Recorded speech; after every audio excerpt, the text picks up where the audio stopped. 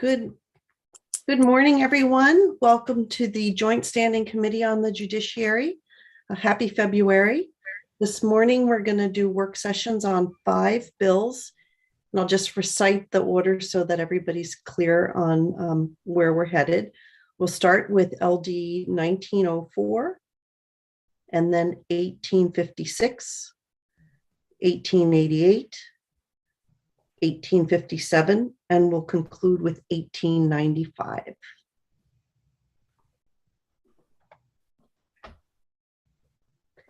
And now we can begin with committee introductions, and I'm just going to call on committee members as I see you on the screen. And Representative Newell, we'll start with you if that's okay. Thank you, Madam Chair. Good morning, everyone. My name is Rena Newell, and I serve as the Passamaquoddy Tribal Representative. Representative Sheehan. Thank you, Madam Chair, and good morning, everyone. I'm Erin Sheehan, and I represent Biddeford's House District 12. Representative Moriarty. Thank you, Madam Chair. Good morning, all. I am Steve Moriarty, representing Cumberland and part of Gray in District 45. Representative Thorne. Good morning. My name is Jim Thorne. I represent House District 103, which is Herman, Carmel, and a portion of Etna up in Penobscot County. Representative Poirier. Thank you, Madam Chair. I'm Jennifer Poirier. I represent House District 107, which is all of Skowhegan and part of Madison. Representative Reckitt. Morning, my name is Lois Reckitt, and I represent District 31, which is the ocean end of South Portland. Representative Evangelos. Thank you, Senator Carney. Good morning, everybody. Jeffrey Evangelos, House District 91, and I reside in Friendship. And Representative Babbage. Thank you. Good morning, everyone. My name is Chris Babbage. I represent House District 8, which is most of the town of Kennebunk. Senator Keim. Morning, everyone. My name is Lisa Keim, and I'm proud to represent District 18, which is northern Oxford County and 2 communities in Androscoggin. And Co-Chair Harnett. Thank you, Madam Chair, and welcome all. My name is Tom Harnett. I represent House District 83, which includes the town of Farmingdale and the city of Gardner, where I reside. And we're also joined this morning by our OPLA analyst, Peggy Reinsch, and Susan Panett, who is our committee clerk. Good morning to you both. And I'm Ann Carney. I represent Senate District 29, which includes South Portland, Cape Elizabeth, and a little bit of Scarborough. And so we've done introductions, and now we'll move on to open our work session on our first bill, which is LD 1904, an act to make technical corrections to the Maine Juvenile Code. And Peggy, do you want to give us kind of a brief bill analysis on this one? I would be happy to. Great. So this bill kind of follows up on a bill that you did last year about juvenile records. And there's a process that was established. Actually, it was kind of a revised process for sealing juvenile records. And what this bill deals with is what happens when the court does seal the record. Right now, the law says that it has to be a copy of the court's order sealing the juvenile record that gets transferred to the State Bureau of Identification, which is the entity that keeps all the criminal history records. And what the court and SBI have figured out is that they can do this electronically. So they'd rather not have to be required to send a piece of paper in order for that to be logged into the SBI system. So what this bill does is it requires notice of the court's order to be sent to SBI, and it can be sent by electronic transmission. So it's not changing the process, it's just changing how the information gets transmitted to SBI. Committee members, any questions for Peggy on this one? Not seeing any. Is there a motion? Representative Harnett? Thank you, Madam Chair. I move ought to pass. Thank you. Is there a second on the ought to pass? Seconded by Senator Keim. Any discussion, committee members? Not seeing any hands up. And so thank you, Soupy. I think we're ready for the vote. Thank you, Madam Chair. Representative Galgay-Reckett. Yes. Representative Galgay-Reckett votes yes. Representative Newell. Representative Evangelos.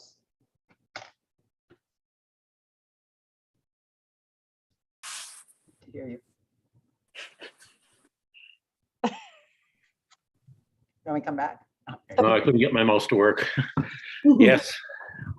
Representative Evangelos votes yes. Representative Poirier. Yes. Representative Poirier votes yes. Senator Keim.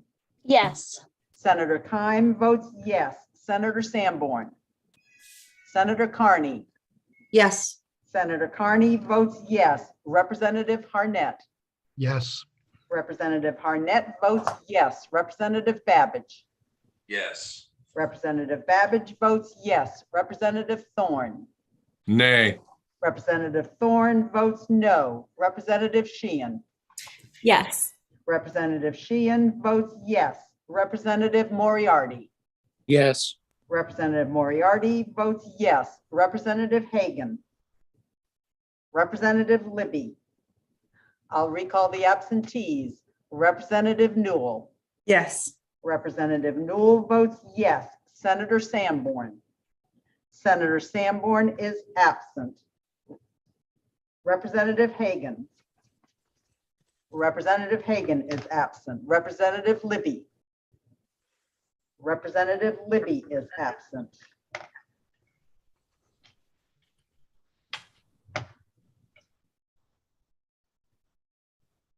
Madam Chair, the vote is 10 members of the committee voting ought to pass, 1 member voting ought not to pass. I hope I'm correct, Representative Thorne, and 3 members are absent. Thank you very much. And is that your report, Representative Thorne, ought not to pass? Okay. And so the ought to pass motion carries 10-1 with 3 absences. And so we'll close the work session on LD 1904. And I just wanted to ask, check in with everybody, because I wasn't following a list. I was following the moving boxes on the screen. Did I miss anybody for introductions this morning? Don't think, okay. Thank you, everyone. Okay, we'll move on to our work session on LD 1856. And Peggy, turn to you for your bill analysis, please. Thank you. So this bill, the title is an act to eliminate conflicts of interest with respect to the payment of fees to bail commissioners. Current law requires the bail commissioner's fee to be paid by the person who's being bailed, the defendant. And it says a bail commissioner is entitled to receive a fee of not to exceed $60. And what this bill does is keep that language, but says that it's not the defendant that needs to pay the fee. It's the judicial department will direct the bail commissioner to submit forms, and funding to support the payment of the bail commissioner's fee must come from the general fund or other appropriate sources. The chief judge of the district court may establish rules and policies for submission of payment requests by bail commissioners. There was testimony about how difficult it is to find bail commissioners these days, and the work they do, and how sometimes they won't get paid because a defendant doesn't have the resources to pay the bail commissioner's fee as well as bail. And that sometimes a bail commissioner won't end up at the jail for a while, waiting until there is at least somebody who will be able to pay the bail commissioner's fee. So it sometimes means defendants have to wait in jail before they can be bailed longer than they would normally. So what this bill does is establishes that the bail commissioner's fee will be paid by the state. What it doesn't establish is what exactly that fee is and how the funding for that will be established. It says has to come from the general fund or some other source. I'm assuming that this bill would require not only a fiscal note, but an appropriation, and I don't know what that amount would be. And I know there are people from the judicial branch who can provide some information, but I see Representative Thorne has a question. Representative Thorne, go ahead with your question. Yes, just heard from Representative Libby. She's in the waiting room waiting to get in. Oh, okay. Thanks. Thank you.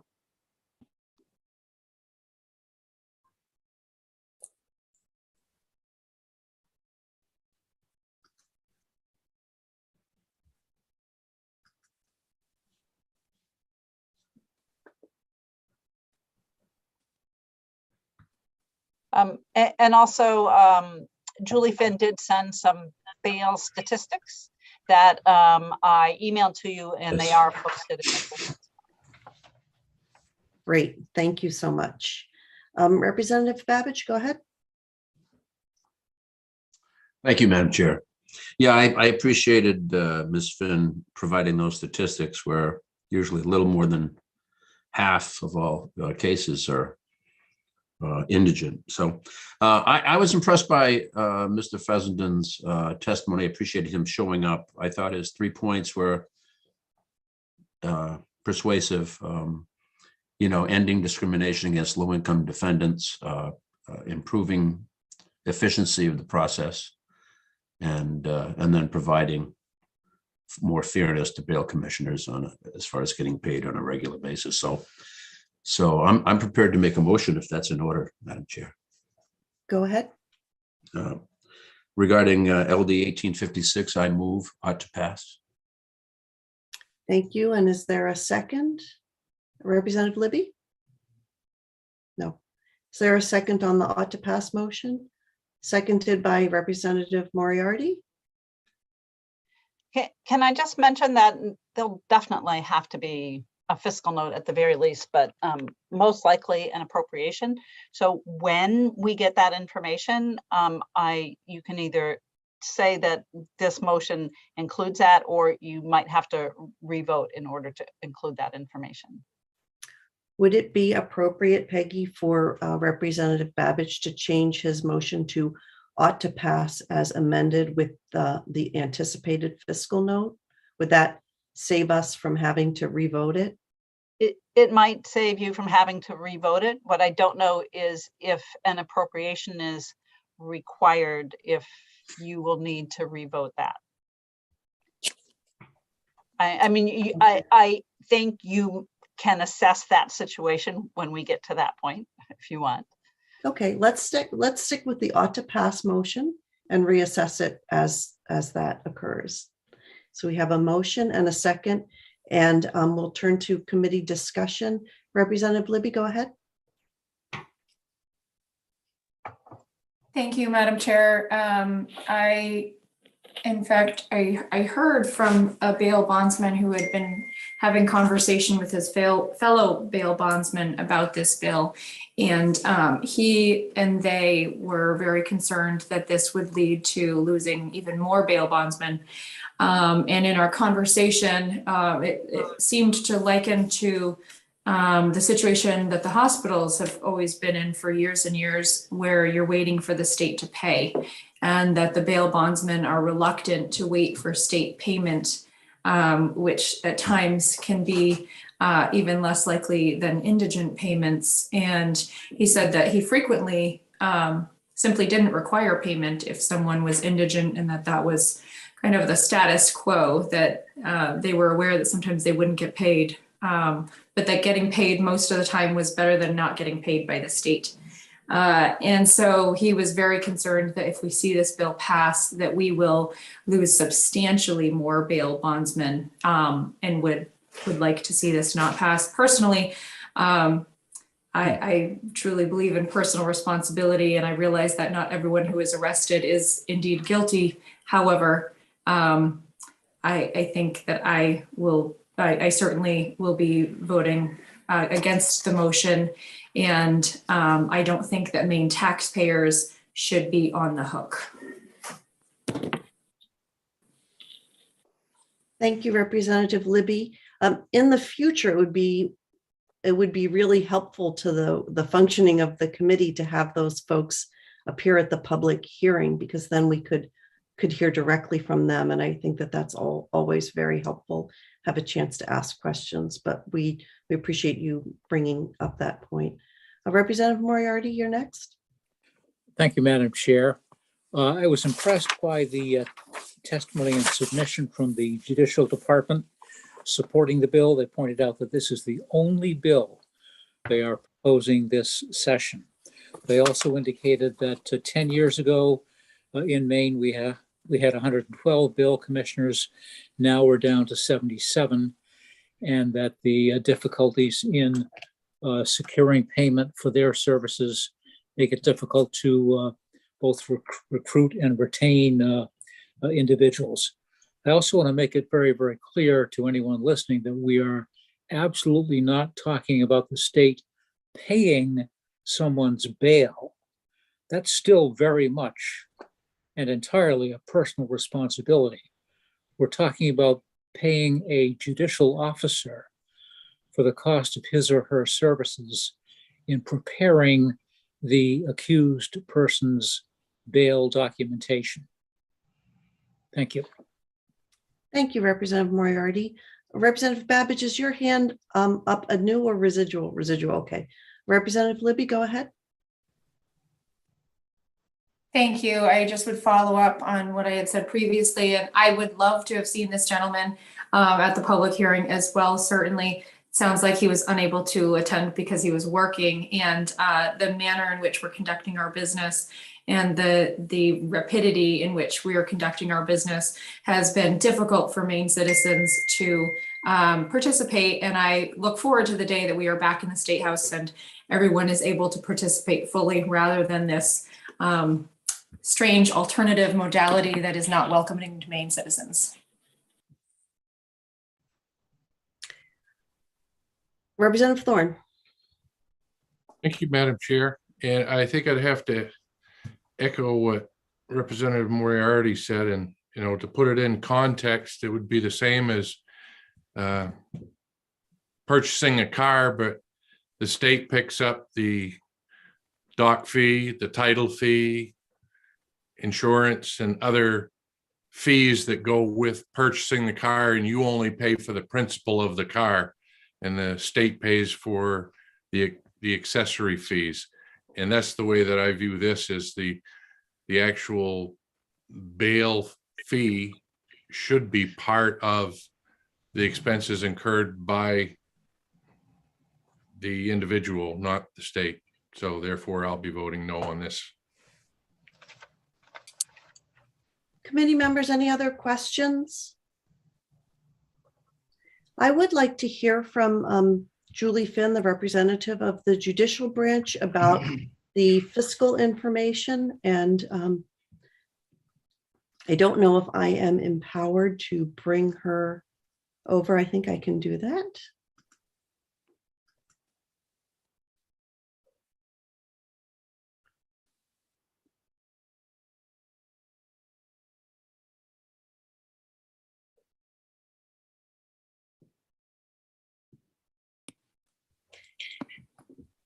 Welcome to the Judiciary Committee, Julie Finn. And I don't actually know whether I should be asking these questions of you or Ann Jordan. If you wouldn't mind, Senator Carney, I think Ann Jordan might be in a better position to answer. And I know she is in the waiting room and ready and available to do so. Okay, so I'll bring her over and I'll ask the question. Well, I'll wait till she gets here.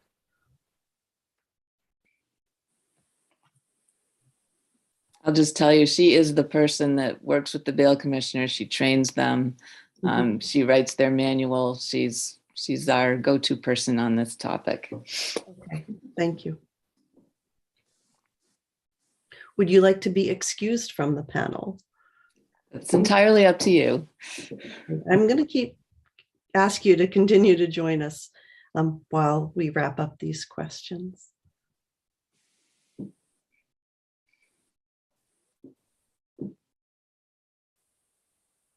I think she should.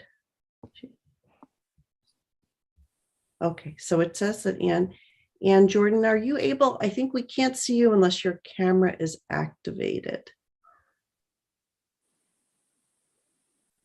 Thank you. We didn't know that you were here. Welcome to you both. I had a couple of questions. What do you anticipate the fiscal note would be? Good morning, everyone. Well, I want to give a little bit more background because we did submit to you the chart of the total number of bonds filed and bonds where the defendant had appointed counsel. The total numbers were 14,305 bonds. However, the committee needs to know that not every single one of those bail bonds is prepared by a bail commissioner. Under our bail code in Title 15, there are 4 different groups that can prepare bail bonds. The first is the bail commissioner, who prepare the majority of the bonds. The next is a judge. The third is a clerk at the direction of a judge. And the fourth is the different county jails, if their sheriff approves, and it's a PR, personal recognizance or unsecured bail bond, then the trained jail staff can prepare those kinds of bonds if those bonds are issued by a judge, not by a bail commissioner, or if the bail that is set by a judge, not a bail commissioner. Currently, we have jail staff in Cumberland, Kennebec, Franklin, and Aroostook County who are all trained to do bail bonds when it's a judge-set PR or unsecured. The reason for that is if they've been in custody because the bail commissioner wasn't allowed to bail them, then they can, as soon as the judge sets a PR or unsecured, jail staff can do it and they get released much quicker. Those individuals do not get paid for filling out the bail bonds. Only the bail commissioners do if they're called from home and go forward. So I tell you that just because if you look at the numbers of bail bonds filed where defendant had court-appointed counsel at 14,305, if we were to go with the full number of the full fee, that would be $858,000. However, that number is not $858,300 because not all those bonds are prepared by bail commissioners. Unfortunately, our current system does not allow us to break down and record or pull data on who filled out the bail bond. I would estimate it's probably around I guess between 9,000 and 10,000 of those bonds, to be fair. And that is an estimated guess based on what I've looked at so far. But I can't say with 100% surety and confidence that it is those numbers. Thank you. Another question, there were some concerns raised that this system would actually cause delays in bail bondsmen being paid for their work. And is that something that you anticipate happening, delays in getting paid? Well, this is what we had talked about, and I have had some bail commissioners express that concern. And every single bail commissioner was told about the hearing, told about the process for, I did a group email to the bail commissioner and said, here's the hearing, here's the date, here's how people can testify if they wish to. Typically, we would design the system so that, once a week, they submit their vouchers and then they would be processed through our office to get paid. Right now, the bail commissioners get paid immediately upon executing the bond. So in fairness, I have to say, yes, it would not be immediate payment, but it would be more along the lines of a paycheck. And all the bail commissioners are required to have our internal processing number to get paid as a contractor, primarily because probably 3 or 4 years ago now, we got a grant to do some training that allowed them to be reimbursed for their attendance at the training and be reimbursed for their mileage. So they had to have that number. So it would just be a matter of ensuring that every bail commissioner had that number. We would keep the form as simple as possible so that it didn't require tons of bookkeeping. But bail commissioners, because they are independent contractors, are required to keep their books because they have to report their income for tax purposes. And we have already provided them that information and a chart for them to use. So it would not be immediate payment. And I'm going to be honest, they get immediately paid, but it would be a delay of a week or two in getting paid. But they would be actually paid for all their work Exactly. at the end of that 2-week period. Yes, I would predict we'd be able to do that. Yes. Okay. And then you also, I think you said that you had notified all of the bail commissioners that the bill was presented and of the date of the public hearing. Is that correct? That's correct. I have a group email that I send to bail commissioners, and I first notified them of the existence of the bill. I then notified them that the hearing is set for whatever day it was last week and the time, and how to sign on, how to get on. And then when today's hearing is done, I will notify them and update them on what happened at the hearing today and what the eventual vote was by the committee. Thank you. So they could have logged on at their convenience and provided written testimony or signed up to spend 3 minutes testifying. And yes, and again, most of my bail commissioners, if they're not retired individuals, they are working during the day. So whether they could have logged on live would depend upon their work situation. Okay, thank you. You're welcome. Did you hear concerns back from any of them related to a delay in payment? I had conversations with 2 individuals who relayed a delay in payment concerns. I had conversations with, these were actual verbal conversations, with 4 others who supported the bill. And I also had an email with one, and I said, look, the payment method and the standards and how that was done has not yet been determined. But they were free to contact their representative or senator. And obviously it's their absolute right to express their opinion either way. Yep. Thank you. You're welcome. And then there is a section of the bill that includes rulemaking, which would be the rulemaking related to the payment mechanism. Is that correct? That's correct. Okay, thank you. I see a whole bunch of hands up, and so I'm just going to start calling on people. I believe they have questions for you, and if not, we'll probably hear some comments. Representative Evangelos. Thank you, Madam Chair. It's not a question. I'm feeling really bad about something, and so I got to say something. Okay. Last week on the privacy bill, we allowed the sponsor to bring a speaker in. A bunch of them tried, but we listened to one extensively. So I don't care what the rule is. I'll follow it. But I don't know if the other side, the Republicans, had somebody that wanted to speak. I think we owe them one, and then make a rule that we're not going to do it anymore. But I'm really feeling bad about it. I wanted to say something. So is your question, Representative Evangelos, whether there's anybody in the attendee part of the meeting who wants to speak against this legislation? I thought Representative Libby made a reference to somebody. I don't know if they're present or not.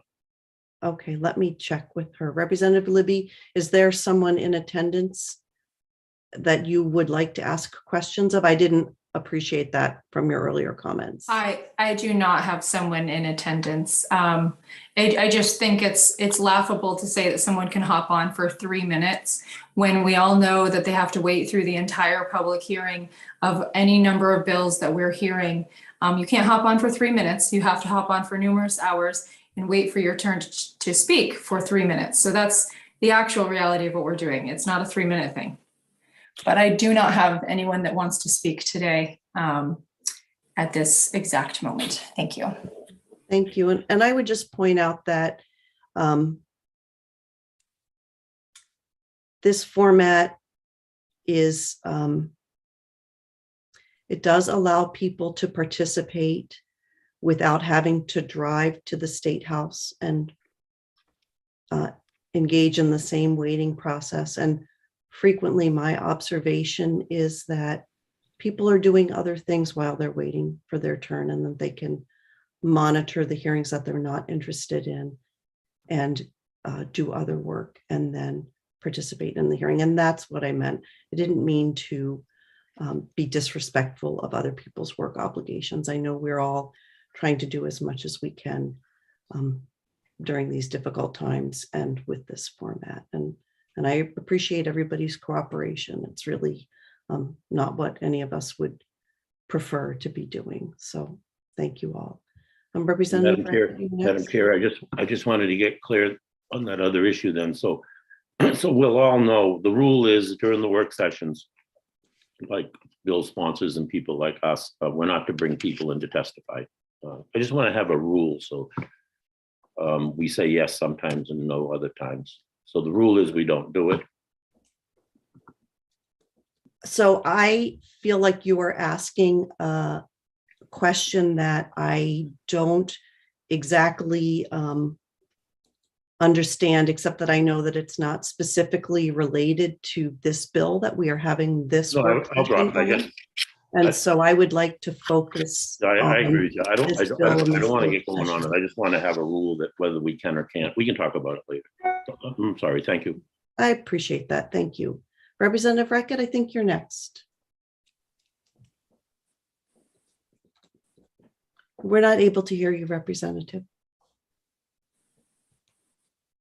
Anyway, sorry, I have a question for Ann Jordan. Okay. I'm curious. I heard you say that your guesstimate is that between 9,000 and 10,000 of the bails are set by bail commissioners. Is what this bill says, in your understanding, is that all of the bail fees would go through the judicial system in the way that this outlines? There isn't anybody that would pay their own bail fee? So that I'm clear, there were a total of 20, in 2021, there were a total of 25,000 bonds filed. Mm-hmm. When I said the between 9 and 10,000, those are the ones of the persons who qualified for court-appointed counsel. And so those would be the ones that would be paying might not be able to pay the 60. Yes. Yes. And of those, there were 14,305 bonds that were prepared statewide for persons who were indigent or who qualified for indigency and court-appointed counsel. Another small caveat on that number of 14,305. Under decisions from the United States Supreme Court, an individual is not entitled to court-appointed counsel if they do not face the loss of a liberty interest. In other words, if they're not going to jail. So when we pulled the number of 14,305, what we did was we went through every single criminal case that we had filed in 2021. Then of those, we pulled the orders of appointment of counsel, and we came up with 14,305. We cannot estimate the number of people who may be indigent, but because they were not subject to a loss of liberty interest, either did not apply or did not qualify for court-appointed counsel. So I've just got to be careful on those numbers. But I estimate of the 14,305, between 9 and 10,000 of those bonds were prepared by bail commissioners and not by the other methods, a judge, a clerk, or jail staff. Okay, so Thank just so you. those, does that clarify that for you, Representative Reckett? Yeah, I think so. Yeah, I think so. Thank you. You're welcome. Representative Babbage? Yeah, thank you, Madam Chair. Ms. Jordan, thank you so much for all the work you've done to help us understand this issue. You're welcome. I obviously I have a question, so I'm not 100% there yet, but that last clarification was helpful for me too. Did I read somewhere though that the county to county experience as far as bail commissioners being paid was like somewhere between 10 and 30, a third of situations where they might not be paid? Is that correct? Actually, the numbers, what I did was I sent out a survey to all my bail commissioners and asked them to tell me of all the bail bonds they did in 2021, how many were either fully paid, not paid, or partially paid by an individual. I got about an 82 to 83% response rate. I have some individuals who go to Florida for the winter, and I have some others who are getting medical treatment or have family members involved. It's a very serious medical treatment, and others who were traveling for their work and weren't able to respond. So what I did was I did a spreadsheet, and the numbers ranged from 0 for the bail commissioner on Vinyl Haven who had done less than 10, to as high as 32% for the bail commissioner, a bail commissioner in Aroostook County. The statewide average, I took all the numbers and I averaged what they did, was 12% of all their bails. Thank you. They Thank you. did not exceed. And that 12% would technically be of that 9 or 10,000 number that you. No, sir. The No. 12% would be of the 25,366. Oh. The total number of bail bonds filed. Now, again, we have to be careful on the 25,366 because not all of those were prepared by bail commissioners. So we've got that funny caveat that I simply can't give you a number. So that's more significant than I thought. There were 3 reasons why I find this proposal attractive. One of them was justice for the bail commissioners, and you're telling us that I'm trying to narrow down that 12% of 25,000, which is more significant, is where money may not be paid to the bail commissioner. And that is what we offset with the fact that they would be paid under the proposal, but perhaps in a delayed manner. That's an option that this committee has because of the way the language was left. And obviously I can't tell you what to do. But one option this committee has is to say that the fees would not be paid for every single bail, but only for individuals who do not have the financial ability to pay the $60 fee. And if we go on the 12%, which was the statewide average of bonds filed, of the 25,366 of the ones reported by the bail commissioners, that would be a fiscal note of approximately $183,000. If this committee chose to limit it to just those individuals who were indigent and unable to pay the fee at the time of the execution of the bond. That is one option this committee has, and one option that would, I think, partially address the concern raised by Representative Libby of the delay in payment, because if people could afford to pay it, it could be paid right then and there. And then the delay would be for the individuals who, for which bail commissioners weren't getting paid. There would be a delay in payment, but they would be paid by the state down the road. Thank you. So if I can just clarify, 12% of 25,000 is, 3,000, 3,500, something like that. Yep. Is that 3,000, 3,500 number, does that represent 1/3 of the 9 or 10,000 that bail commissioners currently administer? Do you see what I'm saying? Because I understand bail commissioners get immediate payment from some and no payment from others. Correct. And I'm trying to balance, well, what is the trade-off here with regard to what they're not getting payment for, which they would on a delayed basis get that payment? I'm just trying to understand the significance of the problem. I mean, the magnitude, rather. Sure. Well, part of the issue is when I did my survey, I had some individuals who 0 to 10% of their bail bonds were unpaid. I had a number of bail commissioners, one in Aroostook County, at least 2, maybe 3 in Cumberland, 1 in York, 1 in Knox, and 1 in Kennebec that exceeded 25% of their work. So there was a big spread from bail commissioner to bail commissioner. Yeah. Interestingly, I had one bail commissioner, Aroostook County, from northern Aroostook County, who said, I'm in a small town and people know me, so I get paid. I had another bail commissioner in southern Aroostook County who had one of the very highest numbers of non-payments. I have a couple bail commissioners who, if someone can't pay it, they will give an envelope and say, send me my fee. And depending on what part of the state they're in, some of them get a very good response. Some of them get very little response.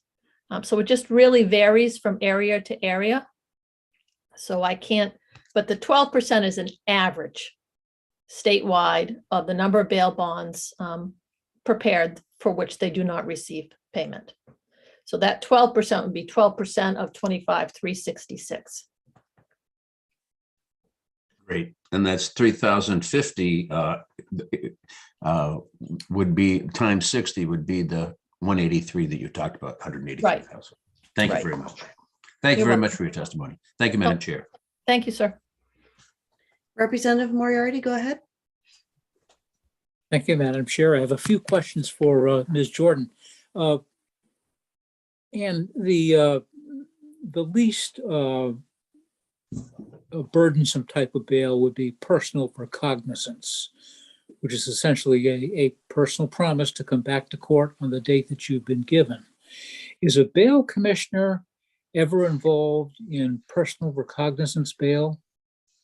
All the time. All the All time? the time, yes. Bail commissioners routinely set PR and unsecureds and execute PR and unsecured bonds. And we have, I can give you those numbers if you just bear with me. I've got to pull them up while we're talking. The numbers of bail bonds filed, I'm sorry, just bear with me while I can pull it up real quick. Well, I wasn't going to press you on numbers, just more on sort of the theory and the practical workings. Sure. They routinely do it. Our bail code says that it starts with a presumption of PR or unsecured. I've actually have the numbers here. I can tell you in 2021 for misdemeanor cases, that would be Class D and Class E crimes, 7,349 were PR bonds and 3,908 were unsecured bonds, which basically is, again, they don't have to put up any cash for the bail itself. It's a promise to pay. It's a promise that they will appear in court. If they fail to appear in court, they will owe the state of Maine X amount of money. And then there were 5,069 cash bails and 1,021 bails were concurrent, which means it was already bail set in one case, and then there was a second case, and the court allowed the same amount of bail to be applied. For misdemeanors, 3 bail bonds had surety, which was real estate. Now, for felonies in 2021, Can I interrupt? You've Sure. led me off course a little bit here. okay, I'm Really, sorry. I was really sort of attempting to understand the workings of the system generally, as opposed to the mathematics. I would have said, for example, that in a case of PR bond, that would have been handled by a judge, clerk, or trained jail staff, as opposed to a bail commissioner. Does that not take place? If it's in what I'm going to call an initial arrest, and typically nights, weekends, and holidays, judges will not set those bails. And because it hasn't been set by a judge, jail staff is not allowed to set those bails, I but understand. to execute those bonds, I mean, okay? Okay. So when it's an initial arrest, easiest way to explain it, an OUI, the officer stops somebody for an OUI or domestic violence or assault or a initial arrest on a burglary or something. Those are all set by the bail commissioners. Okay. Okay.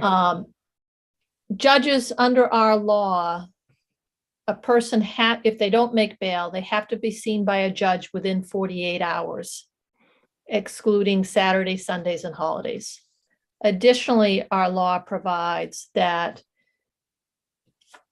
if an individual doesn't make bail at 36 hours of being incarcerated, a justice of the peace has to review the probable cause statement to ensure that there's a reason for holding the person. And that's basically a written report by the police officer.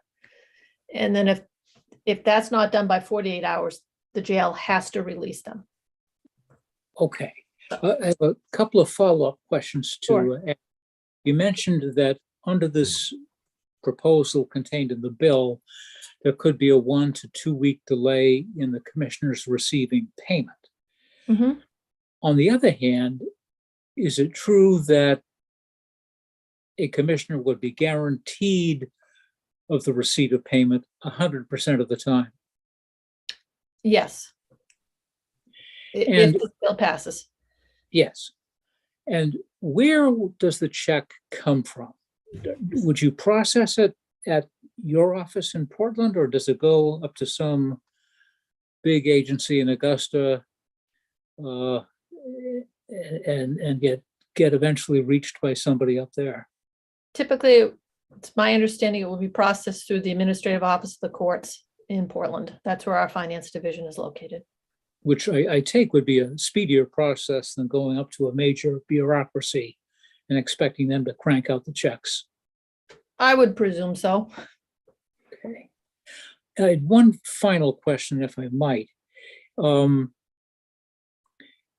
Is a determination of indigency made before the bail commissioner is called or brought into the picture? No. The determination of indigency is done at the court level. There's an informal determination of indigency when the person is arrested. The jail staff will say, okay, so we need to call a bail commissioner.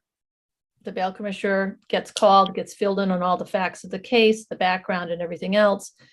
And if the person says, well, I don't have the money on me, which is very, very common, they'll say, well, who can you call? And they allow them to make some phone calls to see what they can come up with. In some instances, it's very, very immediately clear to jail staff and to the bail commissioners that this person does not have the funds upon which to pay the bail. But we do not have jail staff have them fill out an affidavit of indigency like you do in court to get court-appointed counsel at the Yep. bail stage. So to qualify for counsel, that comes later on in the process. Yes, that comes at their very first appearance before a judge. But all right, thanks very much. You're welcome. Representative Thorne, go ahead. Thank you, Madam Chair. And another drawback to this format is 6 committee member questions ago and 20 minutes ago I'm responding to. When Representative Libby mentioned the lack of bail commissioners. And I sense that somehow you were trying to prove that their lack of presence indicated acceptance of this bill and that they were not opposed to it by their lack of presence, because there's an ability for them to show up and it's published and so forth and so on. And Is that a question to thought- me, Representative Thorne? Is that a question to me? Yes, it is, Madam Chair. Yeah, I was just It's not pointing out really a that it's question, and really helpful. I for the appreciate committee you to have cutting a me back off and forth mid-sentence with- again, but Pardon me? without allowing me to finish my thought. But it wasn't a question, it was a Oh, statement. okay. I have another question after that, but seems like I can't make a statement without you interrupting me halfway through it to ask me if it was a point and start speaking. So that's where I get agitated when I get on this committee and I ask a question or I make a statement or an observation and I get cut off or my microphone gets cut off on it, which you've done in the past. So allow me to finish my thought and my statement without interrupting me if that's possible, Madam Chair.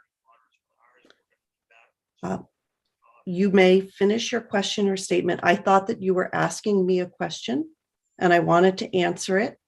I No, was I was merely mistaken pointing out and the I fact that- apologize, and you may proceed Yep. with your statement and your question. Thank you very much.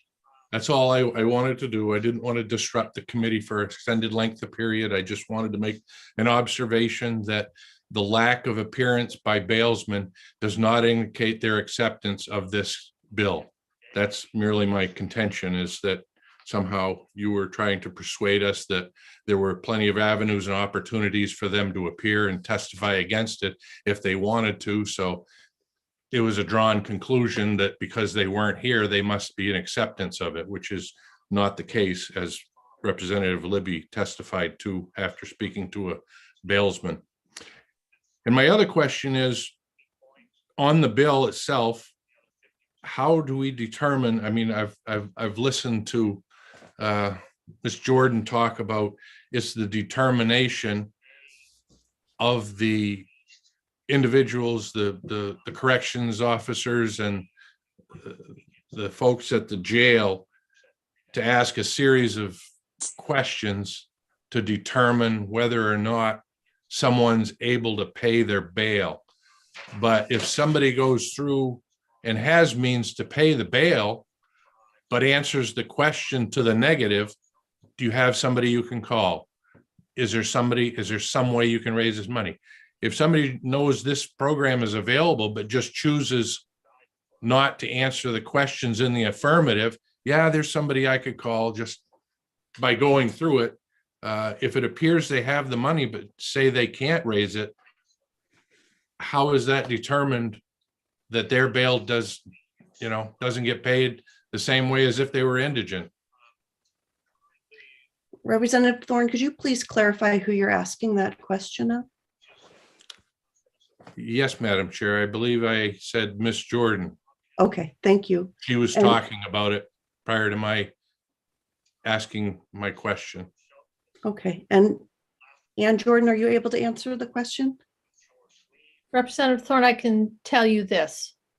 Bail calls and arrests are made 24/7. Bail commissioners and jail staff do their very best to determine someone's ability to pay. However, I have to be honest and say there's no 100% guarantee that somebody might lie about what their income and assets are. We do not have financial screeners available to conduct screenings and to do backgrounds and to check to see if someone has an ability to pay.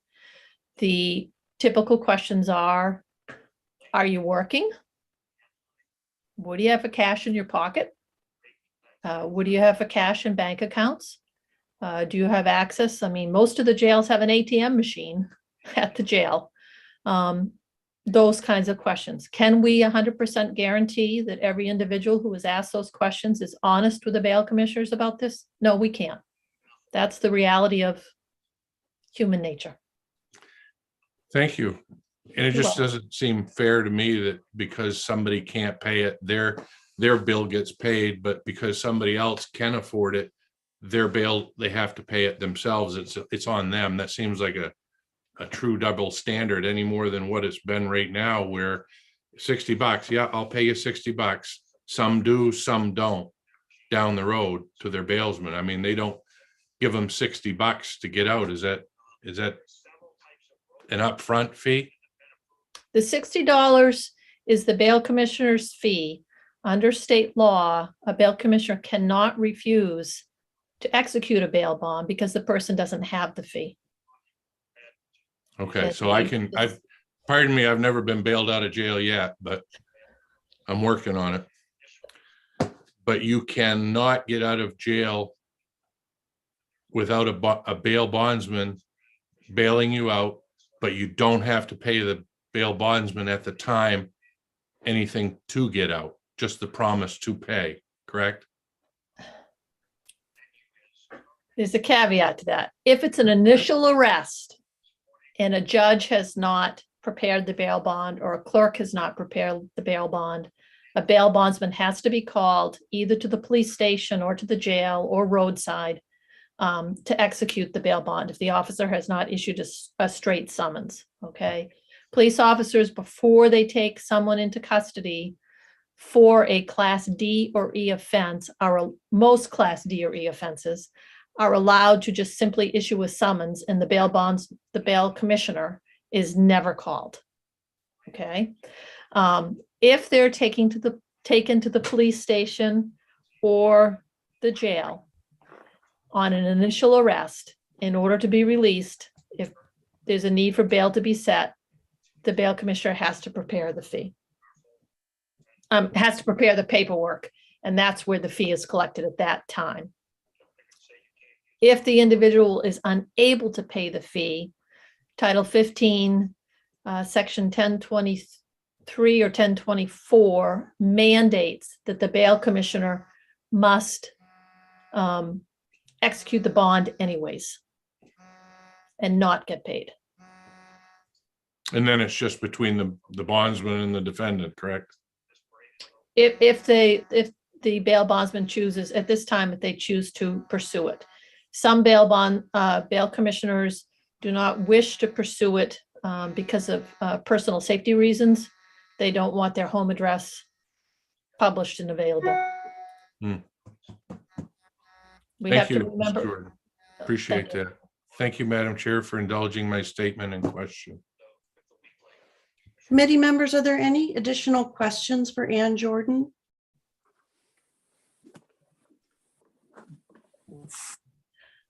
I am not seeing any committee member questions, and I know that we have a motion ought to pass, but I also really appreciate the point raised by Ann Jordan that there could be a process whereby the bill were amended to require the judicial branch to pay the bail commissioners only in cases where an indigency determination had been made. And I guess I would like to hear reactions from committee members as to how we feel about perhaps changing the motion and considering that option. It would reduce the fiscal note. It also would be consistent with some of the concerns that have been raised in our conversation today about whether the state should take on the burden for somebody who has the capacity to pay the bail commissioner. Representative Reckitt, go ahead. Oh, we're not able to hear you. Sorry. Thank you. I have a quick question, and then I have a longer one subsequent to what you just said. My initial quick question was, I just looked up who had requested that this bill be introduced. And it says to me that it was submitted by the Judicial Department. So I think that people ought to understand that that is how this came to us, so that it's not like somebody decided in the dead of night that they were going to push for this piece. So there must be a reason, frankly, why the judicial department has asked that this be introduced. And I don't know if either of the people who are here and answering our questions knows the answer to that, or whether, in which case I'd love to hear it. The other piece, and I take back the other piece because I can't even remember what it was. So let me just leave it at that. Okay, that's simpler too, that we could ask Ann Jordan and or Julie Finn if they could respond to Representative Reckitt's question. Sure, I can. I brought this forward to the administration and the trial chiefs and the Chief Justice. I have for a number of years been hearing from various bail commissioners around the state about the increase in the numbers of, I call them freebie bails, where the fee is not paid. I had two highly qualified bail commissioners in Kennebec County, who at that time, they were doing a schedule of 1 week on, 1 week off, 24/7 coverage. Both of them, after having to execute multiple bails, all for free, days and days in a row, decided, I'm not doing this anymore because it's not worth my time and effort to go to the jail or to the Augusta Mental Health, the former Augusta Mental Health Institute, to Riverview to do bail bonds. Since the pandemic started, with the concerns of the county jails trying their best to keep COVID out of the jails, and again, with the change in the law that occurred in October of this past year, saying that for most Class E offenses, it shall be PR or unsecured. We have seen an increase in the number of freebie bails. I've had, as you heard from Bail Commissioner Peter Fezenden, the fact that he did, it was either 14 or 17 freebie bails one evening for 3.5 hours worth of work, 4 hours worth of work, and not getting paid. I've had a number of bail commissioners say it's getting to the point it's not worth it to get a call at 2 a.m, set a bail, get up at 3 and go in and have to do bails in the middle of the night or even in the middle of the day for free. It's not worth their time and effort. I will tell you that we have gone from 112 bail commissioners statewide when I started this position in May of 2012. We're down to 77. In the last 2 rounds of advertising for bail commissioners, where we've advertised for these positions, the most recent round, I advertised for 8 different places where we needed bail commissioners, both rural and urban. I got 3 applications statewide. 1 did not qualify because of FBI regulations. It is getting more and more difficult to even find people who are willing to come out in the middle of the night, interrupt holidays and weekends to go do a bail. And when we have to tell them that they're not going to get paid every time they go out, it makes it even more difficult. So I brought this forward to the trial chiefs and to Julie, and we pulled the numbers and looked at it, and the judicial branch felt that it was time to do this. And I don't know if the committee wants to hear from Julie any further on that, because I don't want to cut her out of this loop. Thank you very much for that explanation, Ann Jordan. Julie Finn, would you like to add anything to that statement? The only thing that I would add, and it came out in the testimony last week, was that the Pretrial Justice Reform Committee, which was a really broad group of stakeholders and individuals involved in the criminal justice world. It was chaired by Chief Justice of the Superior Court Mullen. And that was constituted twice, actually, once in 2015 and again in 2019. And both times, this was a recommendation that that group made. to fund bail commissioners somehow without having the defendants be responsible for the payment. So I just wanted to point that out in addition to what Anne so ably commented on.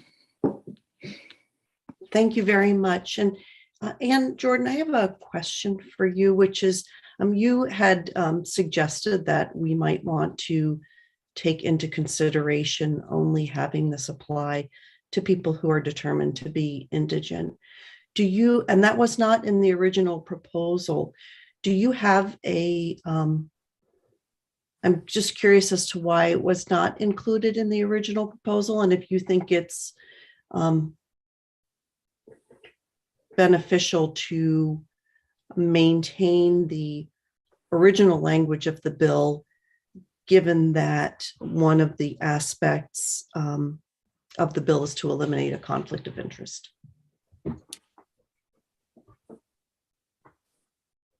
The ultimate issue on conflict of interest exists whether or not it's pay for all bails or for indigent bails only.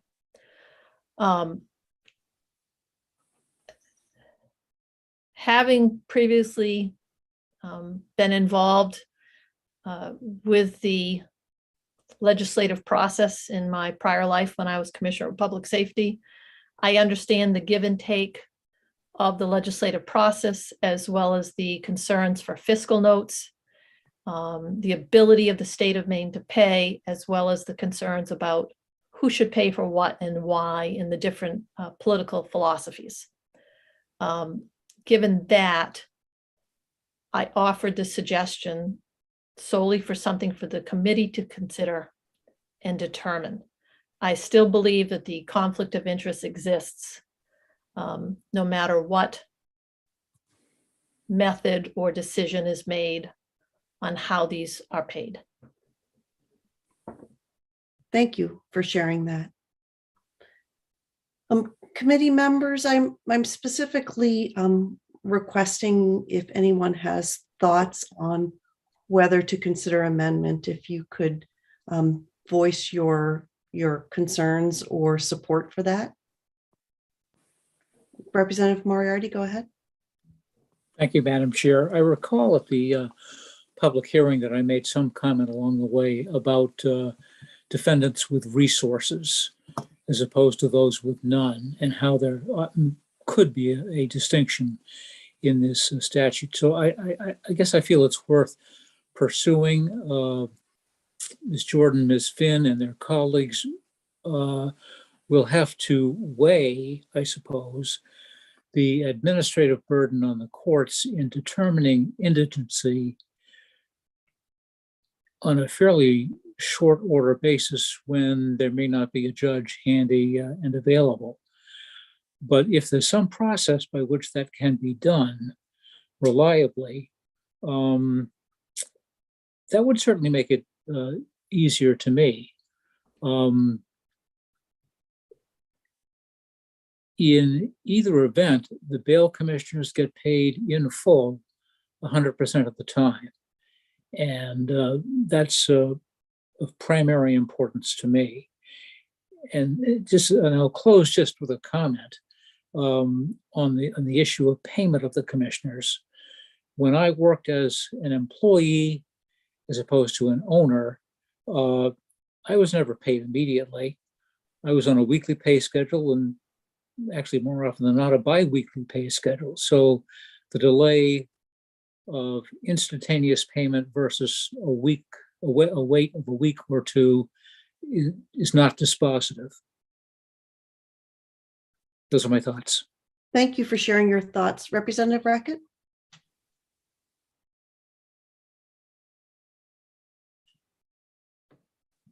I am not concerned about the number of people who might swear that they're indigent and they're not, and thus reap the benefits of $60. I think that sorting them out prior to the issuance of bail is going to do one of two things. It's going to cause a huge administrative costs to do that. And I don't know how you would do that in 16 counties of the state with anything like a reasonable cost factor. And I think that it's better to just count on honesty. And even though these are people charged with crimes and may not be 100% honest, it seems to me that the fact that they have lied to the bail commissioner may become apparent at some point during their adjudication for whatever offense it is they've been arrested. And I just don't think it's worth the administrative. It's going to be tough enough for the administrators in the administration of the courts to take over this whole process without adding a whole other layer that says, first, you got to figure out whether these people should have paid or shouldn't have paid right in the moment, so that we can force them somehow to pay this $60 at 2 o'clock in the morning in the jail. Or do we just go ahead and do this process so that it works smoothly? The bail commissioners get paid. That to me is the primary benefit of this, is that bail commissioners don't get stiffed. And, you know, it seems to me that it's that's the primary goal, because we need to have bail commissioners. They need to keep functioning, and they're not gonna unless they get paid. And I don't blame them. And I think that we should make it easy for somebody to be a bail commissioner, and a reasonable thing to do with your spare time once you've retired or gone off to, I don't know what would cause people to do that. But I have had a lot of interaction with bail commissioners because I was involved a million years ago securing the first federal grant to train them. So I've been interested in them all these years. And I've always wondered how in the world they would keep going if they just didn't get paid. And it just doesn't make sense to me. So seems to me we would be better off investing this level of funding, whether it's through the judicial budget as it exists or in addition to it, I don't know. And I don't really care, to tell you the truth. What I want is for people, the vast majority of people, I believe, are not going to lie to your face about whether or not anybody in their life has $60. Now, some will in the same kind of way, but if you have to sign raise your right hand and say, I don't have the money, then you've had some kind of perjury mess go on. So, I just don't even think it's worth the trouble. So I'm in favor of this bill, and as it's currently written. Okay, thank you. Senator Khan? I really basically just to follow up on Representative Reckett, I was just wondering if Ann Jordan could tell us if it in fact is possible to figure out indigency in the moment. It seems a difficult task. Thank you for the question. Go ahead, Ann. It's a very difficult task.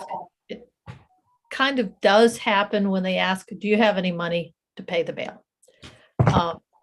To the level of determining indigency like we do for court-appointed counsel, I don't see how that would be possible, in the sense that I believe it would delay the release of individuals even more, because particularly at the jail level, where our jails are facing some very significant staffing issues and problems. I just heard from Sheriff Lancaster in Somerset yesterday. They are at a 50% reduced staff right now, between vacancies, COVID and COVID quarantines. Cumberland County, last time I talked to Sheriff Joyce, he had 68 openings, and he and Deputy Chief Gagne were actually doing 16-hour shifts overnight inside the jail. Okay. And others as well. So I think it would be it would add another administrative burden. Thank you. You're welcome, Senator. Thank you. And thank you for that question, Senator Kime. Committee members, any additional discussion? I am not seeing any. So Ann Jordan and Julie Finn, thank you so much for all the information you've provided today. Thank you. I am going to send you back through cyberspace because I sense that the committee is ready to vote on this matter. Thank you. And committee members, I think that we are ready for a vote on the original motion by Representative Babbage, which was ought to pass. And Representative Reckitt, go ahead. No, I just wanted to know if there was a motion on the floor. If not, I was going to make it, so that's fine.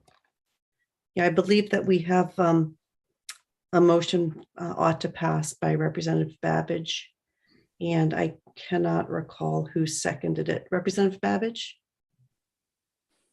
Yes, I would just like to say that I want to stay with the motion because from what I just heard, I think there are multiple reasons to address this issue, and one of them is conflict of interest, and the other is efficiency in the court. And both of those are addressed by this. We have had a discussion as to how helpful it'll be to bail commissioners.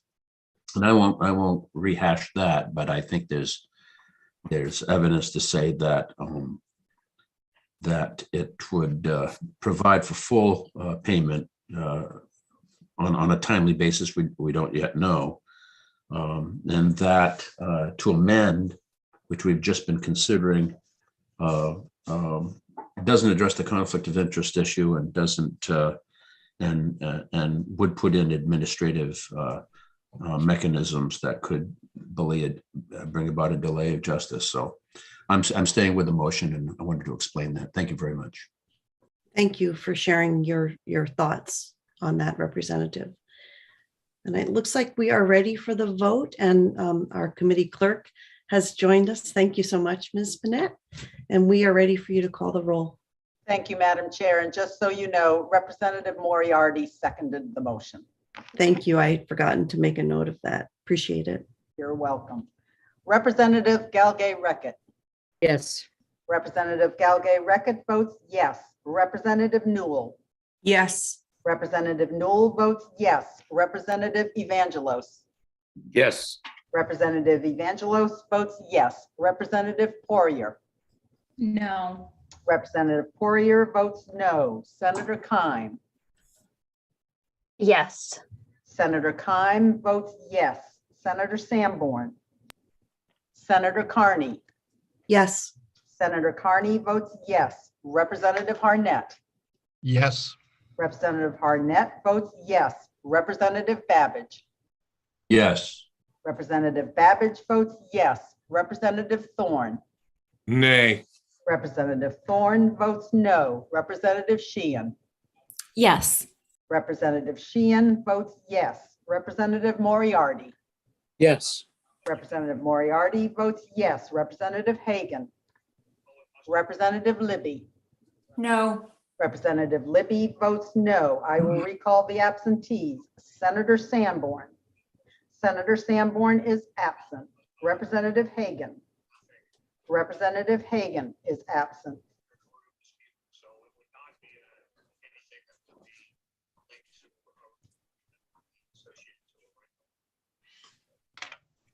Madam Chair, I have 9 members voting in the affirmative, 3 members voting in the negative, and 3 members are absent. That is the vote of the committee. Thank you very much, Ms. Panett. And so the ought to pass motion carries 9-3. And for those who voted against the motion, could you please let our clerk know what your report is? Not to pass. All right, thank you very much. And then with 2 absences. And so with that, we'll close the work session on LD 1856. I want to thank the committee for the discussion this morning. And we are going to do our next work session on 1888. And then I think we'll take a brief 5-minute break before we finish up the last 2 work sessions. So we'll open up the work session on 1888 and ask our analysts to give us the bill analysis on this legislation. The bill sponsor is Representative Gramlich.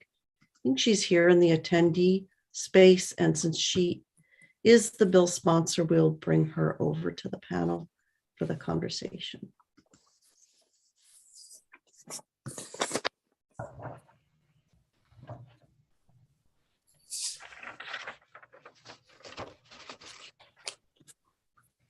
Okay, thank you. This is LD 1888, an act to amend the laws affecting sex offenders and petitions for child custody.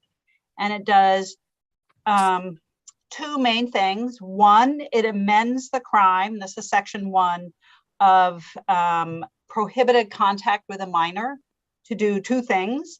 It adds into this category of people who are prohibited from contacting a minor anybody whose name appears on a sex offender registry of any state. And it also changes the age to of minors that they can't have initiate contact with to 18. Right now it's 14. So that's one issue, is amending the criminal code.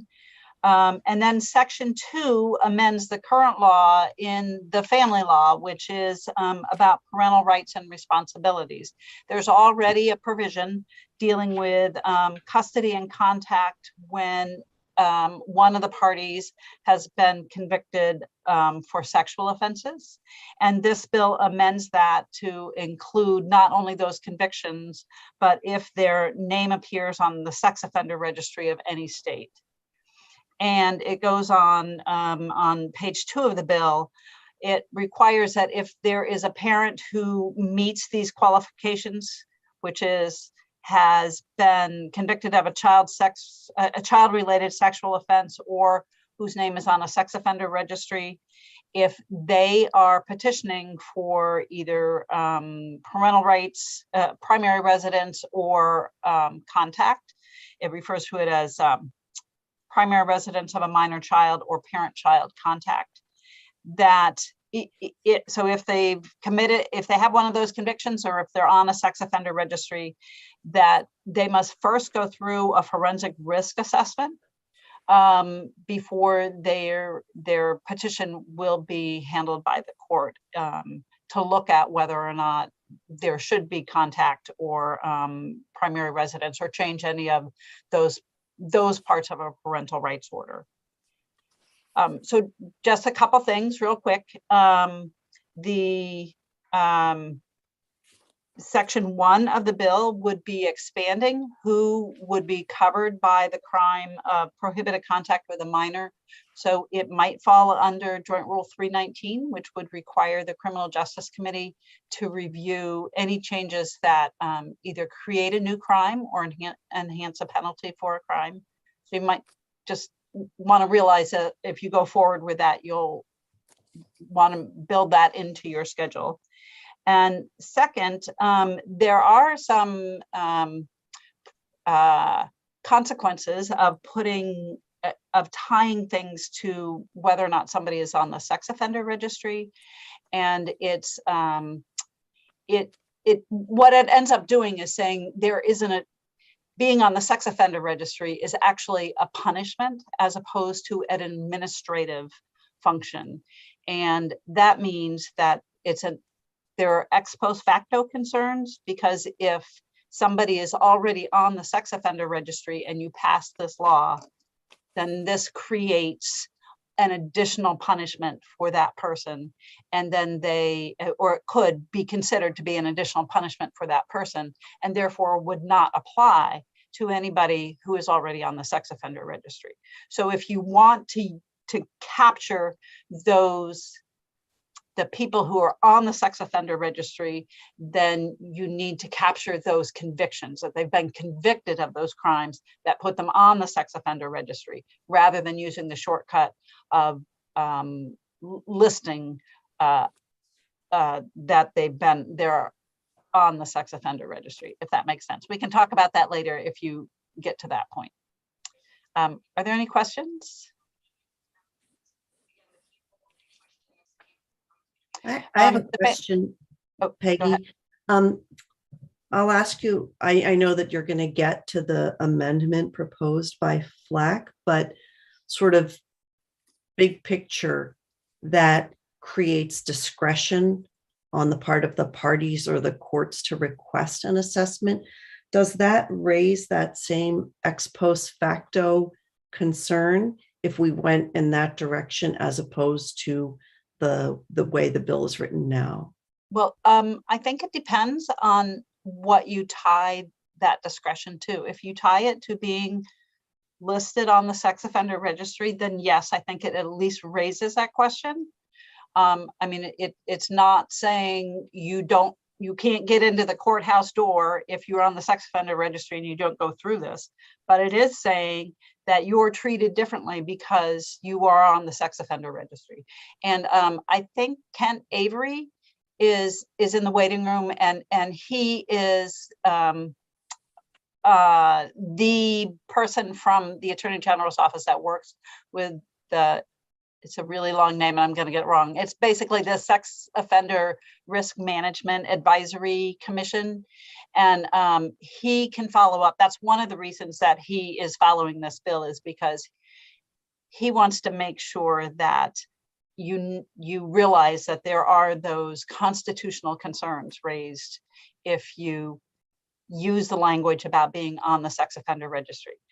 You can do the same thing. It takes a lot more words, but you identify what convictions that you think are put somebody in the category that they need to go through this additional hoop, basically. Okay, thank you. I think we'll maybe speak with him after the rest of your bill analysis. Thank you. Right. So the Family Law Advisory Commission did look at this, and they did.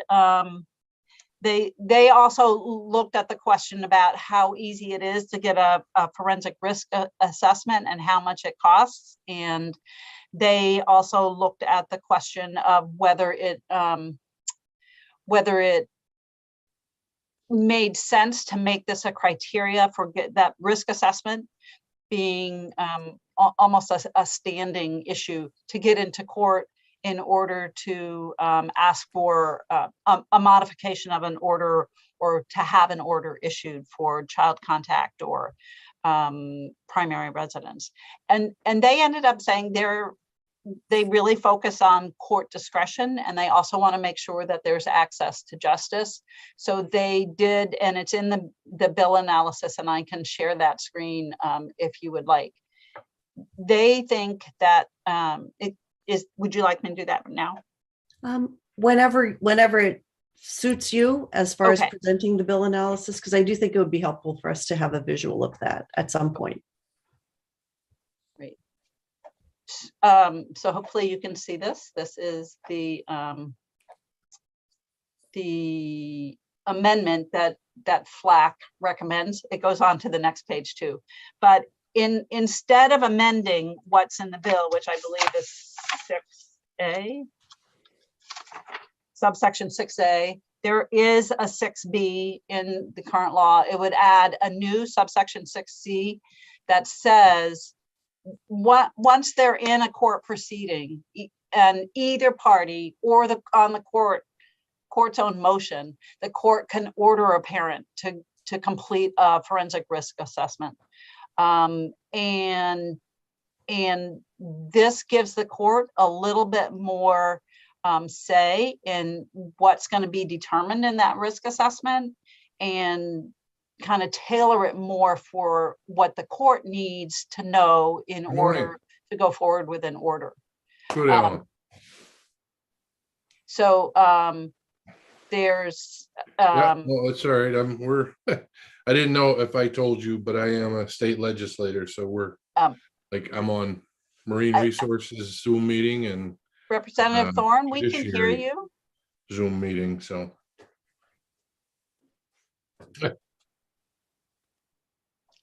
And then if the last paragraph is, in addition, if the parent has already completed a forensic risk assessment in the past, the court may also order the parent to provide that risk assessment.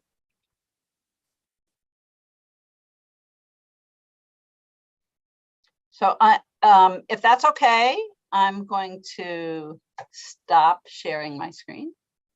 Yeah, thank you. That was helpful. Do you have any questions about the bill or the FLAC report? And I know that Representative Gramlich didn't have the FLAC report until this morning, so I'm not sure she's had a chance to digest it all. Okay. Thank you. We have a couple of questions. Senator Keim, go ahead with your question. I have several, but my first question just is I'm looking for to have that FLAC amendment, and I don't see it. So am I missing it somewhere? So the FLAC, it's in my bill analysis, and it's also in their report. In their report, meaning in their testimony? Yes, they didn't testify on the bill, but I did submit it on their behalf, and it should be. Oh, I did. Okay, I do have that. Thank you so Okay. much. Sorry, I wasn't able to find it. Representative Babbage, go ahead. Thank you, Madam Chair.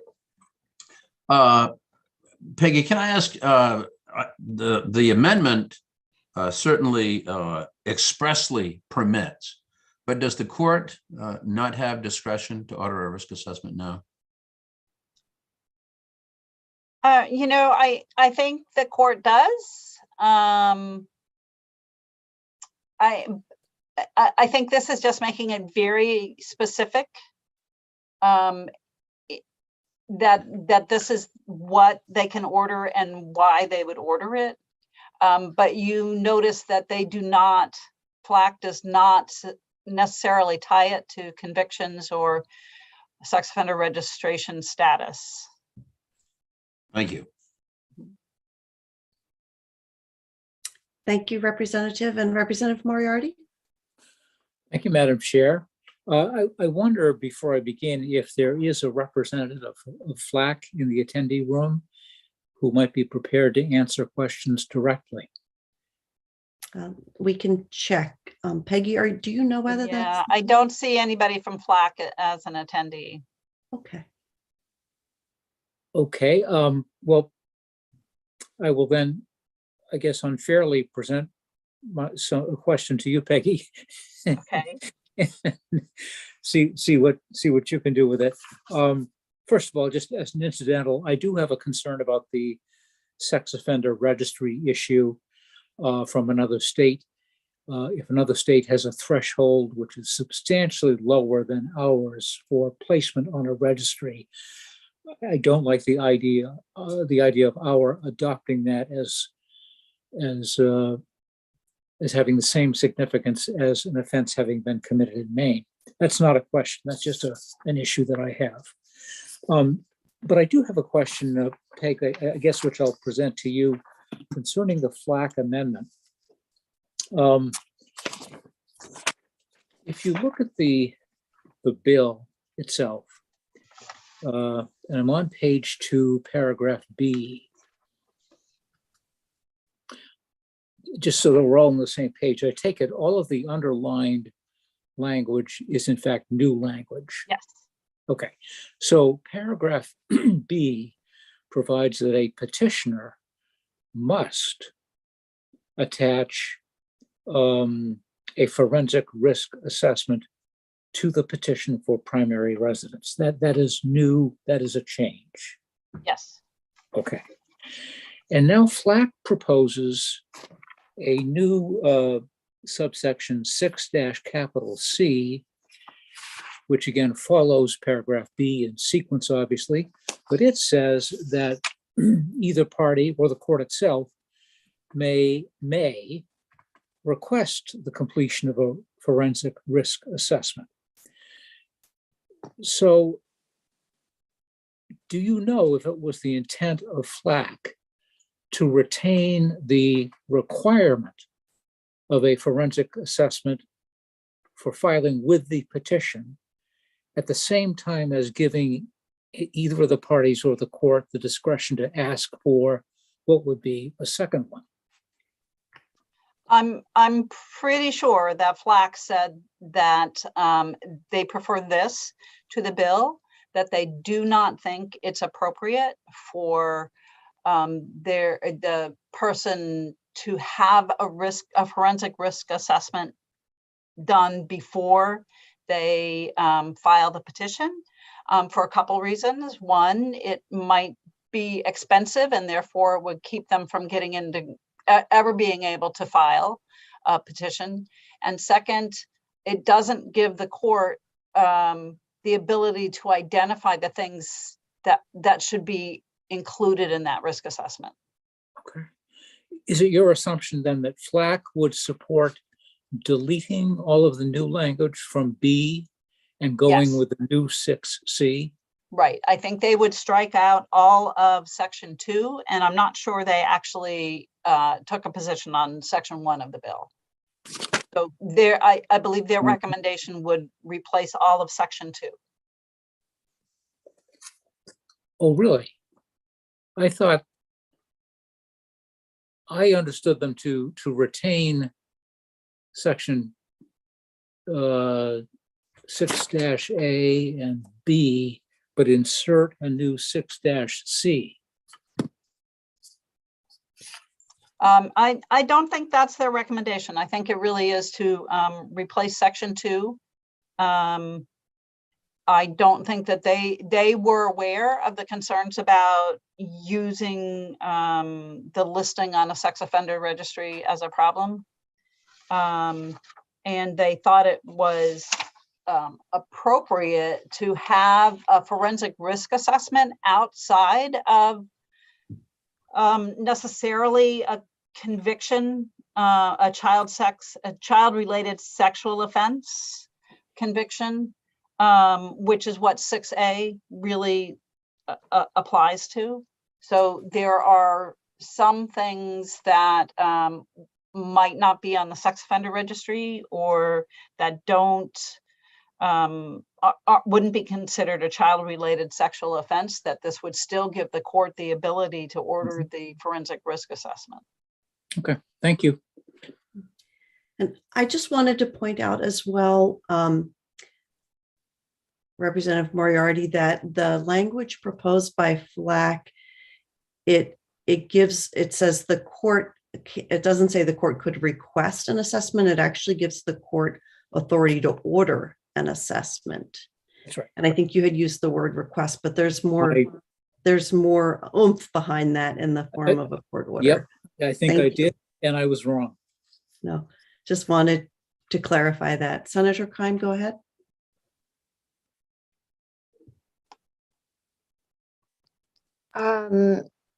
So just a couple of clarifying questions. So are we then considering that as a committee that we would go with FLAC's recommendation and that would strike out all of section 2 of the bill and that would be replaced with this proposed amendment?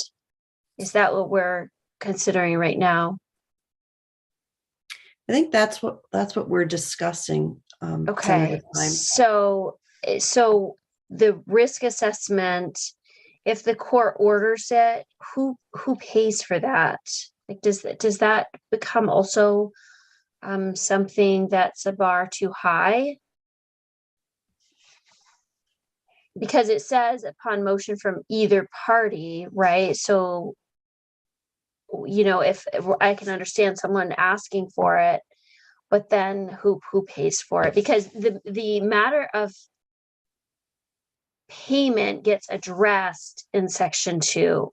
I don't understand what it's saying, but at least it's being referenced here. But it says the court may not assess the cost of the forensic risk assessment against the respondent parent. I don't know if payment is mentioned in this. I don't believe payment is mentioned in the FLAC amendment. Okay.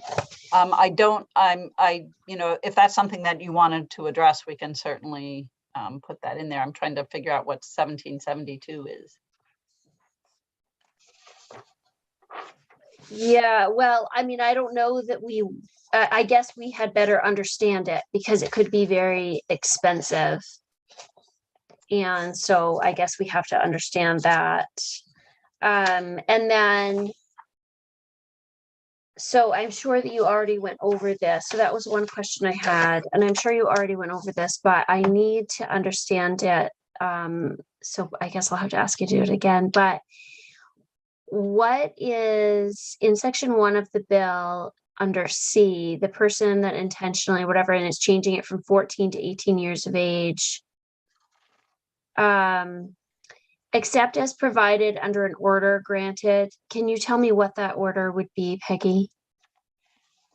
So that's actually a reference to what's in section 2. So what that's kind of saying is, so section 1 says, if you have these convictions, then you cannot initiate contact with a minor. And section 2 of the bill says, if you have these convictions and you want to have contact with your minor child, then you have to do the risk assessment, and then you can file your petition. And then the court can order that you do have contact, based on what information the court gets back. The court can say, yes, it's appropriate for you to have contact in these situations. So it issues an order under section 6A, and that's, subsection 6A. So that's what's being cross-referenced, that the person, it's a parent who has an order that they can have contact with their child that's under 18 is not covered by that paragraph C in section 1 of the bill. Okay. Okay, yeah. So right. So basically, except if the court allows it. And then, so the idea that the sex offender registry of any state can be so vastly different than our own, I am concerned that we talk about that being in section 1 of the bill still. Like even if we replace it, and Fleck kind of brought that up, but there are other states whose registry is very different than our own, and so then we're capturing this person and placing them under this without knowing what the underlying offense was. So that I find concerning as well. And I don't know if that Flack mentioned that at all, or did anyone testify on that particular piece of the bill? I think Flack was focusing just on the 19A provision, not the criminal code. So okay. I don't think there are comments in their report about the crime. Or just the fact that they're on a registry of any state. Well, I know that Flack was aware of the concerns of using that as a criterion for anything, or at least the main sex offender registry, that causes huge problems for administering the sex offender registry and applying because of it ends up being a punishment because there's kind of a collateral consequence that wasn't there when somebody was convicted of the crime. Right. Okay. All right. Thank you. So Peggy, and I have the same concern actually as Senator Keim about section 1. But section 1 is really driven by a need to connect with the amendments to section 6B, right? And so if we were going to consider the Flack amendment, we actually wouldn't need to change the provision in Title 17A. That's something for the sponsor to explain. I think that the bill does two things. One, it changes the crime of prohibited contact with a minor to cover more people. Oh, by changing it to 18. And also saying if you're on a sex offender registry of this state or any state, then you fall under that crime if you're initiating contact with a minor. And you're right, it changes the age. So that's one thing, it changes that crime. The other thing this bill does is addresses getting a change in a parental rights and responsibilities order when you're in that situation. And what Flack has said is, give the court the discretion to specifically order that type of risk assessment, but don't make it the price for admission to court. Okay, thank you. And I jumped in with my question before calling on committee members who had their hands up. Representative Harnett, I know your hand was up. Did you still have a question? You addressed my question. Thank you. Okay, I'm sorry. I'm sorry. I inserted myself before calling on you. Representative Reckitt, go ahead. I'm interested. I think when Peggy or someone was explaining in general the FLAC amendment, she mentioned that they were going to look into the ease and the cost of a forensic risk assessment. And I haven't heard in this discussion any reporting of what that inquiry of theirs surfaced. I mean, I still have no clue what a forensic risk assessment would cost. And I think it's may or may not be relevant to this discussion. If I remember, and actually it looks like the sponsor might have an idea. I believe from Flax, I sat in on Flax conversation on this, and they are available in the state, but there might be a bit of a wait because there are only so many people who do them, and they are required in certain juvenile and other sentencing situations. So there is some requirement for them already. I believe the cost they estimated was probably between $1,500 and $2,000. That's just really anecdotal, not study research-based information, though. Thank you very much. And I'm going to turn to the bill sponsor for a minute because she may also have some information regarding the ease and cost. Go ahead, Representative Gramlich.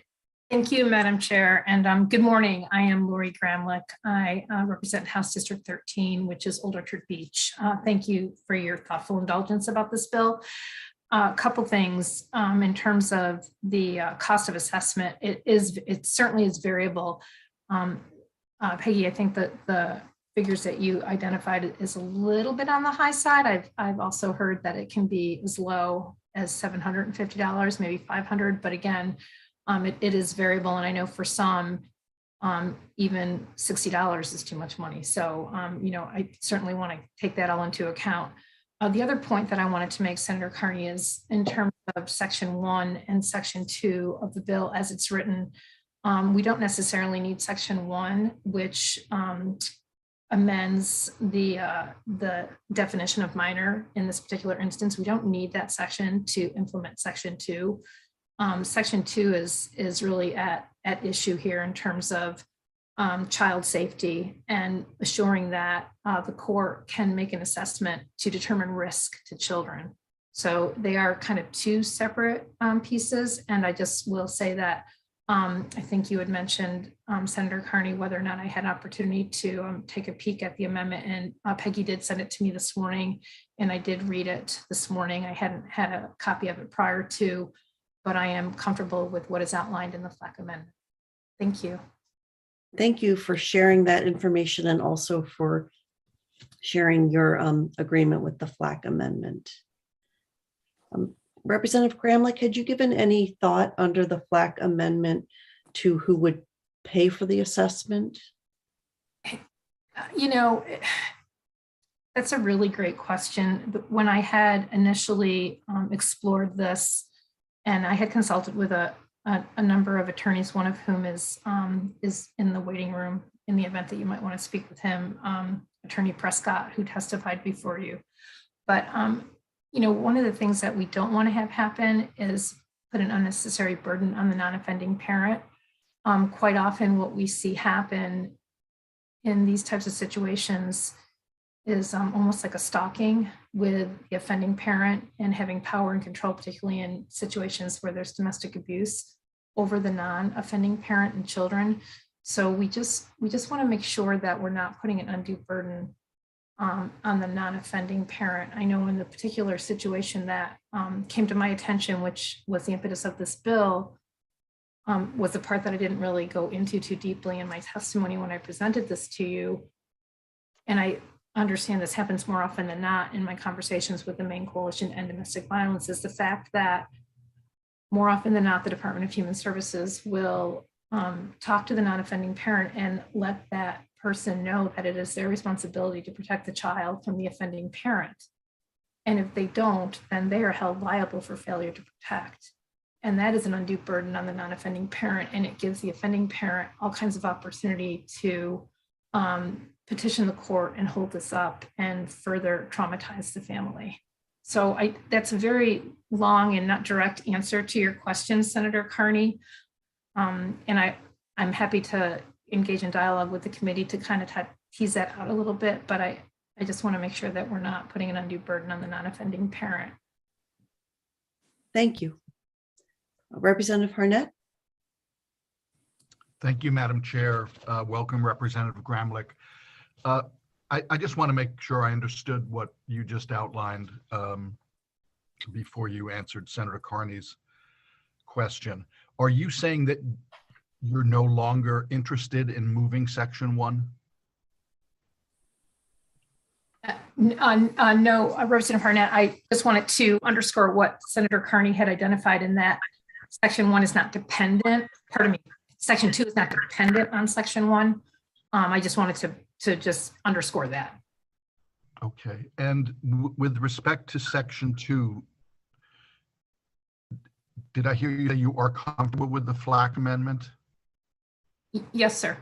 And would you eliminate the language on line 19 about whose name appears on the sex offender registry of any state? Yes, thank you for asking that, Representative Harnett. After listening to the testimony at your public hearing last week and in the course of this conversation, in terms of the variables with specific states and what identifies one to register on the sex offender registry, I would be receptive to striking that if the committee deems fit to do so. Thank you very much. Thank you both. Representative Moriarty? Thank you, Madam Chair. I have a scheduling question, if I might. I note that on Thursday this week, the afternoon was reserved for work sessions on bills to be announced. I wonder if that is filling in even as we speak, or whether that's still an empty afternoon. I don't know that we have planned anything for that afternoon thus far. Peggy, do you have any insight on that? Right, we were reserving it for anything that spills over from today or tomorrow or Thursday morning. Well, I'll follow then with a thought, and that is that I think we could use some direct impact from FLAC by the appropriate spokesperson. And if the afternoon is free, and although run the risk of ruining a lot of people's days, maybe this could be tabled until that afternoon. Yeah.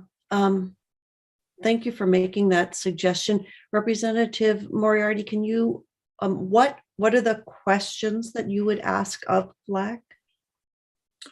I think I'd like their thoughts about payment, and they may have experience with other jurisdictions as to who bears the burden. They may have experience with the cost of a forensic risk assessment, which it's just instinctive with me. That sounds more expensive than $750 to me. When the livelihood, when the safety of a child is at risk, I could easily see something in the four figures for that type of assessment. And then I would I guess ask what weight the court would give to an assessment. Would the court be bound, or is it simply evidence to be considered? Mm-hmm. I could probably think of other things, but those come to mind right now. Okay, thank you. That's really helpful.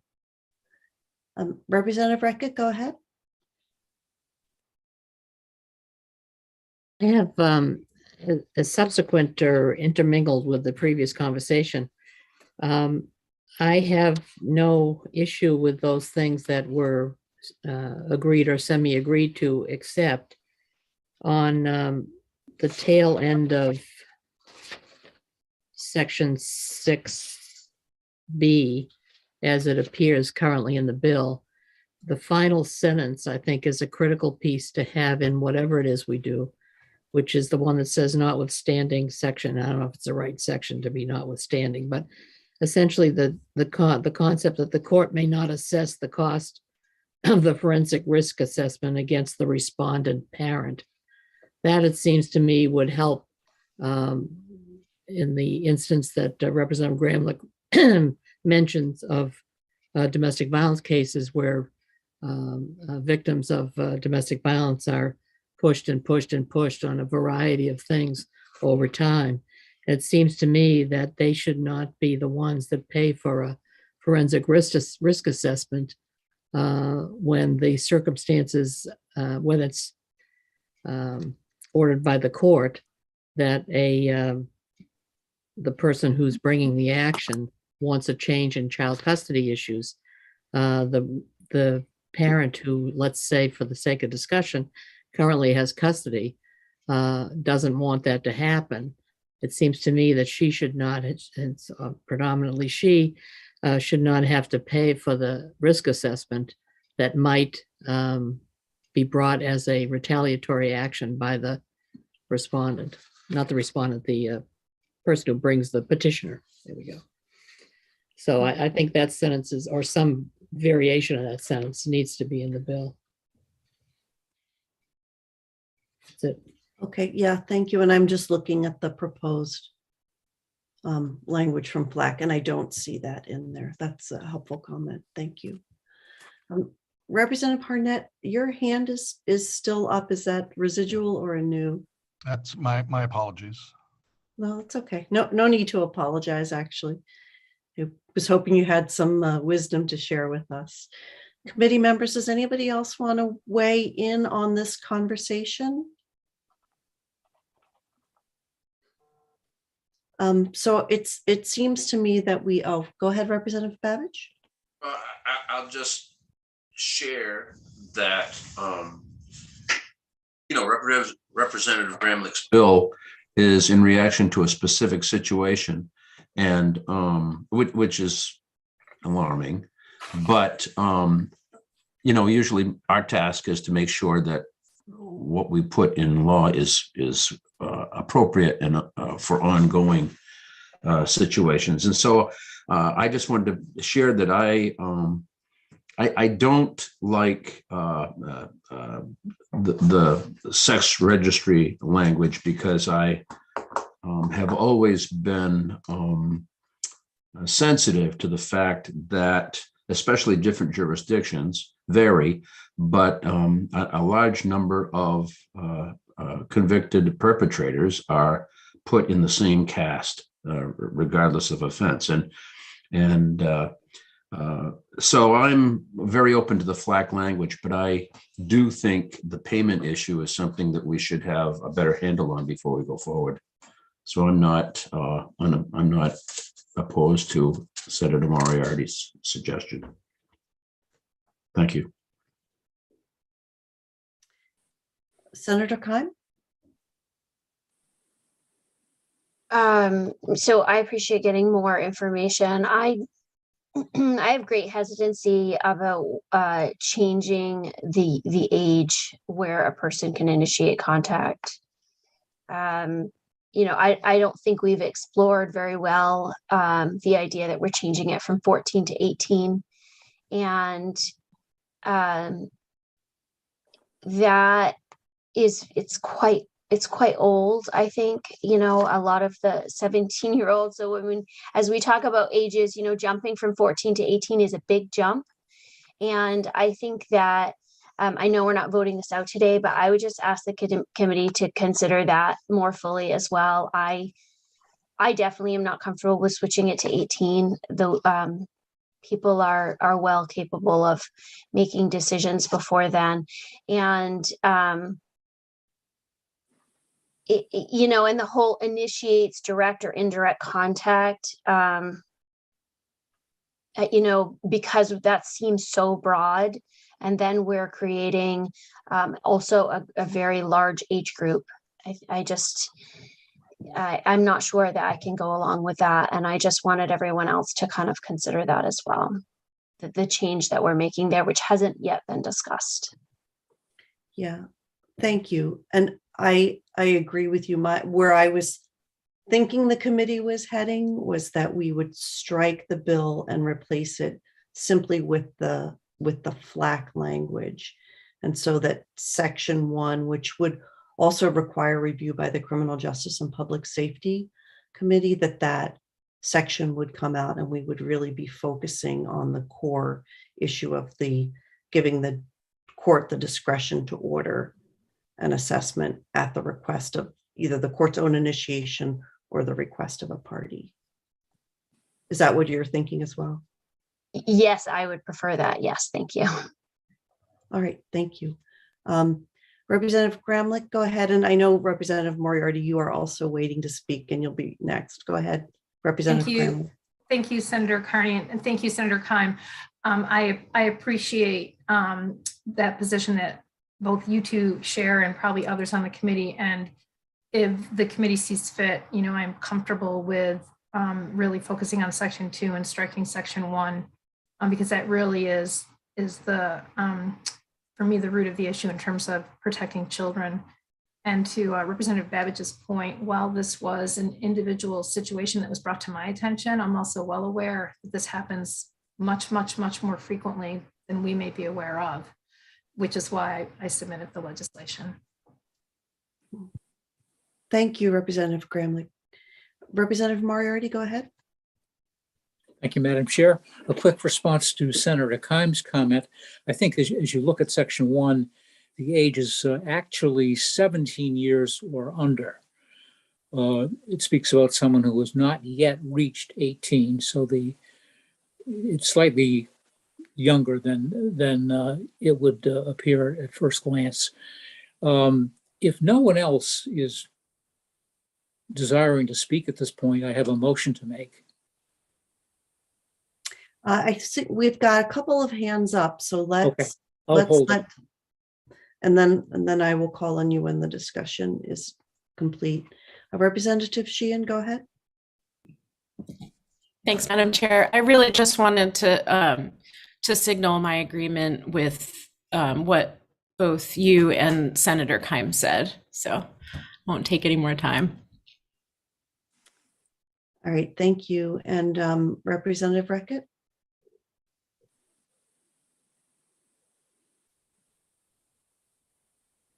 We're not able to hear you, Representative. Because I suspected others might talk before they made the motion that they might be going to make, I moved to table until Thursday. I'm sorry, Representative, did you make the motion, the motion to table, excuse me? Yep. Okay. Representative Moriarty, did you want to second that motion? Yes, I'll second it, but a point of order. Are we tabling generally or to Thursday afternoon?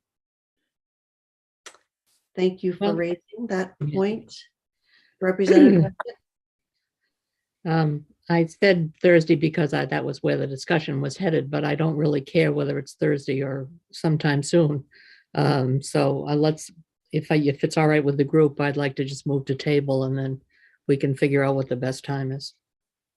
Thank you. So we have a motion to table by Representative Reckitt. And do we have a second? Representative Moriarty has seconded. And our committee clerk is here to call the roll on the motion to table. Thank you, Supi. Thank you, Madam Chair. Representative Galgay-Reckitt. Yes. Representative Galgay-Reckitt votes yes. Representative Newell. Representative Evangelos. Yes. Representative Evangelos votes yes. Representative Poirier. Yes. Representative Poirier votes yes. Senator Keim. Senator Sanborn. Senator Carney. Yes. Senator Carney votes yes. Representative Harnett. Yes. Representative Harnett votes yes. Representative Babbage. Yes. Representative Babbage votes yes. Representative Thorne. Yay. Representative Thorne votes yes. Representative Sheehan. Yes. Representative Sheehan votes yes. Representative Moriarty. Yes. Representative Moriarty votes yes. Representative Hagan. Representative Libby. Yes. Representative Libby votes yes. I'll recall the absentees. Representative Newell. Representative Newell is absent. Senator Keim.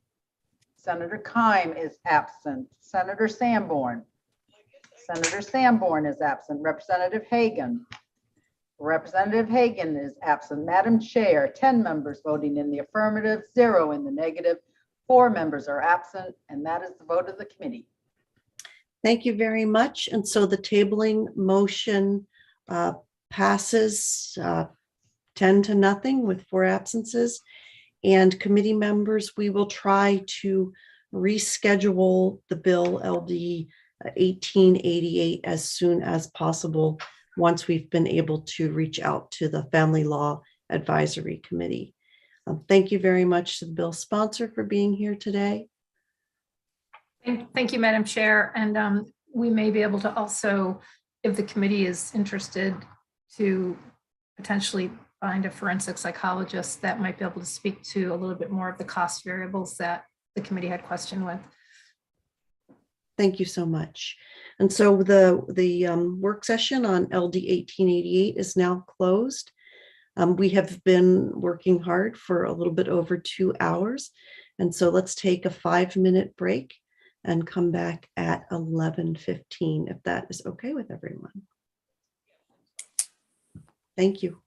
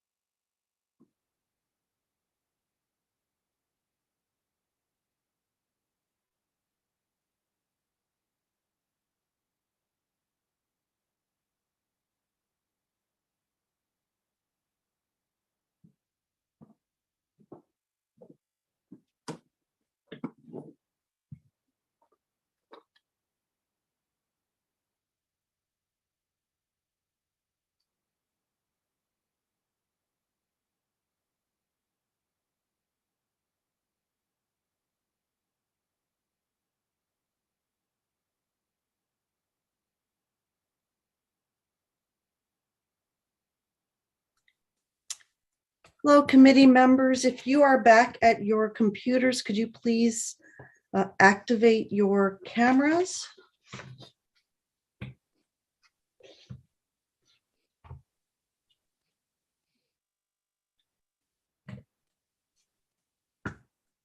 Looks like we need a couple of more committee members to return from the break. It was probably too short of a break, and I apologize to everybody for not suggesting 10 minutes, but I appreciate you all returning. And we have the next bill is that's scheduled for work session is 1857, an act to prioritize the prosecution of child murder cases. And I've just been communicating with the bill sponsor who had to step away briefly for a meeting. And so give me just one more moment because we may take the next bills out of order.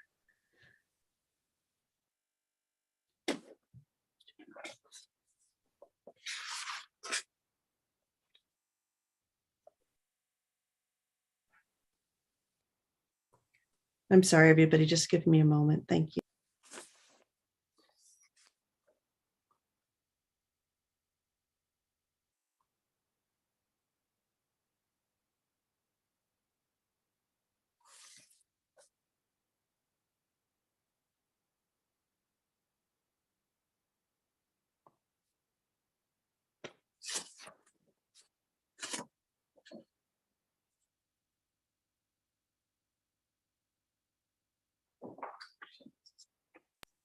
All right, everybody. So I think what we're going to do is we're going to try to do the work session on 1895 right now. And I'm just going to make sure that Senator DeChambeau is here, and she is.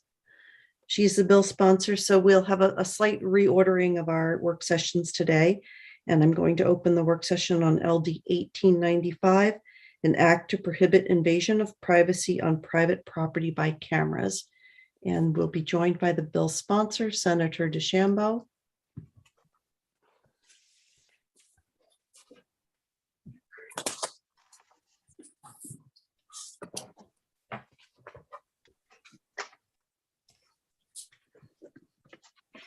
And while she is traveling through cyberspace to join us, Peggy, would you like to begin the bill analysis on this one?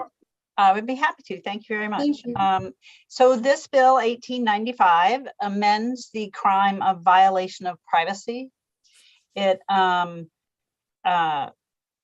is intended to address a situation where a neighbor has installed fixed cameras that look into their neighbor's property. So this adds a new paragraph to what constitutes the crime of invasion of privacy. So the crime is a person is guilty of violation of privacy if, except in execution of a public duty or as authorized by law, that person intentionally, this would add, installs or uses outside a private residence and its curtilage without the consent of the person or persons entitled to privacy therein, any fixed device, including but not limited to a camera for observing, photographing, hearing, recording, amplifying, or broadcasting images or sounds originating in that private residence or its curtilage. So the testimony, there were a lot of people who had an interest in this bill, and there's a lot of concern about protecting people's privacy. There's also concern from entities that own multiple residences, like apartments or condos or anything that has common areas, but also multiple residences, that it would infringe on their ability to have security cameras or other kind of surveillance equipment to make sure that everything not in the private residences, but otherwise is, they can track what's going on and they can use it as evidence later if something bad has happened.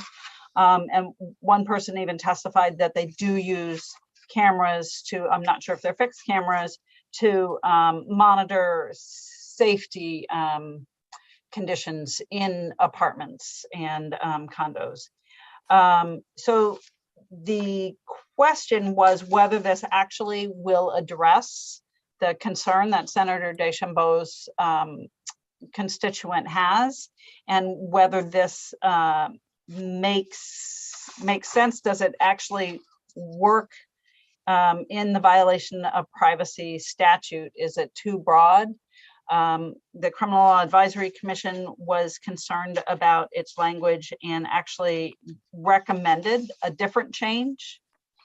And that would be amending paragraph C. And I did put their language in our bill in the bill analysis, and I can pull that up if you would like, if you get to that point. Are there any questions?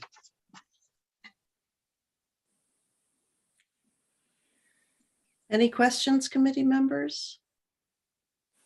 Not seeing any questions. Peggy, could you please help us understand a little bit more what curtilage refers to? Right, so the curtilage is the land that's associated with a residence, a private residence. It is protected. It's really comes from case law, and it's protected from illegal search and seizure, but it's also not, I mean, you have a certain right to privacy in it, but it doesn't mean that people can't see into it. So if you have a 2-foot fence and a law enforcement officer is walking by and sees something illegal going on that property, even though it's in the curtilage, it's still within the plain view of the officer. So that wouldn't be, that could be something that the officer could take action on without a warrant. If it's an 8-foot fence and there's no way for the law enforcement officer to go to see what's going on in that, then that probably would be a violation, because it's not, the officer couldn't see it with just a plain view. It would take additional effort to see what was going on there. Although there are some cases about planes flying over and over, but we're not going to talk about that. But it's generally a reasonable amount of land surrounding a residence. Thank you. Committee members, any questions for Peggy about the bill analysis? I am not seeing any. Peggy, could you please screen share the proposed amendment? And while you're doing that, I just wanted to say welcome to Senator Deschambault. Yes. And Senator, you're proposing an amendment, is that correct? Yes, and first of all, I want to begin how I got to that amendment. I knew it needed some work. This bill was discussed in CLAC the week before we met. And then after the hearing, I did have a meeting on Friday. I was surprised I could gather people like the attorney for the Department of Public Safety, Chris Parr, joined us. CLAC chair, Laura Eustace, had submitted the recommendation.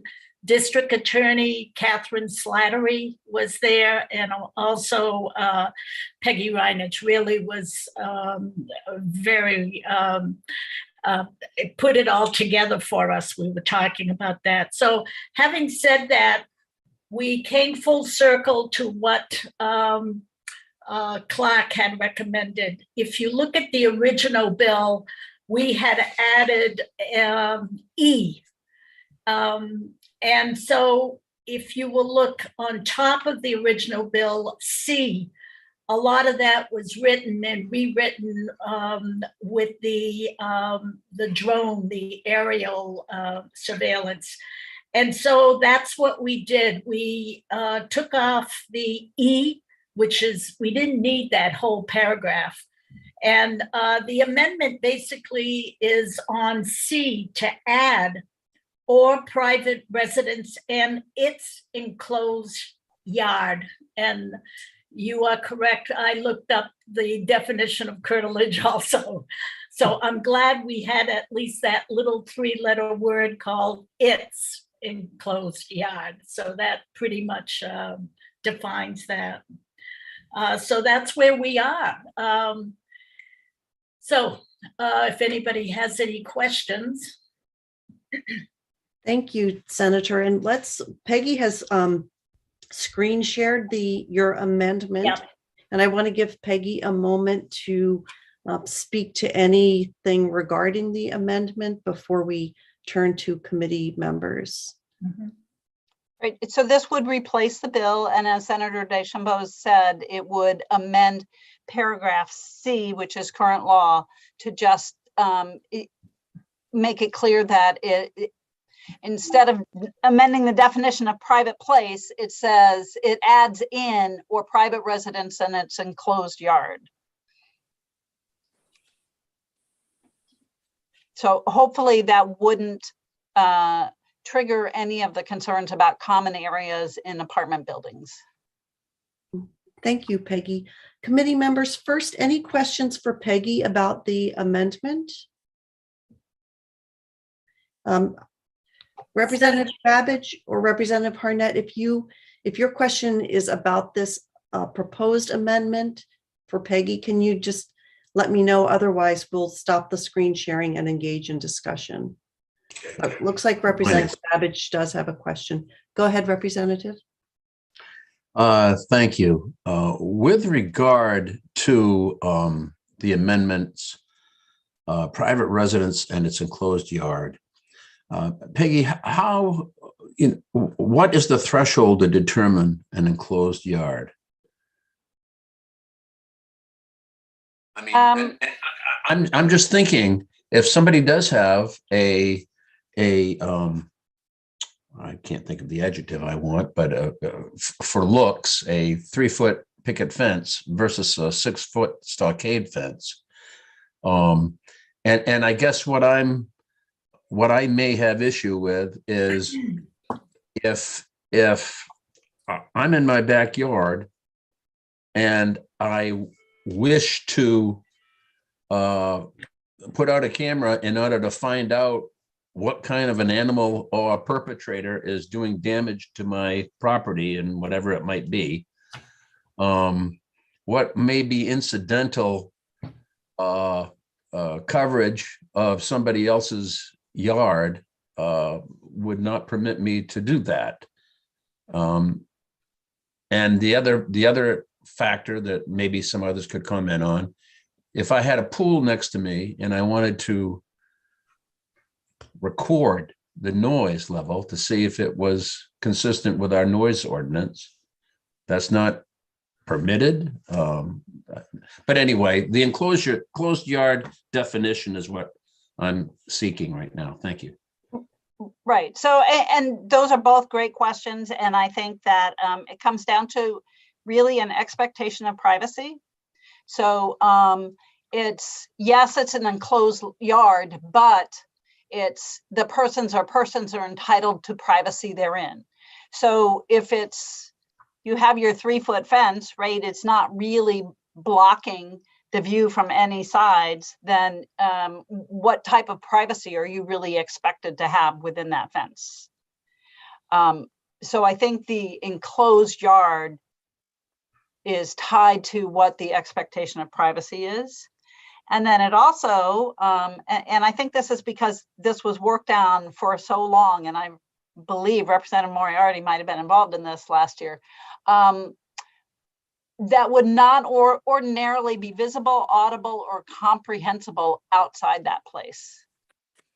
So the sounds of your neighbor's pool parties, I mean, obviously that's something that you are picking up on your side of the property line, and there's nothing wrong with you recording that and, you know, using that to maybe ask for them to be quiet.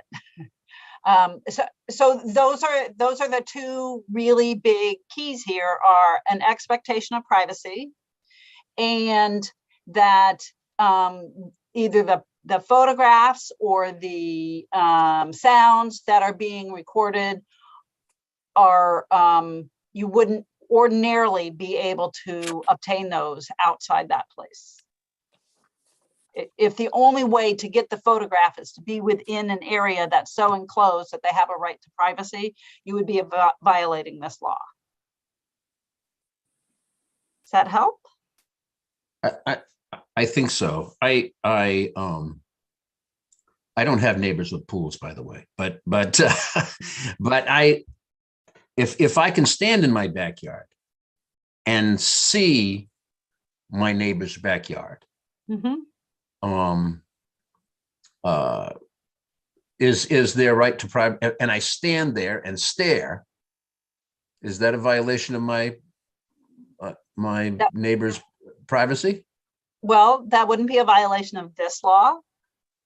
I don't know if they would have like a civil right to bring an action against you.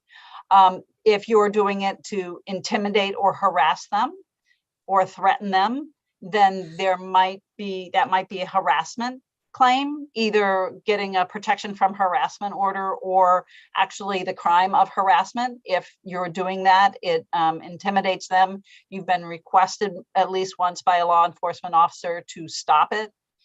Then that might be a different crime, but it would not be a violation of privacy, because violation of privacy means seeing or recording something that isn't normally available to see or hear from a public place, or not a public place, outside what is considered a private place. So your backyard might not be a public place, but there's nothing to stop you from standing there and staring into your neighbor's yard. Peggy, is there a prohibition on what I can see legally with my eyes? Is there a prohibition for me to not rebroadcast? You know, take a photograph and then share that on social media or something like that? Is there?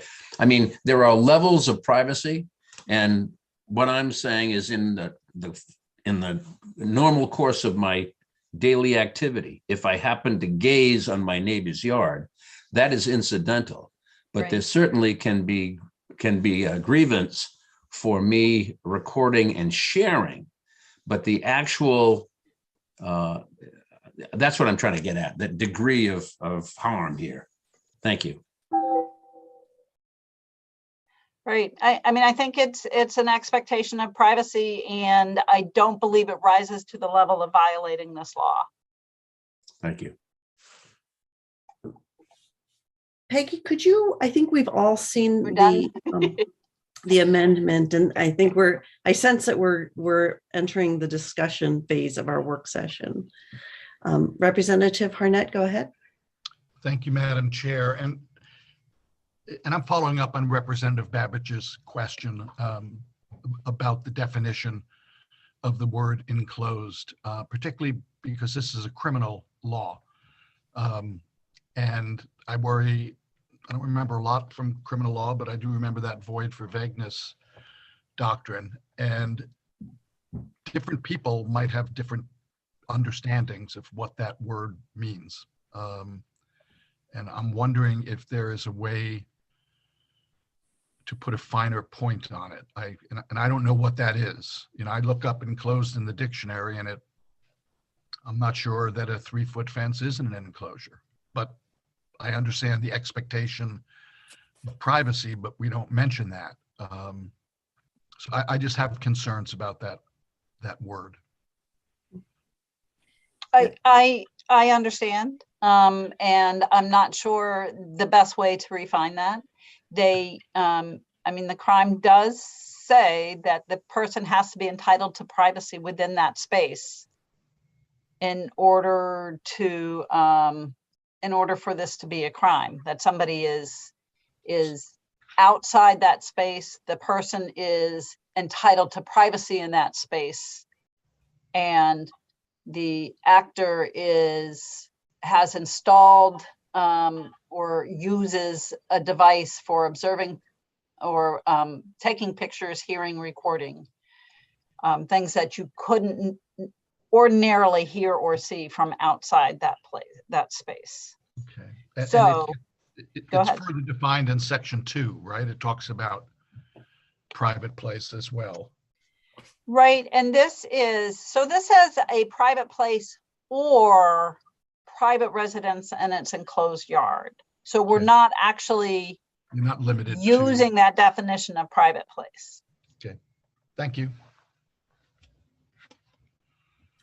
Committee members, any additional discussion, comments? Go ahead, Representative Moriarty. Thank you, Madam Chair. I have a question for the sponsor, if I may. Go ahead. Senator Deschambault, what if the amendment language said, and its adjacent yard rather than enclosed? In other words, is there something particular that you and those with whom you met were driving at when you came up with the word enclosed?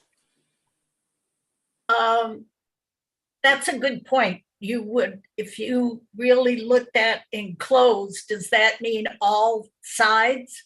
Or is it just, you know, good fences make good neighbors, you know, has something to do with this? In this regard, well, you know, you could have a fence on one side of your home because it abuts, you know, a neighbor, but your home is right by the road. Anyone driving can see your yard. So the neighbor, where there's a fence, and frankly, it would have to be your fence on your property because you're protecting it from the neighbors. It's an issue of the neighbors, even though you had that 6-8 foot fence, it's the protection for the homeowner that your neighbor could not mount a camera 8 feet on a tree or even a post and go directly into your yard. And that's the purpose of that was the intent to put that fence. So, but I know it's almost semantics, because there's a lot of it in there. So you're bringing up good points. You know, the enclosed and even yard. I mean, Representative Harnett mentioned it, you know, a yard means something else. Is it your front yard, your backyard, across the street yard? What is it? I'm not kicking the can on my own bill, but I think, you know, I'm leaving it up to you, really. If I may, I'd like to add something else, though. Someone's bound to, I'm just going to cut to the chase. Someone's bound to say, what about all that other testimony from lobbyists and landlords? I've spoken to them. They've called me, they've emailed me, I've called them back, we've communicated, and they were all satisfied with this language. They use the term common area, which makes sense. And I says, we're not even touching that. Someone who owns a 7-Eleven store said, don't take my cameras away from my gas, you know, pump, because that's how we catch people. So that's the whole key issue. So if anybody wanted to say something about that, this is a private residence. So, and we're not using the term or touching common areas. As I mentioned, I live in an apartment building, which is strange, having lived all these years in my private home, but an apartment building, you want that camera in the lobby, you want it in the storage room, you want it where your car is parked. So this bill does not touch that. Thank you, Senator. Representative Reckitt, you're next. Thank you. I'm sitting here thinking about my own yard. I have 6 abutters that abut my yard, if you don't count the street that runs in front of the house. And I'm thinking about the fences that are there, the last of which was put up by me recently. when the house next door went for sale. And I said, you know, I've been good neighbors with this person for 50 years. Her family's been periodically a pain in the butt. Kids running in the yard, da, da, da, da, da. But, you know, we were neighbors. We said, gee, keep the kids out, don't keep the kids out, blah, blah, blah. But a strange person was going to be buying this house. So I said, well, this is a good time to put up a fence. And I put up a 6-foot fence with the anticipation that whoever bought that house would know there was a 6-foot fence there. And there was some expectation of privacy on my part because I put up a 6-foot fence. And that 6-foot fence covers 2 of my abutters. Another's covered with a giant hedge. The one in the back is the condos put up. I didn't put it up. Then there's a chain link on one other place. And then there's another 6-foot fence that a neighbor put up. So it's a sort of a potpourri of fences. And there's a couple yards that they could see me and I don't really care, you know, but what I want is not for, I mean, I think this particular bill as it's rewritten now would meet my needs were I to have a freak out. I mean, I would not want the person to put up an 8-foot pole to have a, you know, recordings of what goes on in my backyard. But if they walk down the driveway, say, hello, I want to see your backyard. Great, no problem. But, you know, I think it is a privacy issue. And I think that the way that you've now crafted this would give a certain amount of privacy to a certain amount of people, were they to want to, you know, complain about it, enforce it, you know, whatever. So I think the draft amendment to me is much more comfortable than the original. For one thing, you don't use the curettage, which I also looked up to try to find out what it was, since I'd never heard the word before. So I think it was, I think this more simple approach, I think is a better approach in this amendment than the original bill. So I'm in favor of it. And I think it would both meet the need of whoever it was in your jurisdiction that had this problem and anybody else who wanted to think about it that way. Thank you, Representative. I wanted to raise a concern that I have, even Senator DeChambeau, with all due respect, regarding the proposed amendment, because it seems to me that in order to come within the amended language, your constituent would still have to build a privacy fence around her backyard. And then I look at section C without the proposed additional language, and it seems to me like if the constituent built a privacy fence, which she would have to do to avail herself of the amended language, then she would probably be encompassed within the existing language. If she had a 6-foot fence up around her backyard, she would be entitled to the privacy therein. And what happened therein would not be visible to people outside of that yard. And so I'm really struggling with, you know, I'm very empathetic to your constituent and the terrible intimidation that she's facing. But I'm wondering if the real fix here is the privacy fence and not changing the language of the statute. I'm really struggling with that, I have to say. I'm trying to really follow that bouncing ball for a minute. The other factor in here is the repeated calls for service from law enforcement. And when they saw this bill, they wanted something, they needed something. They get calls for service like this, and the whole issue is how to interpret that. Is it harassment? Is it stalking? And all they were given was giving the other neighbors as warnings not to do it. So, and I know, I agree with you after I saw it. You saw the pictures. The pictures is that, what is it? That weather fence or snow fence, plastic, what have you. That was placed there by the offending neighbors. So it's not even their fence. So it would require that, that's the only way law enforcement, and it's not only for this, it's for the whole state. if you want to make a complaint, it's the attempt to photograph over what is considered and what everyone considers a privacy fence.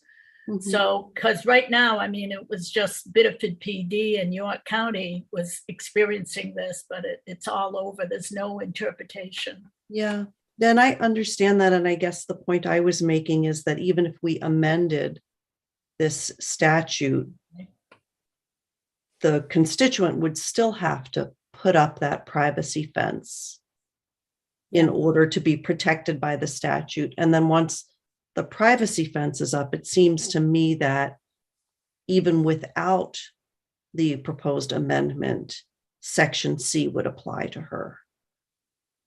And so I'm just really struggling with that, because I know that, and I actually would like to hear other committee members kind of share their thoughts about this bill so that we can get a sense of where we're headed with regard to it.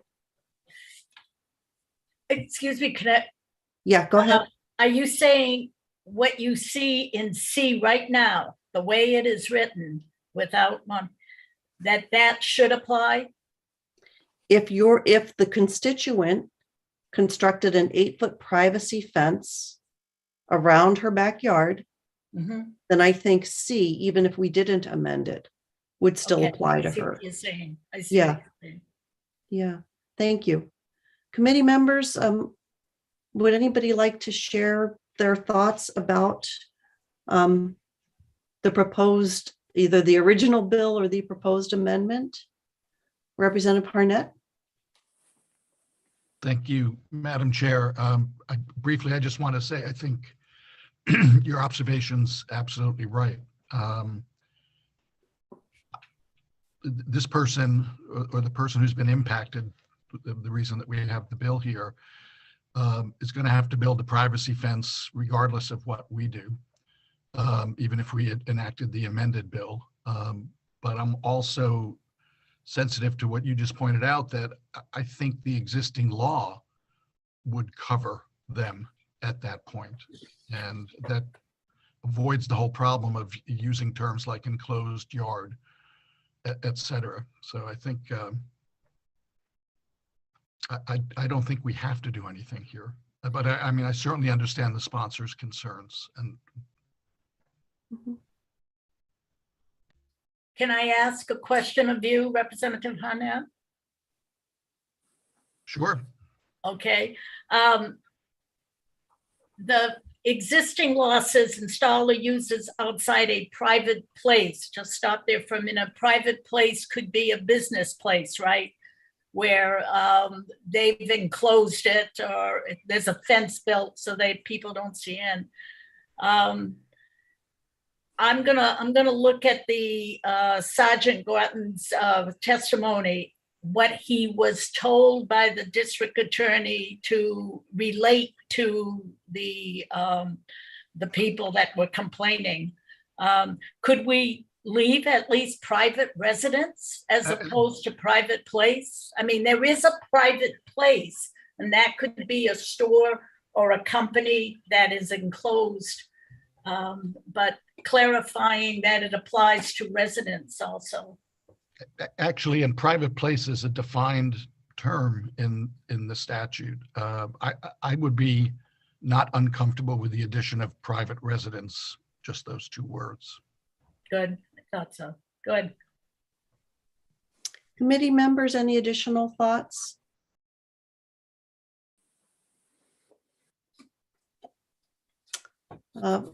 Representative Babbage? We're not. I think the situation that Senator DeChambeau brought to us is certainly grievable. What bothers me is the targeting of private property and only private property. If I am to defend, one of the things I think we need to look at here, we've talked about fixed cameras that specifically target into another person's private area or assumed private area. But, if somebody had a camera on their home and there was a reasonableness in the expectation that they were encompassing their own yard in addition to the neighbor's yard, which is not fenced, then I see no grievance. That's like to me, that's like a doorbell camera that would get the yard across the street.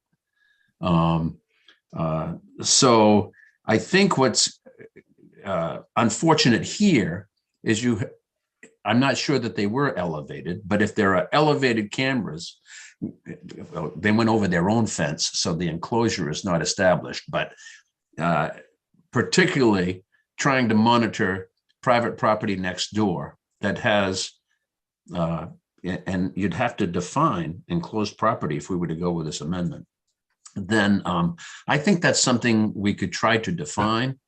But other than that, I find I find it a difficult path to go forward to criminalize a behavior that, for instance, I think that a person has a right to look out their second floor window and to see whatever they're going to see, regardless if there's a 6-foot fence. But we're talking about a fixed camera placed so that it solely takes in a neighbor's yard that is enclosed. I think that's grievable and maybe should have some recourse, but I'm not sure that what's before us does that without more explicit definition.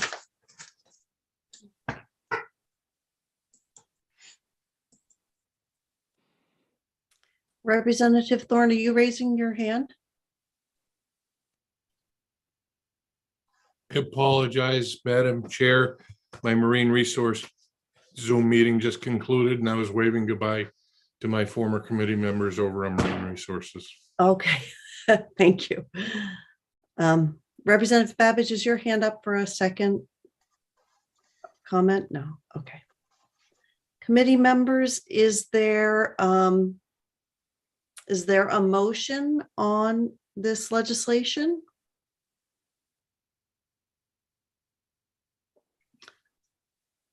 Okay, it seems like people are still thinking, and I know that someone who I believe is an advocate for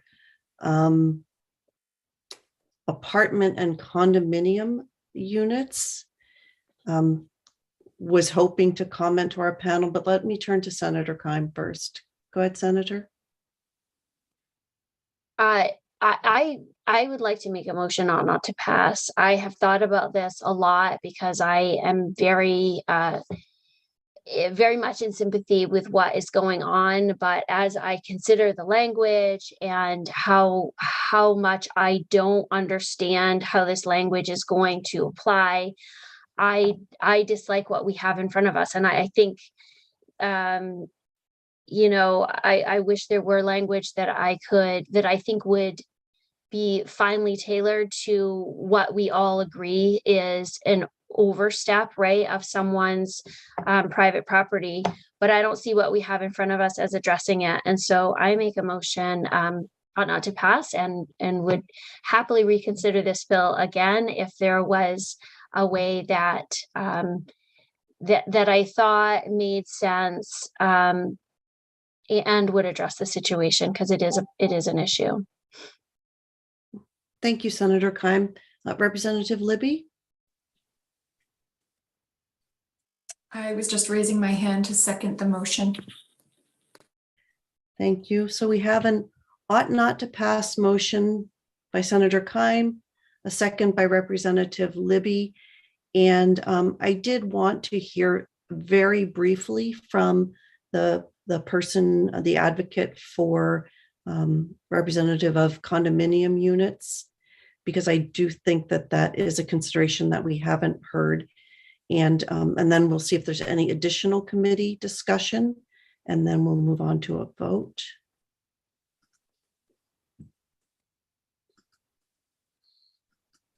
And the person who's joining us is Bill Ferdinand, and if I'm mistaken as to which perspective he represents, we'll clarify that as soon as he joins us. Hello.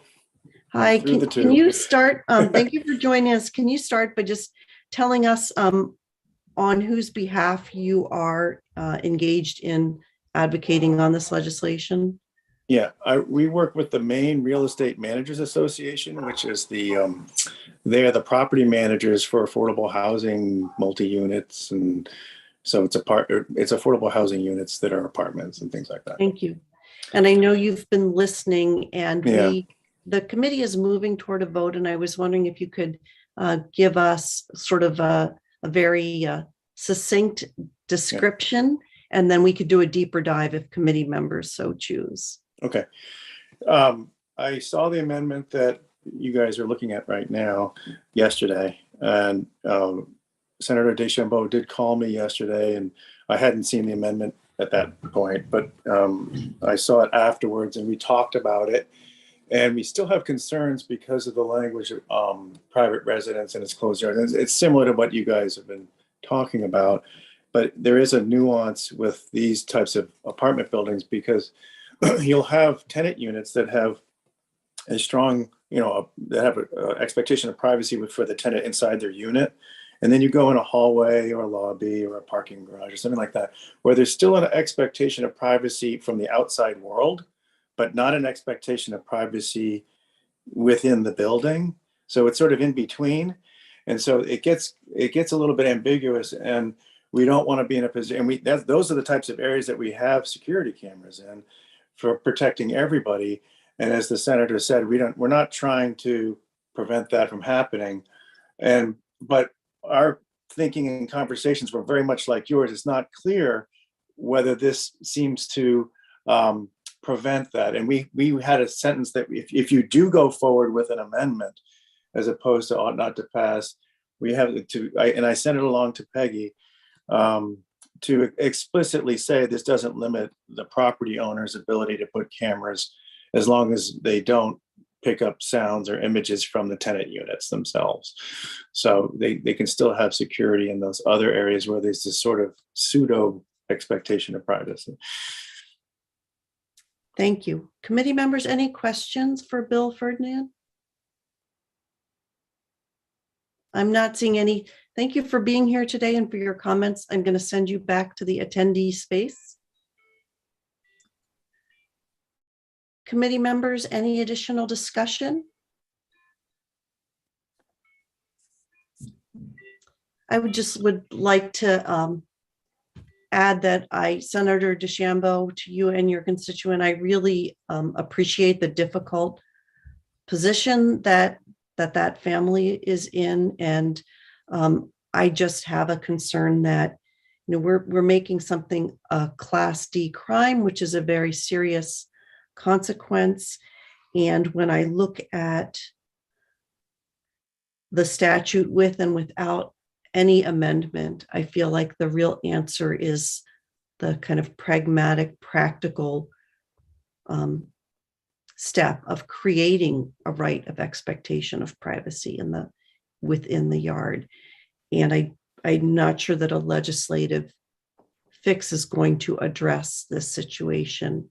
I really appreciate all the effort that you went to shape the legislation to try to really focus it in on helping your constituent. Representative Thorne? May I? I think we're engaged right now in committee discussion. And Representative Thorne has his hand up. Go ahead, Representative. Thank you. I just wanted to make the quick statement that I will be supporting the ought not to pass, just because I agree with privacy. There's a certain expectation of privacy, but I can take you right now and show you a satellite image of my back lawn that is darn near legible. I can tell what vehicles are parked. I can tell what time of year it is at camp because my boat's on the dock. And that's another example of an intrusion of privacy that I didn't ask for, and I may not like it, but I certainly can't regulate the satellite.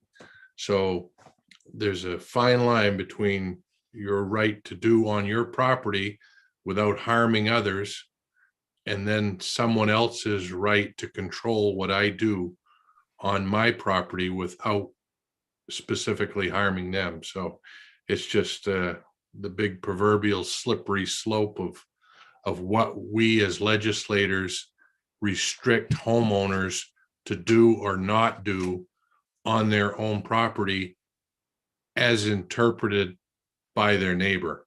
So I will be voting in favor of the motion of ought not to pass. Committee members, any additional comments or discussion? I think we're ready for the vote. And I have seen that members of the public are commenting in the chat. And I just wanted to let members of the public know that the chat function is not part of the official committee hearing. And also that what we're engaged in right now, the work session, is really the opportunity for the committee to discuss among ourselves the legislation and any amendments, to speak with our analyst about it, and to selectively ask questions of members of the public, excuse me, of those who are here, who can weigh in on the legislation. And so my apologies for not responding to everything in the chat, but that's just not part of the format of the work session, which again really focuses on the committee's internal discussion. And with that, our analyst has joined us, and our clerk, and I think that the committee's ready for the vote. Thank you, Madam Chair. Representative Galgay-Reckett.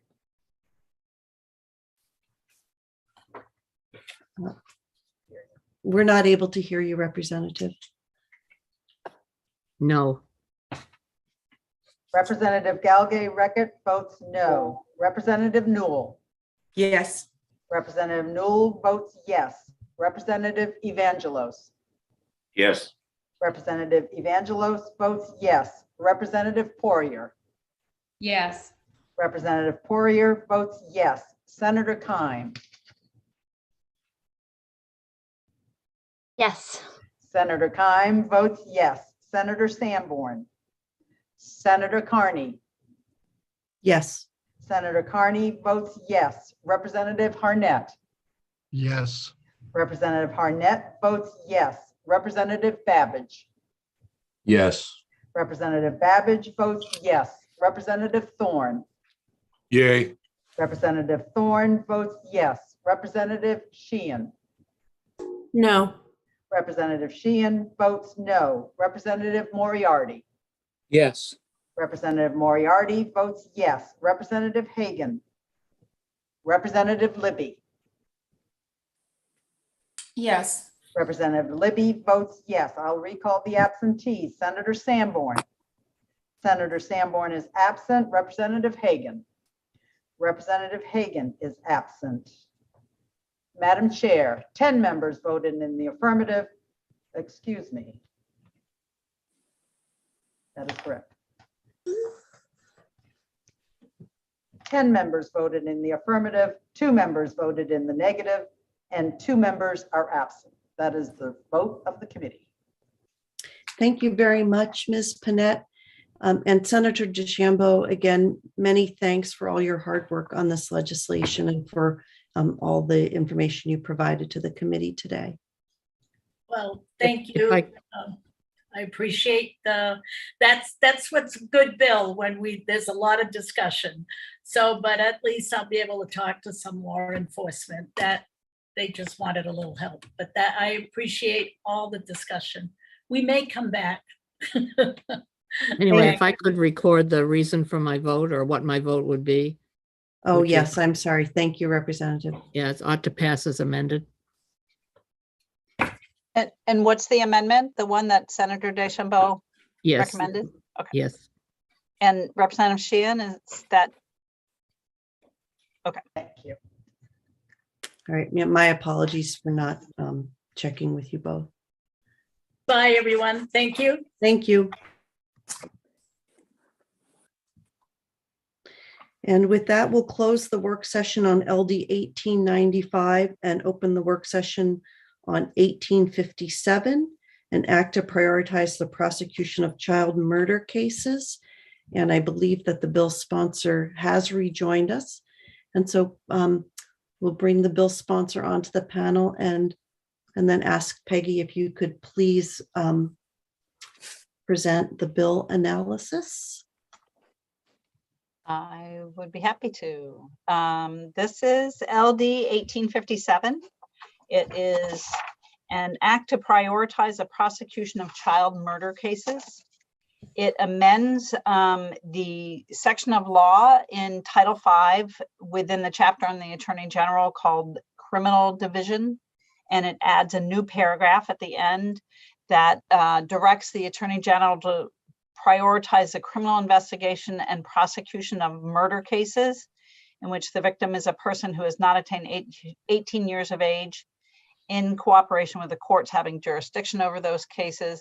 And there's an unallocated section, so it won't show up in the statutes, but it still has the force of law that directs the Attorney General to send a formal request to the appropriate court, members of the judicial branch, that they give priority in scheduling to murder cases in which the victim is a person who has not attained 18 years of age. The Attorney General did speak and offered that his the head of his criminal division would be here today, Lisa Marchese, and she is in the attendee room. Just a couple of issues. One is that I'm not sure if you want to limit it to murder, if you're talking about homicides, to cover murder or manslaughter or anyways, causing the death of somebody who's under 18. Not sure about directing the courts to prioritize particular cases. We do have a joint rule that says, it's Joint Rule 318, that says this committee is required to review any kind of statute that changes the priority of judicial proceedings. So you would get to look at that, and we have some factors that we would look at, not that you're actually directing the court to do that. I mean, you do that in some situations when in some child protection or protection from abuse, and some other situations where you direct the court to speed up hearings ahead of some other things. And that would give you, there's a list of factors for you to consider. So if you get to that point, we can talk about that. And I think what you asked for the Attorney General to provide is some information about what points in the process of the investigation and prosecution the Attorney General's office might be able to change how things change how things happen, so it could speed up the process. And the idea of the bill was, it's really the public trial where lots more information is given to the public, and that information doesn't come out until there's actually a criminal trial. And so that's the purpose of speeding it up, is to give the public more information about what's happened. Do you have any questions? Yes, there are committee questions. Thank you very much, Peggy. Representative Moriarty, go ahead. Thank you, Madam Chair. Peggy, here at the committee level, how do we determine or distinguish unallocated language from not unallocated language? Right, so what it means is when you allocate language, it means it's going into the main revised statutes in one of the titles, 1 through 39A, or I guess you could create a new title. It will say which title and which section we're amending or enacting or repealing. Unallocated law is anything that's not underlined in a public law chapter. So that would be unallocated law. Section 2 is a request. You usually, it's definitely something that's temporary, or it's not something that is part of that you would include in the statutes. I think this is something you could probably write into the statute. It was something that you wanted to make happen. I'm not sure the effect of it. The Attorney General requesting prioritization of cases doesn't necessarily mean the judicial branch is going to do that. So I, you know, maybe that's why it's here as unallocated language, because it's more, although it directs the Attorney General to do it, it recognizes that the judicial branch is in charge of its own scheduling for the most part. And it's not going to be directing the judicial branch to do anything.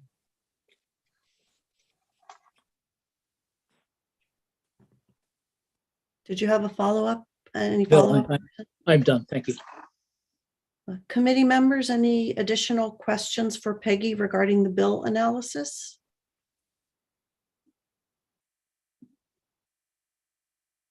I am not oh, go ahead, Representative Poirier.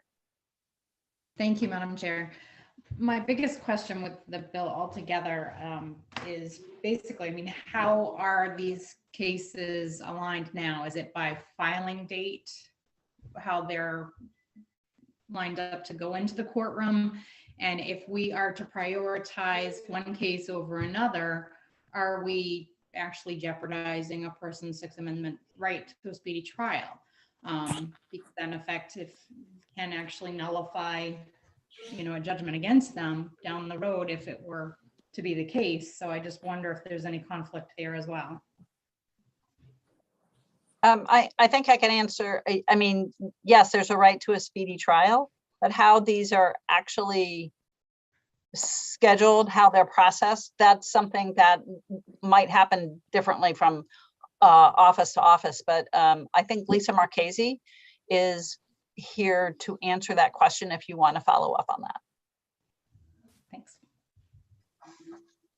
Thank you. Representative Thorne, we could bring Lisa Marchese in now to provide a response to Representative Poirier's question. Do you mind holding off for a moment? Okay, keep your hand up because we will turn to you. And Lisa Marchese, you're about to be brought onto the panel just to alert you. And while she's joining us, I just wanted to welcome Senator Diamond to the panel. We're really glad that you could join us. Thank you for having me. Appreciate it.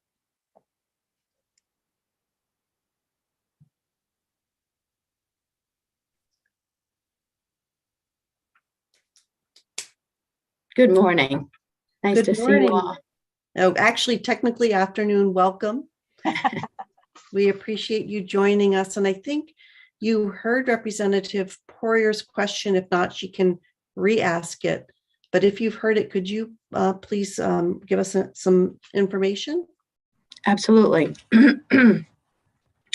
Because this bill, the decision whether or not to prioritize a child homicide rests with the judiciary, I don't see the impact of this bill necessarily impacting on people's Sixth Amendment rights, because the court, in my opinion, would not permit that to happen. So the setting of any trial is a very complex matter. You have to make sure that all the parties are ready to go. And you also have to look at who has been sitting in jail the longest. And the reason I say that is that most people charged with murder or manslaughter are held in jail pending trial. And when trials slowed down at the beginning of the pandemic, the courts really prioritized those people who had been sitting in jail the longest, or I should say they tried to prioritize those cases. So if you had a child death competing with someone who had been sitting in jail for quite some time, or let's say a year longer, while the Attorney General's office would ask for prioritization for a trial date, I think the court would probably, I mean, I can say with some confidence, the court would set the case, the longer case first. Now, interestingly, if you have just one homicide in a county, there's not going to be a lot of competing interests, as you might imagine.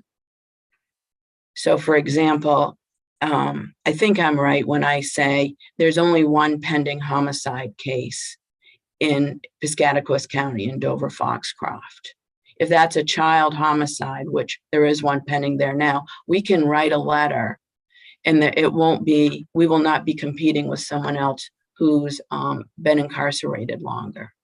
But the reverse in other counties, more populous counties, if there's multiple defendants pending trial, then I don't think a judge would prioritize the child homicide case.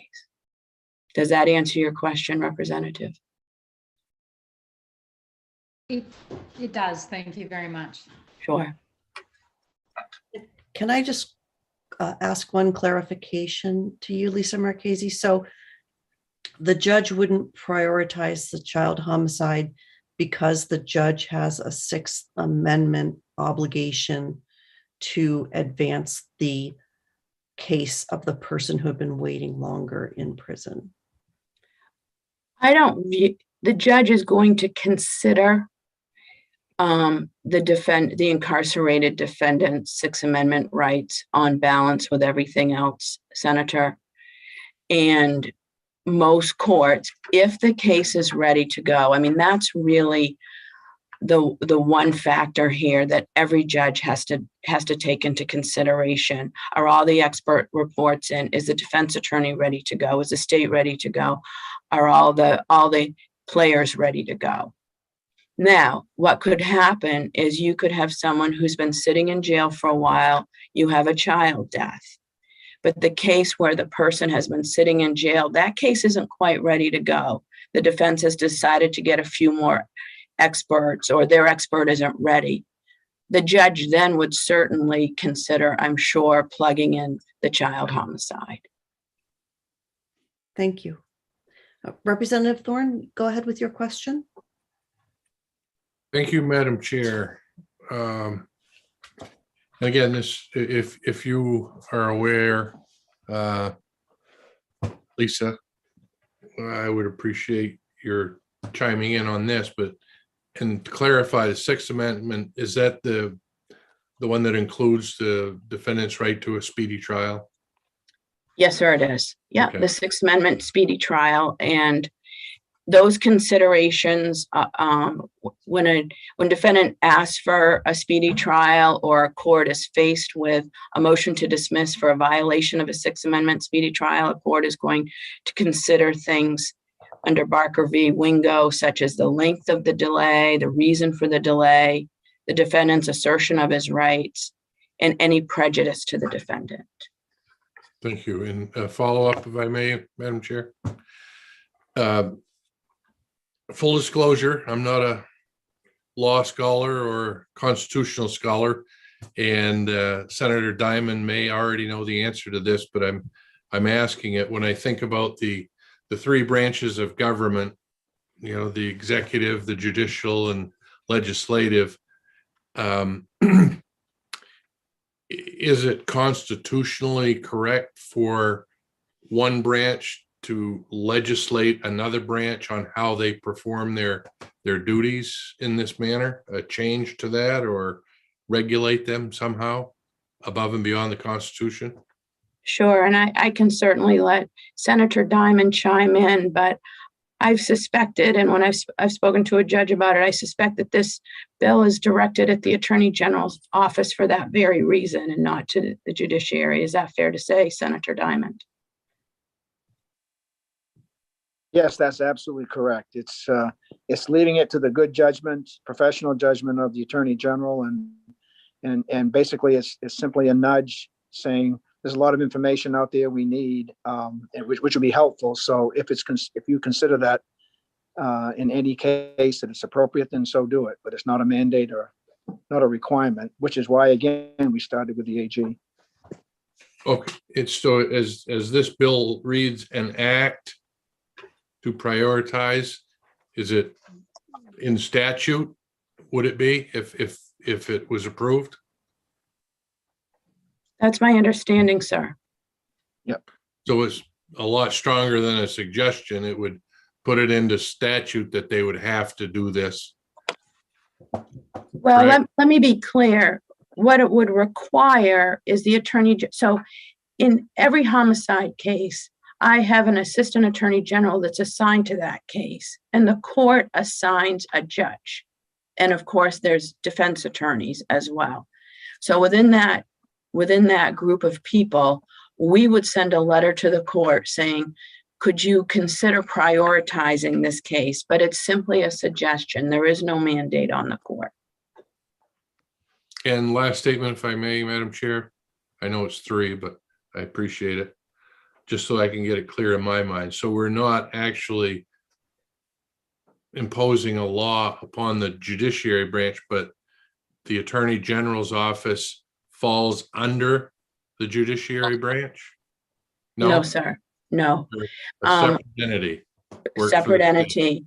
But you can tell us what to do. So you can tell us to write the letter. I just I want to get it we'll- straight in my mind, the Yeah. officiality of offices and jurisdiction. And I know the good Senator Diamond has diligently looked at the purview of our abilities. So I just want to make that clarification. Thank you. Thank you, Of Madam course. Chair. Representative Moriarty? Thank you, Madam Chair. Ms. Marchese, just to clarify, if this bill were enacted as is, the title of the bill would not become part of Title V of the revised statutes. Isn't that correct? That is correct. And Peggy pointed that out to the committee. And I think it's a point that's worthwhile making because many child deaths do involve the charge of manslaughter rather than murder. So I do think if the committee supports this legislation, you'll want to change the word murder to homicide. Because I suspect Senator Diamond really, he's trying to I've met him, we had a lovely conversation, and we're looking at murder and manslaughter cases, which and many child deaths are manslaughters. Okay, thanks very much. Madam Chair, to frame the debate, I would move ought not to pass. And my reasons for doing so are that as short as the bill is, it really touches on all 3 branches of government. It compels the legislature to tell the Attorney General, which is a division of the executive branch, to prioritize prosecution in these cases. It then tells the Attorney General to tell the judicial branch to prioritize these cases for scheduling. And I don't think it's proper for us as the legislative branch to be telling either other branch how to do its work. Thank you, Representative. Committee members, is there a second on the motion? Several seconds. Representative Thorne is the second. And thank you, and thank you for that statement. So we've got an ought not to pass motion by Representative Moriarty, seconded by Representative Thorne. And Representative Babbage, your hand was up next. Go ahead. Thank you. Thank you, Madam Chair. Good to see you. Having served several terms, it's about time that I clarified my knowledge about salutations. How do I properly address you, Ms. Marchese? Would it be Assistant Attorney General? Would it be General Marchese? What is the formality? Well, Lisa is fine with me, sir, but I am Deputy Attorney General, Chief of the Criminal Division. So Deputy Marchese would be I think that's fine. Yep. Okay, so I'm going to say Division Chief Marchese. There you go. Thank you for the clarification. I wanted to ask about the practicality of had you requested prioritization in the Dover-Foxcroft case, what would be the significance of that in Sure. the result? And the Dover-Foxcroft case, just by way of example, is just starting. But you can take that case or any case across the state. what we would do is at the very beginning of the case, at what's called an arraignment or an initial appearance, we would put the court on notice that we would like a trial date early on. And what I have found over the years is if we push for trial dates early on, they get scheduled more quickly because everyone is working towards the same date. So let's say we have an initial appearance, or let's go to grand jury and then have an arraignment afterwards. We have one as of March 1. And we say to the court, let's set the trial at the first week of March of 2023. Defense counsel's on notice, the state's on notice, the courts and all competing interests within the courts are on notice. So I think that's practically the best way to expedite these cases, to ask for a trial date at the beginning. Now, I would be remiss if I didn't say to you, that's easier in Dover Foxcroft because they don't have two judges sitting there, so they don't have competing cases and other homicide cases. But if you look at Kennebec County, there are a few different homicide cases there. And the courts would be, and they have a couple judges, so you really have to work around the other pending matters and the other justices. Does that make sense, Representative Babbage? We're not able to hear you, Representative. Thank you. Thank you for that. I wondered if, I'm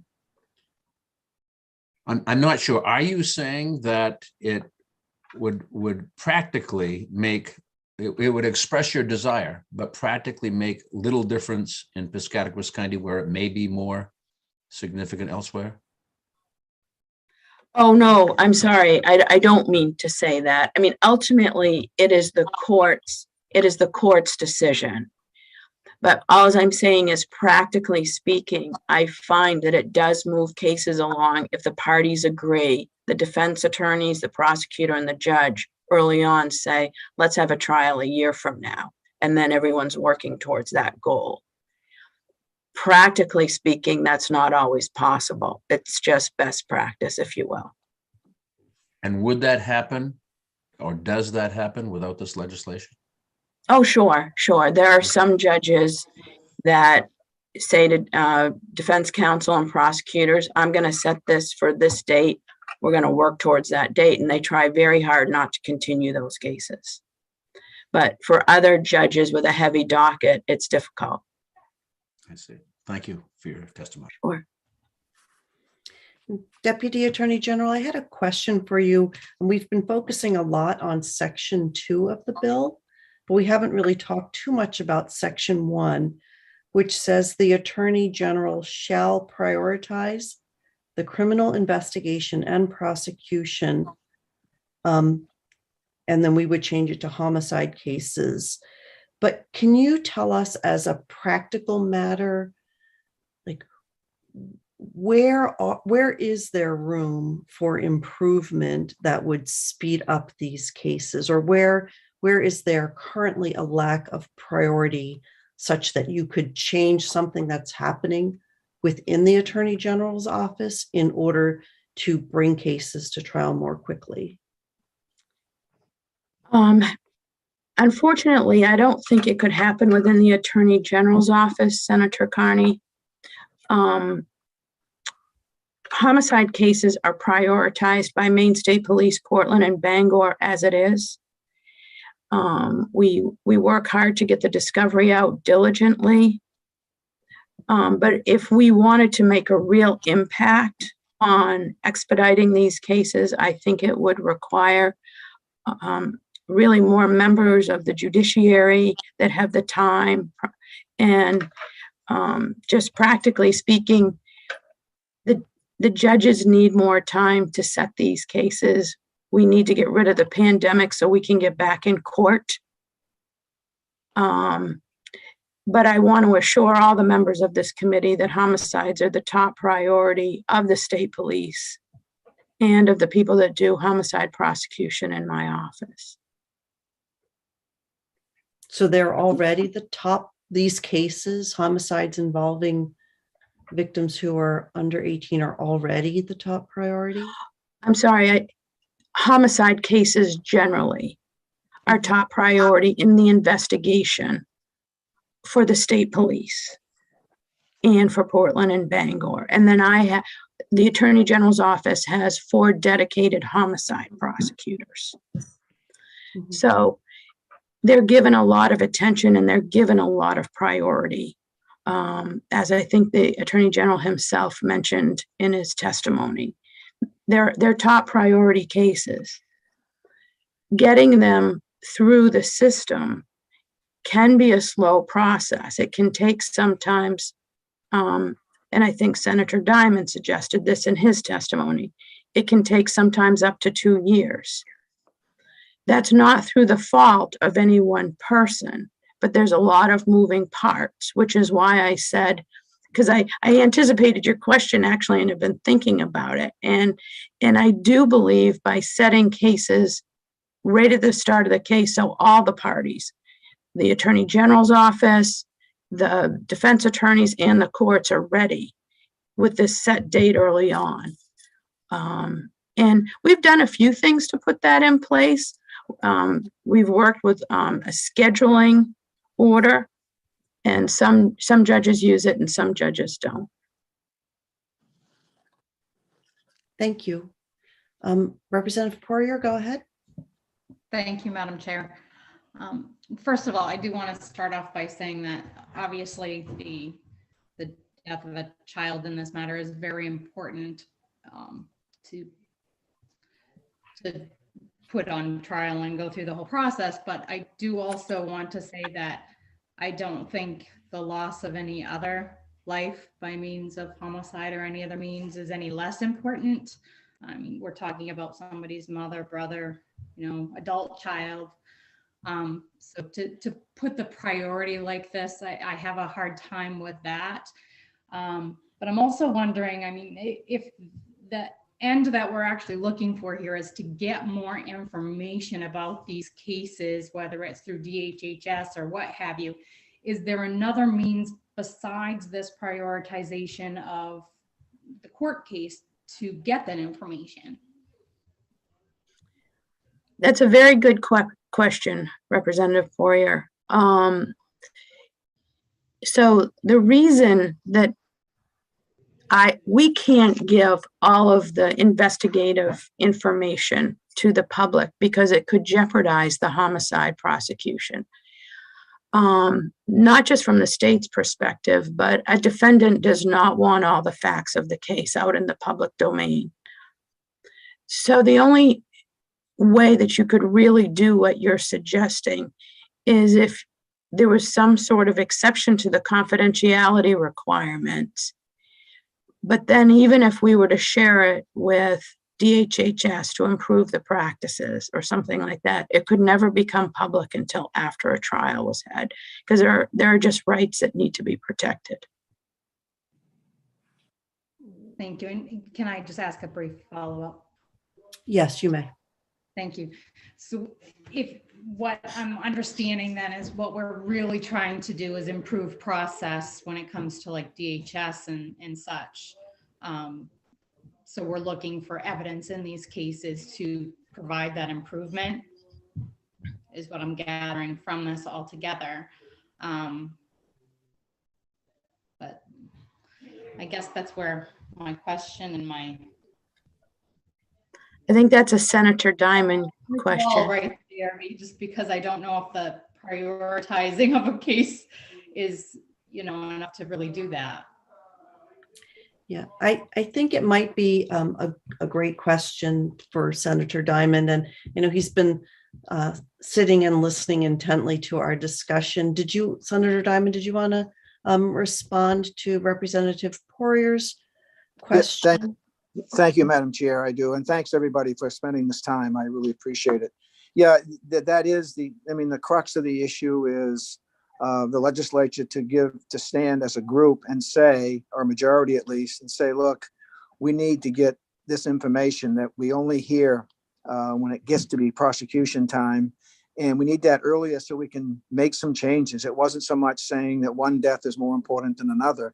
It's just in the cases of child deaths with HHS, that information is so critical in preventing the next death. And we've seen that time and time again. So it's a good question, Representative Poirier. I think that I agree with you on the importance and the concern of all deaths, but this has another leg to it. And the other leg is the piece of we need that information sooner than later. And by way of my applauding the AG's office, they do a tremendous job. And I do want to respond to Representative Moriarty, if I might. The AG is not an executive branch. The AG is a constitutional officer, the same as Secretary of State and State Treasurer. So and again, this is only a suggestion. It's not mandating anybody to do anything. And I think if the AG's office, I saw this as helping the AG's office when the legislature says we ought to do something. We want to do something to get this information out sooner. So thank you for the chance. Representative Poirier, did you have a follow-up or are you all set? I wanted to ask kind of a follow-up on your remarks, Senator Diamond, and Representative Rickett, I'll call on you in just a moment. But I think my concern is I'm not hearing what the Attorney General's office could do in response, if Section 1 were enacted and became part of our statutes. How would that change the way the Attorney General investigates and prosecutes these cases? Other than, how would it change? Like what leverage, what can be changed in the system from their perspective? It's a good question. My vision there and what my intent is to give the AG's office some support from the legislature saying, we'd like to have you consider this and make this a priority, the homicide. Make this a priority if you needed. Possibly they're competing with other sorts of pressures that they're getting on other cases. The idea was to provide support for the AG's office to simply say, look, we've got a direction here. We have to move this one. We're going to need to recommend it to judiciary. They then decide if they want to. So it was more of as I say, an effort to support that constitutional office as opposed to anything else. Thank you. Thank you. Appreciate that answer. Representative Rickett, go ahead. Yes, most of you don't know that I spent about, 10 years or so on the homicide review panel on domestic violence cases. And even if you knew that, you probably didn't know that my wife spent 12 years on the child death and serious injury panel looking at these cases. I don't know the substance of what she looked at. I know the toll it took of her, which is about 2 days trying to recover from having to read the material and discuss the material. And I know this is an incredibly serious matter. But what I know about both of these panels, and I know particularly about, because I read the reports from both of them when they're released, and the cases they consider are only cases that have already been adjudicated. But what the point of both of those panels is to look at those cases, talk to the participants as they can or not, and try to develop reasons or things that can be changed in the system that might have prevented either one of those happenstance. So I think that there is a lot of focus that happens when these panels are working efficiently. Sometimes they do, sometimes they don't, but mostly they're putting forward. I can remember the time when we realized that most of the homicide cases in the domestic violence system of adults and some children resulted because the people tried to get help in hospitals, and the hospitals weren't prepared to do that. This is way back, 20 years ago. And so the impetus was to ask the hospitals to do more. And I think that happened over time. And I don't know what the precise recommendations of any given child death and serious injury year was, but I know that it's the point is to make recommendations to enhance the system in a variety of different places to make sure that this child hasn't died in vain, essentially, or that this woman has not died in vain. And I think that that process has worked over the years. Has it worked perfectly? No. Have we prevented all these things? No. But we certainly have made progress. And I think that the people who serve on those panels, at great personal cost, frankly, emotionally, have done their best. And I think Senator Diamond, I think you're still on are you on the child death now still, I think? But the homicide review panel came out of the child death and serious injury panel, which existed prior to it. Because I was on the Commission on Domestic Abuse and so was Chick Love, who was on the child death and serious injury panel at the time, and said to us, well, gee, we do this with the children. And I said, well, then why aren't we doing it with the adult victims? So all of these things have sort of intertwined and have made progress over the years. And I'm happy that they have. I'm sure that all of us on this group, including those who have come into this discussion today, would love it if we had done, 100%. We figured everything out and now none of this is happening. But that's not the case. But there has been effort and concerted effort on a lot of places. And I know that Lisa Marchese and Senator Diamond have been involved over the years in both of these instances. So I think it's just, we do the best we can. I'm not going to vote for this bill. Doesn't mean that I don't want it to be important, but I think it already is important. And I hope that we can continue to make progress in figuring out ways that we can make it even more important around the edges. So, thank you. Representative Thorne? Thank you, Madam Chair. And every time something gets mentioned, it just sparks another question. And again, Senator Diamond, we applaud you for what you're trying to do, and we value our children's lives and we value our elderly people's lives and a lot of the other things. Is there a reason if the Attorney General's office falls under the executive branch, why the chief executive wouldn't be easier to direct the Attorney General's office to prioritize children's deaths rather than go through the legislative process? Is there an advantage to that? Shall I answer that, Madam Chair? Yes, please do. Thank you. The Attorney General's office is a constitutional office. It's not directed by the executive, just as the Secretary of State is not directed by the executive. So it's separate and independent from that point of view.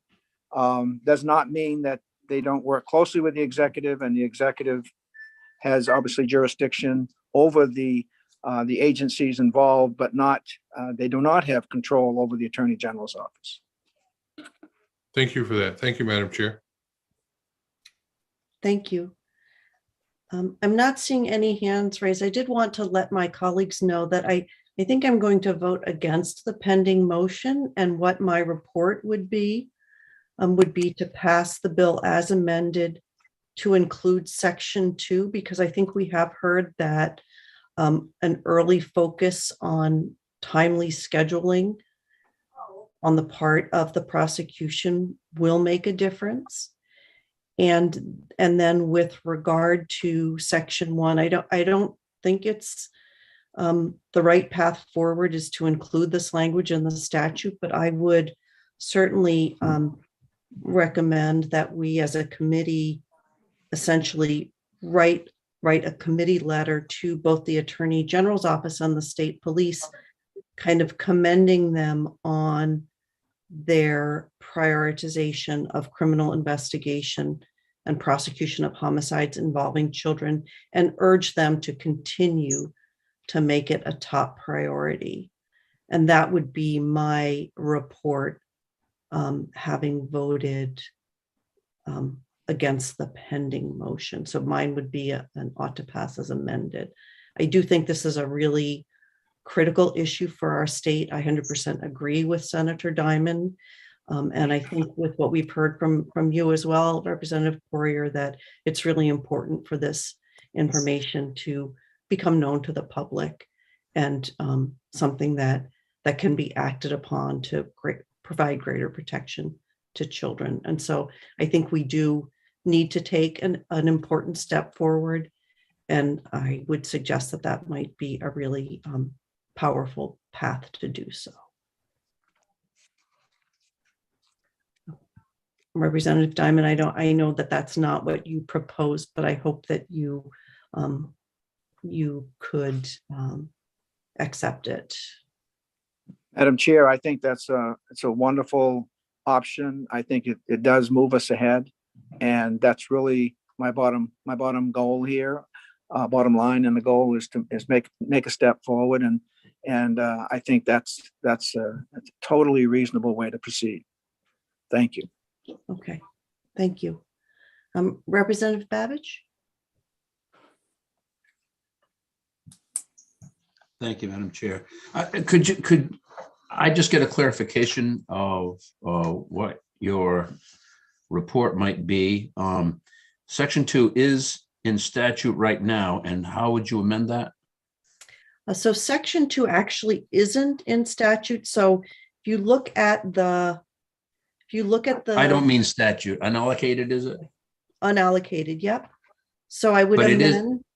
Yeah, okay. You want me just to take it from the top? Yes, please. Would you? Yeah. Okay, thanks. Okay, so what my report would be is to strike section 1 from the bill and pass the bill just with the unallocated language that's currently in section 2, because we have heard that that is impactful. And then in place of section 1, to issue a committee letter, both to the Attorney General's office and to the state police, basically acknowledging and supporting their current prioritization of criminal investigation and prosecution of homicide cases involving children, and encouraging them to continue to prioritize the investigation and prosecution of those cases. Does that clear things up for you, Representative? Yeah. Does that put it from unallocated into statute? No, there would be no No. statutory changes. It would be the Okay. unallocated language and letters to both the Attorney General and the state police.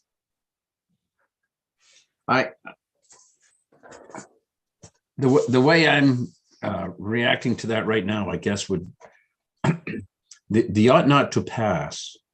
Well, I guess what I'm asking is, I still may have a problem with us directing the judicial branch, but I do like your suggestion of sending letters, which is an expression of the committee's will. And if we vote ought not to pass, I would like to still make the subsequent motion to send letters to express our will. Okay, thank you. And I would just point out that the section 2, the unallocated language, it directs the Attorney General to send a formal request to the judicial branch. So we're asking the Attorney General essentially to ask the judicial branch. I don't feel like we are creating a separation of powers issue. That is just my perspective. But I appreciate your concern about that because it's a legitimate issue. Thank you. Committee members, any additional discussion before we move forward to a vote? Representative Harnett? Thank you, Madam Chair. It's a procedural question. I had originally been inclined to vote ought not to pass, but I have been struck by the position that you are taking, and I'm trying to figure out how I express that. Will you be making a motion after the ought not to pass motion is voted upon? I think I would just offer that as the report, my report, and others could adopt that report. Is that technically the right way to do that, Peggy? So you could do that. You could, I mean, there is a motion on the table, and people can vote, and then then you find out who doesn't support that vote. you could always ask for a reconsideration. If, say, the ought not to pass is a majority and the people who are in the minority say, here's what we want to do going forward, and people on the majority say, oh, well, that actually sounds like a good idea. Can we reconsider? So I think there's flexibility there. If you want to go ahead with what's already on the table, or Yep. Yep. Okay, so let's vote on the ought not to pass motion that's on the table, see what the outcome of that is, and then potentially reconsider. And so, but I think the first order of business is to thank both Deputy Attorney General Marchese as well as the bill sponsor, Senator Diamond, for all of the information they provided and the insight regarding this important legislation. And I'm going to send you back into the attendee part of the meeting. Thank you. Okay, and so now it looks like we just have committee members and our committee clerk has joined us. And Representative Harnett, is your hand up anew or, oh, residual, okay. And Senator Keim, go ahead. Thank you, Madam Chair. I would request just a 3-minute corner caucus if I could. Okay, that sounds fine. And it's, let's do, because it always takes more than 3 minutes, even though I appreciate your timeliness. Let's come back at 1, and that will be easy for everybody to figure that out. Okay. See you all. Okay, thank you. And Dems, we will corner caucus as well.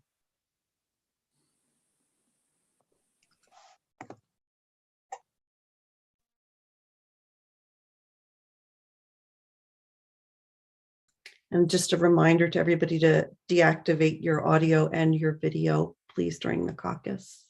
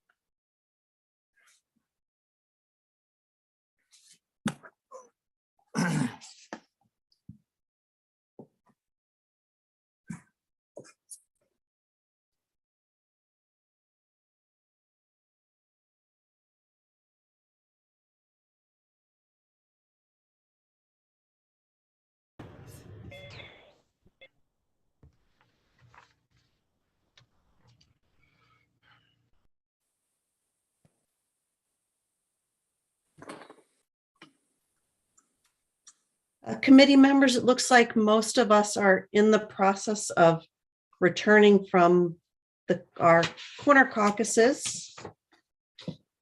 And we're going to proceed with the vote. And Senator Diamond, we appreciate you being part of the panel. We're going to send you, actually, you can stay on the panel for the vote. That's what we typically do. Sorry about that. Okay, we have a couple of more committee members who need to join us for the vote. I just want to make sure that we're not inadvertently missing anyone. Is Representative Thorne with us? Yes, great. Okay.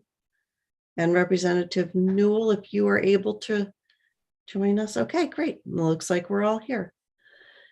All right, committee members, just a quick recap. So the current motion is an ought not to pass. And that is what we will be voting on. And I think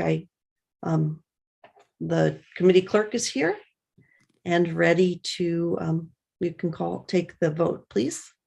Thank you, Madam Chair. Representative Galgay-Reckett.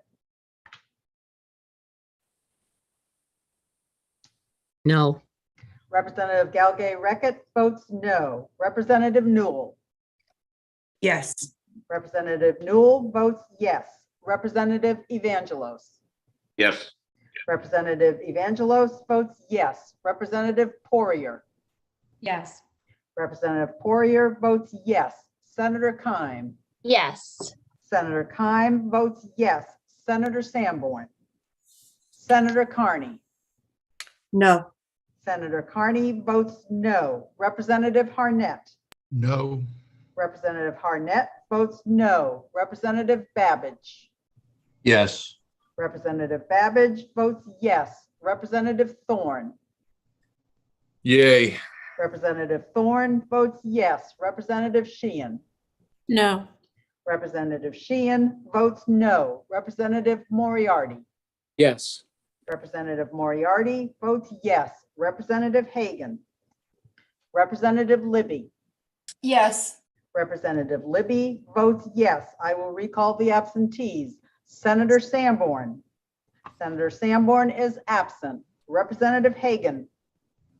Representative Hagan is absent.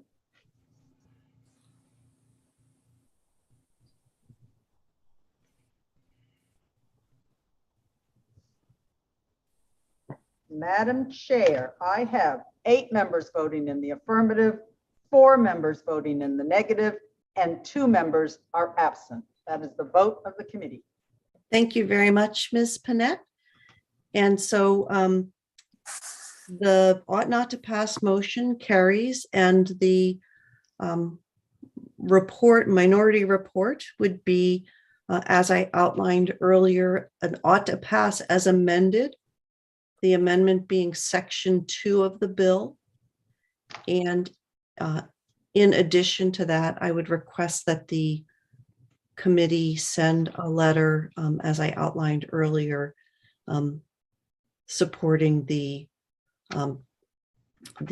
prioritization of claims involving homicide. Supporting the prioritization of investigation and prosecution of cases involving homicides of children.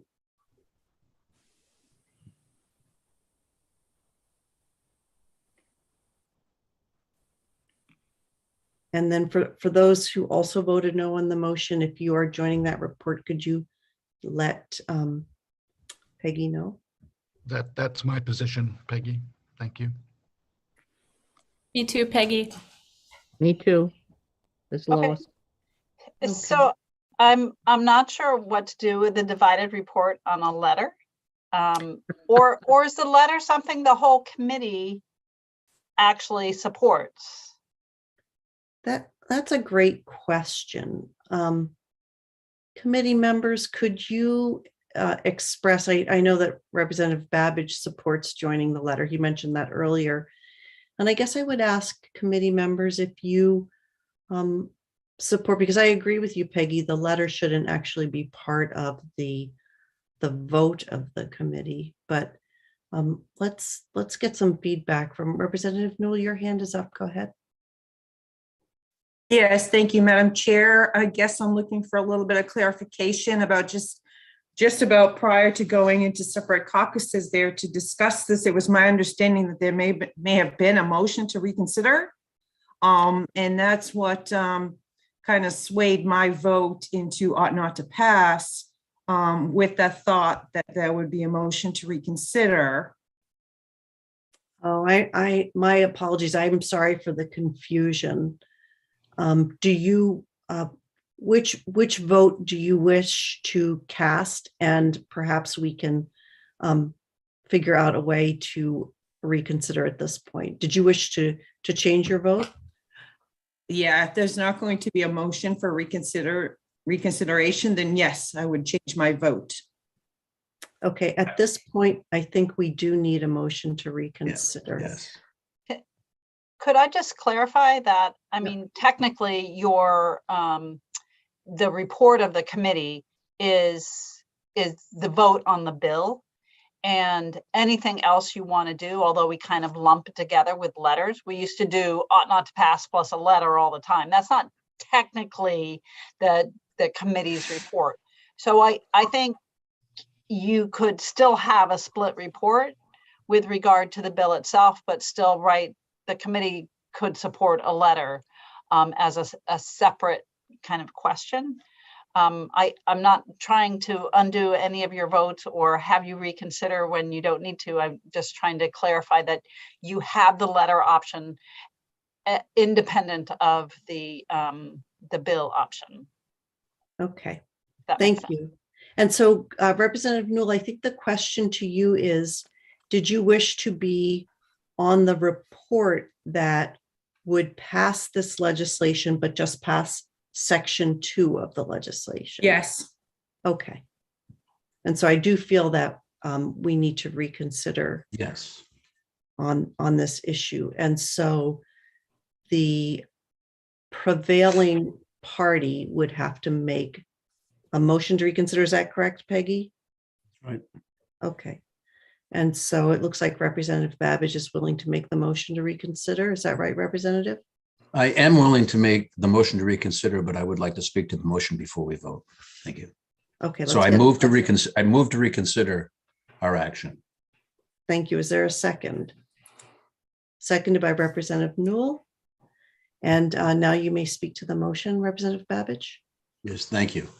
I think the motion to reconsider is always a courtesy that we can provide our members to clarify their vote. I voted the way I did ought not to pass because I didn't think it was necessary to elevate our request into language. But I am very supportive of an expression of the will of the committee to do so. But I was uncomfortable with the Attorney General shall request the judges to act in a certain way when I do think their discretion regarding the length of somebody's been sitting in jail and so forth are factors that they have and do and will continue, I think, to weigh. So I'm fully in support of the reconsideration so that people can certainly express themselves as they wish. But what I will be doing is asking if it's the will of the committee to send a letter, which doesn't have the weight of what we're asking to do in the proposed bill. Thank you. Okay, thank you. Okay, so let's do it just to do a show of hands on the motion to reconsider. Representative Moriarty, did you wish to speak on the motion to reconsider? No. Okay. I won't take any time. Thank you. Okay, so this is just a show of hands, but you have to use your physical hand. If you support the motion to reconsider so that our colleague who was mistaken can change her vote, please show your hand. And Representative Moriarty, you are against the motion to reconsider? Okay. Yes. All right. I get 11 in favor, 1 against. Representative Evangelist, how did you vote? My hand was up the whole time. Okay. I'm sorry, I just missed that. Thank you. Okay, so the motion to reconsider carries 11-1. And now we are going to move on to a revote on the pending motion LD 1857. And I just want to clarify that the pending motion is ought not to pass. And then the minority report would be ought to pass as amended. And the bill language would simply be section 2 of the bill. And I do agree that we should address the letter separately because it is not technically part of the bill. Peggy, have I So messed things up? technically, once you reconsider, there's not a motion pending, so you Oh, need to okay. have a new motion. Oh, good. Okay. Sorry. Thank you. No, I appreciate that clarification. Okay. Representative Babbage, your hand is up. Would you like to make a new motion?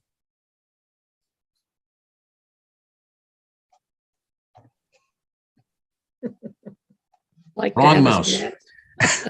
Well, if you ask me, my motion would be ought not to pass if there is a second. Okay, thank you. And then is there a second? Seconded by Representative Thorne.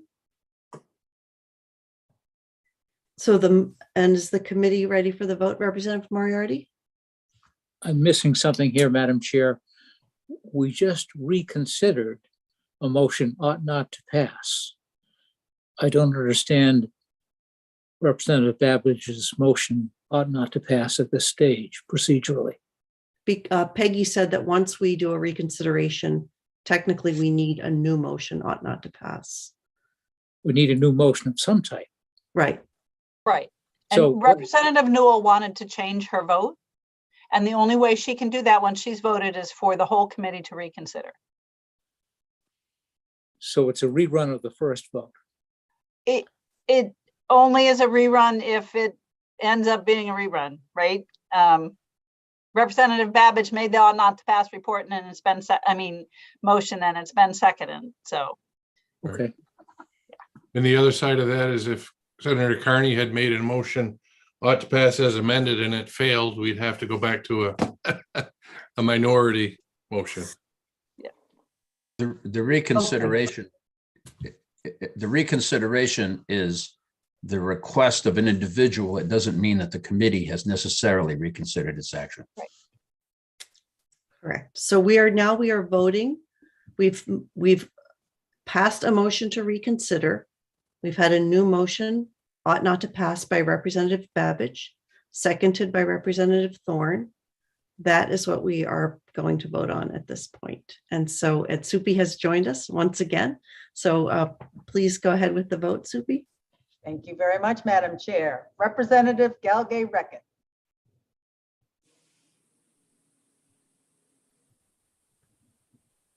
I'm totally bollocksed up, but what I want to do is vote ought to pass as amended.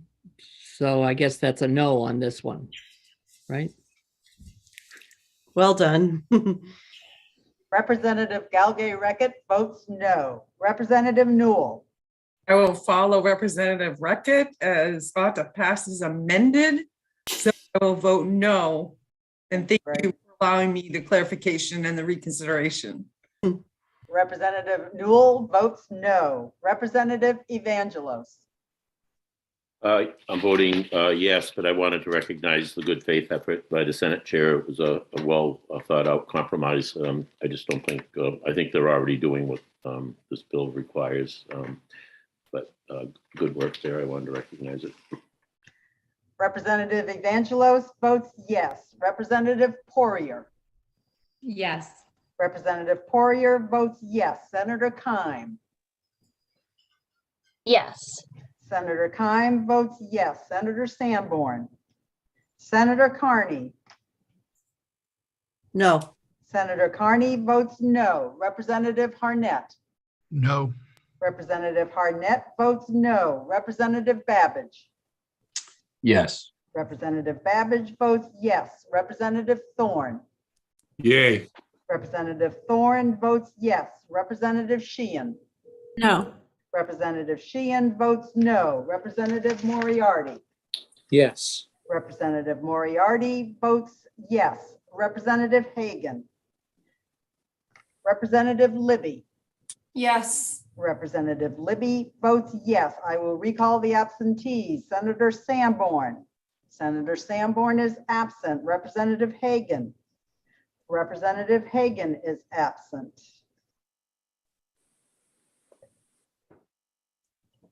Madam Chair, I have 7 members voting in the affirmative, 5 members voting in the negative, and 2 members are absent. That is the vote of the committee. Thank you. And so the minority report would be an ought to pass as amended. The amendment being to strike section 1 of the bill and retain section 2. Thank you.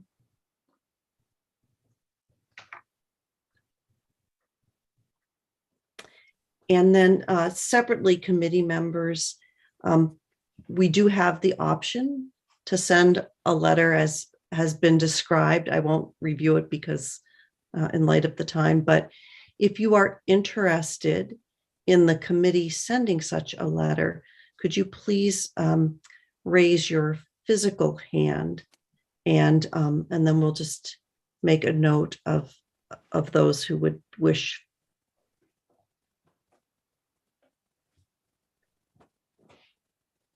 And Supi, are you taking account here? I took a quick count for 8, then the squares changed, so. I had 8 also. Did you get 8 as well? Okay. All right. Thank you. I'd like to thank, Madam Chair, I'd like to thank the Senator Diamond for bringing this issue for us. We're all better educated as a result. Yeah, thank you. And Senator Diamond, thank you so much. Thank you, everybody, for your time. I really appreciate it. I think this is a step forward, as I say, and I appreciate the consideration. Thank you. Thank you. And okay, and so committee members, we are going to close the work session on 1857. We are only 18 minutes behind our afternoon work, but we also need a lunch break. And so committee members, let's see, I feel as though we need at least a half an hour, which would put us at 10 minutes to 2. Is that an acceptable break to everyone? Yes. Work for everybody? Yep. Okay, we will reconvene at 10 minutes to 2, and I would just ask everybody to remember to deactivate their audio and video. Thank you. Peggy, are you there? I'm here. Could you, Tom's calling me. Could you tell me what time they're adjourning till? 1:50. 10 minutes of 2. Thank you. Hi, Tom. Sorry about that. I was talking to Peggy. Is it possible for me to give my vote from the other day? On record? Right. You- Yeah, maybe we can do it at the beginning. Let me just double check. I didn't want to spring it on him. I don't know who I have to be present in front of. I think it just needs to be in a meeting, so maybe we can do it right at the very beginning of the public hearing. Okay. And you know what you're voting on? Yes. Okay. Okay, great. No. So it's on the recommendations from the Right to Know Advisory Committee. Yeah, do you know, is it possible for me to know how everyone voted? Oh, yeah, Supi do you have the? I forwarded the voting sheets. Oh, yeah, I have got the email. I was on that email. I'm sorry, I need to write an email. I'm sorry, I'm doing 20 things at the same time. I know, I'm just.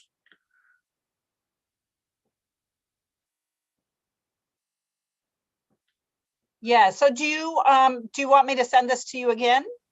Well, I have 509 emails in my, so I'm Right, just. so yeah, one more is really gonna help you. How about if It's the most recent. If you can do that, that would be great. Or tell me, I'm not sure. Sent it Monday at 11:33. Well, I can describe it to you. Yeah, I mean, what, yes, no's, and who voted no? Right. I mean, this is public information. Right, So right. the first vote was to print 2 bills and refer them back to committee. And the people, actually, I don't know how everyone has voted because some of them have voted since I got this voting sheet. But Representative Reckitt, Representative Newell, Representative Poirier, Senator Keim, Senator Carney, Representative Babbage, Representative Sheehan, all voted yes, and Representative Libby voted no. So the others were absent at the time of the vote. Okay, And I think Soupy has gotten all but your vote and I would be a no vote, so. okay. And then the other one was to create an informal working group to look at the remote participation of residents of correctional facilities to participate in legislative public proceedings, so like public hearings. I'm back. Sorry, thank you. Sorry, I had to get some links out there quick. Okay, so we don't think that this is counting as a vote, Soupy, because it's not, even though it's on camera, it's not really in a meeting. Okay. So those voting in favor of the motion were Representative Reckitt, Representative Newell, Senator Carney, Representative Babbage, Representative Sheehan. Those voting against. Which one are you on? Right to know? The second one. Yeah, the second right to know. The one about public proceedings? Yes. Okay, I can tell you if you'd like to know. Because there were, yeah, I don't have all the absent. I know do. you have a The lot. only ones missing are Representative Thorne and Representative Hagan. If Okay. you'd like, I can tell you who voted. Would that be Yes, helpful? that's what he Representative Thorne? is looking for. Okay, so if you'd like, I'll start. This is the one on public proceedings. Okay, people voting in favor of the motion: Representative Reckitt, Representative Newell, Representative Evangelos, Senator Sanborn, Senator Carney, Representative Harnett, Representative Babbage, Representative Sheehan, Representative Moriarty. Those against the motion: Representative Poirier, Senator Keim, Representative. Oh, Representative Hagan joined at the end of that meeting. Yes, he did, and that's where I'm hesitating. Right, you're absolutely right. Yeah. And Representative Libby. He was there for that one, but not the other The one. second vote, but not Yeah. the first, right? Correct. Okay, So Representative Thorne, you're my only missing vote. no, but we'll do that when we get back. Okay, and you're all set with the other one? Which other Yeah, one? he know, yes, I gave him that. There were a couple of. Oh, yeah, that I the didn't refer have. to committee. Yeah. But print 2 bills and have them referred back to committee. Yeah, The only one that voted against that was Representative Libby. yeah, I'll be a no on that one as well. Okay. All righty, thank you so much. And you'll Thank do you it on for your camera? patience. Uh-huh. You will do that on camera? Yeah. I will. Okay. And I'd that's be okay, happy and right? proud We to. think that's okay. Yeah. Well, we probably should have done it in a work session. That would have been the best, but I don't see any reason why not. No, we'll do it at the It's beginning. not going of to the hearing, change I the hope. outcome or anything procedurally. Yeah. True. But it's good. You're part of it. Well, maybe before they open, That's what I was hoping. I We'll- tried to before it, but everybody started cutting out and I'm like, oh, hey. No, There's you something we're did. gonna You do. tried. That's all right. Yes. I Okay. appreciate it. Thank right. you for your patience. Thank you. Okay.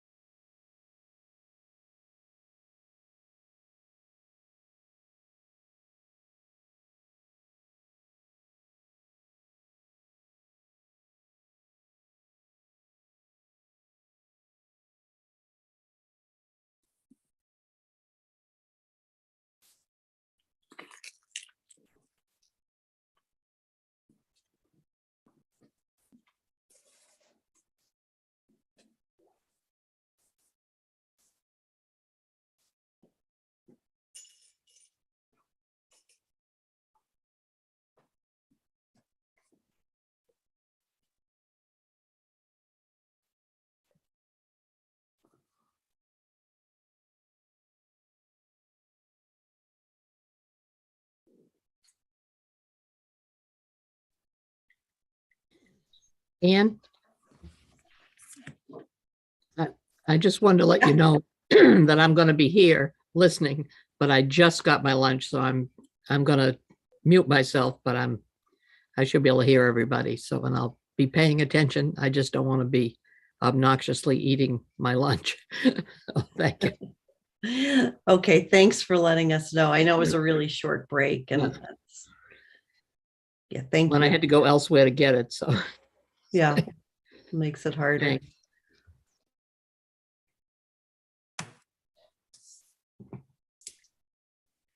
Senator Carney, I need to jump off at probably 1:58 and I'll try to get back. Okay, thank you. Turn that. Thank you.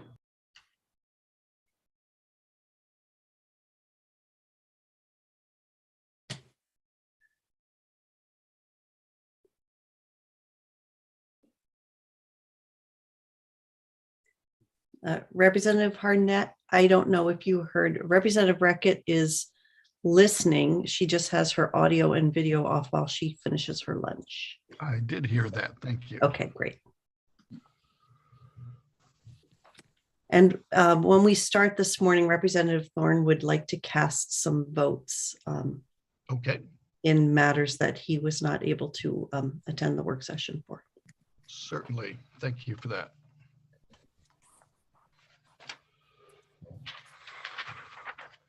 One, two, three, four, five, 6. I'm going to give committee members just a couple more minutes before we start off our afternoon's work, which was delayed because our morning's work went on into early afternoon.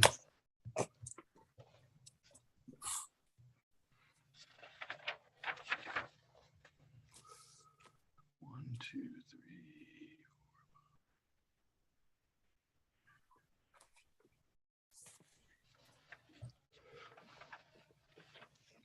I'll give people until 1:55.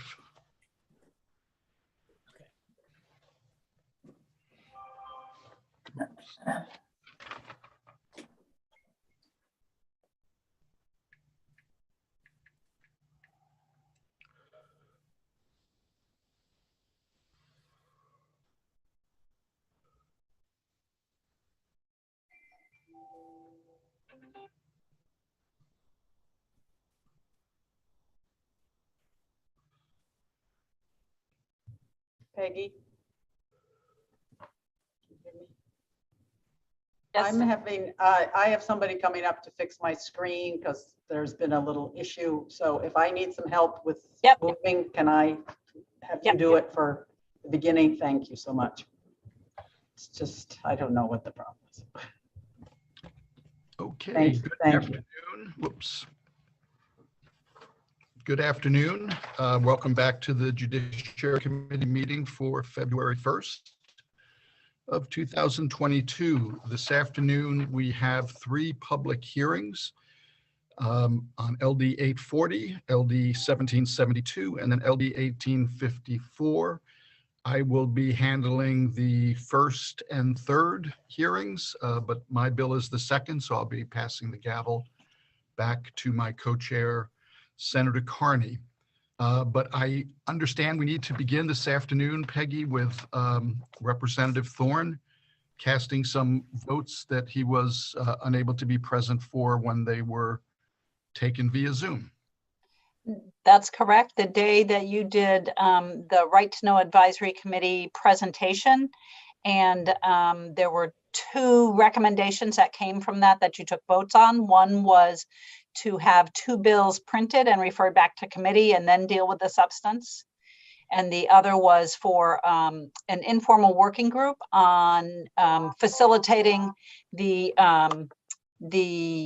remote participation of residents of correctional facilities in public proceedings of the legislature.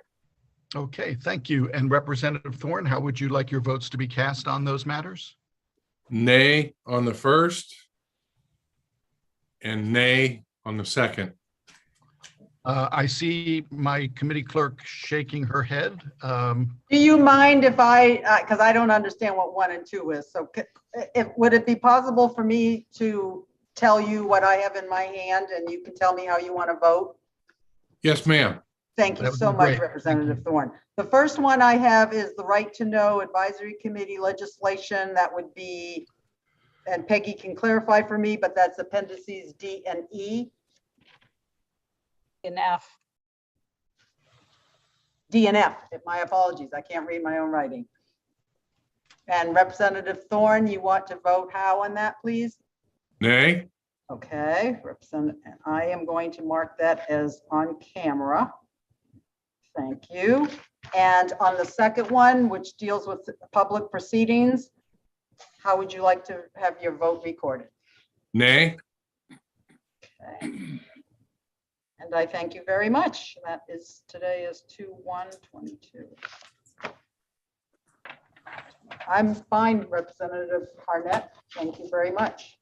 Thank you. Supi, and thank you for registering those votes. Representative Thorne, and with the assistance of my able clerk, we will now open the public hearing on LD 840, an act to prevent power line electrocutions, and would welcome the bill's sponsor, Representative Berry, to be moved over.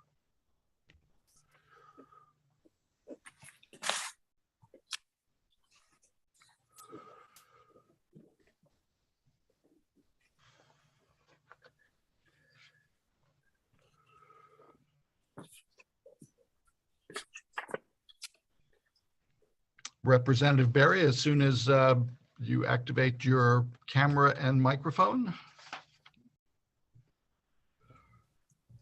Thank you, Representative Berry. Welcome to the Judiciary Committee. Please begin your testimony introducing LD 840 as soon as you're comfortable. Thank you very much. And first, I should apologize for my slow internet today. I'll be talking to someone on the Energy Utilities Technology Committee about this. With Let us that, know how that works out for you. thank you. Thank you. Yes, I will. Senator Carney, Representative Harnett, members of the Judiciary Committee, it's great to be with you. My name is Seth Berry. I represent House District 55, as you know, which is Bowdoin, Bowdoinham, most of Richmond, and beautiful Swan Island on the Kennebec River. It's great to be with you today to present LD 840, which is entitled An Act to Prevent Power Line Electrocutions. I should begin by saying, as you may see in the record, the bill was heard last year in the Energy, Utilities, and Technology Committee. It does have very much this conceptual support of the committee, but we quickly ran into technical questions about tort liability and indemnification and matters that clearly were above our pay grade. So that's how it comes to you. We did vote to re-refer it for your expertise and hope that you can help us to get at the intent behind the bill. And that intent is to help prevent electrocutions by creating greater parity between electricity and gas utilities regarding their liability for the hazards associated with their infrastructure, and in particular with the potential for, at times, poor maintenance of that infrastructure to contribute to or lead to tragedy. At present, there is full indemnification under the law for the transmission and distribution of electricity for those owners and operators, but not for natural gas. And the story I'm about to tell you will help to make it a little clear how that can work in practice. It's a tragic story. In 2002, a young man, a teenager, in fact, working at a boatyard in Penobscot, Maine, was badly hurt and permanently paralyzed. One report that I read said 43% paralyzed. I have no idea how they determine the percentage, but there it is.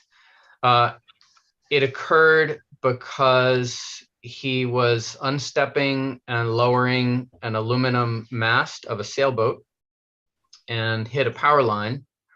That line was at only 30 feet and was a high voltage line. It should have been under PUC rule, which, as you know, has the power of law.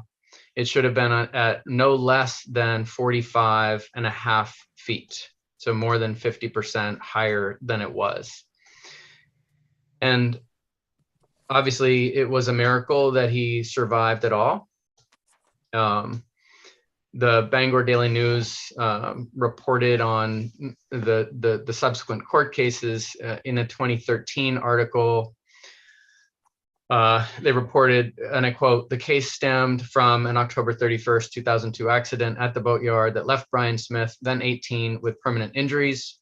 Smith of Bangor was injured when the mast he was lowering from a customer's sailboat came into contact with an overhead 34,500 volt power line owned by CMP, according to previously published reports." It goes on. Smith received workers' compensation benefits through Devereaux Marine, his employer, and sued CMP for negligence.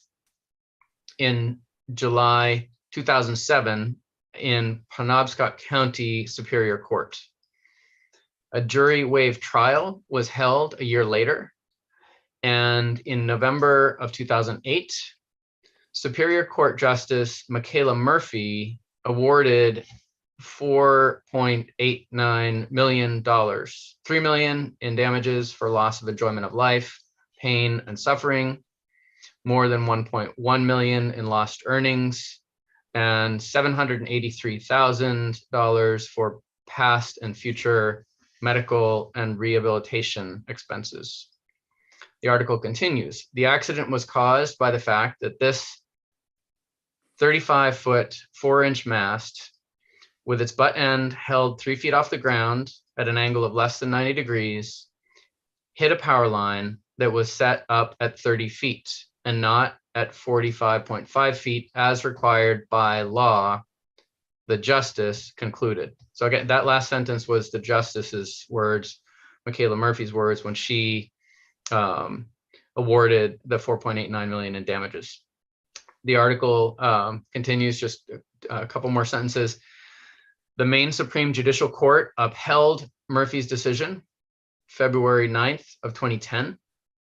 And a week later, CMP paid the judgment, which, including interest, totaled more than $6 million. A short time later, CMP filed a complaint against Devereaux Marine and a motion to attach a lien to real estate owned by the business, according to the Supreme Court's ruling. And that's concludes the long quote from the Bangor Daily News article. But here's where it gets interesting from your perspective on the Judiciary Committee, I think. So the courts found CMP to be liable and required them to pay $6 million. But in this later case,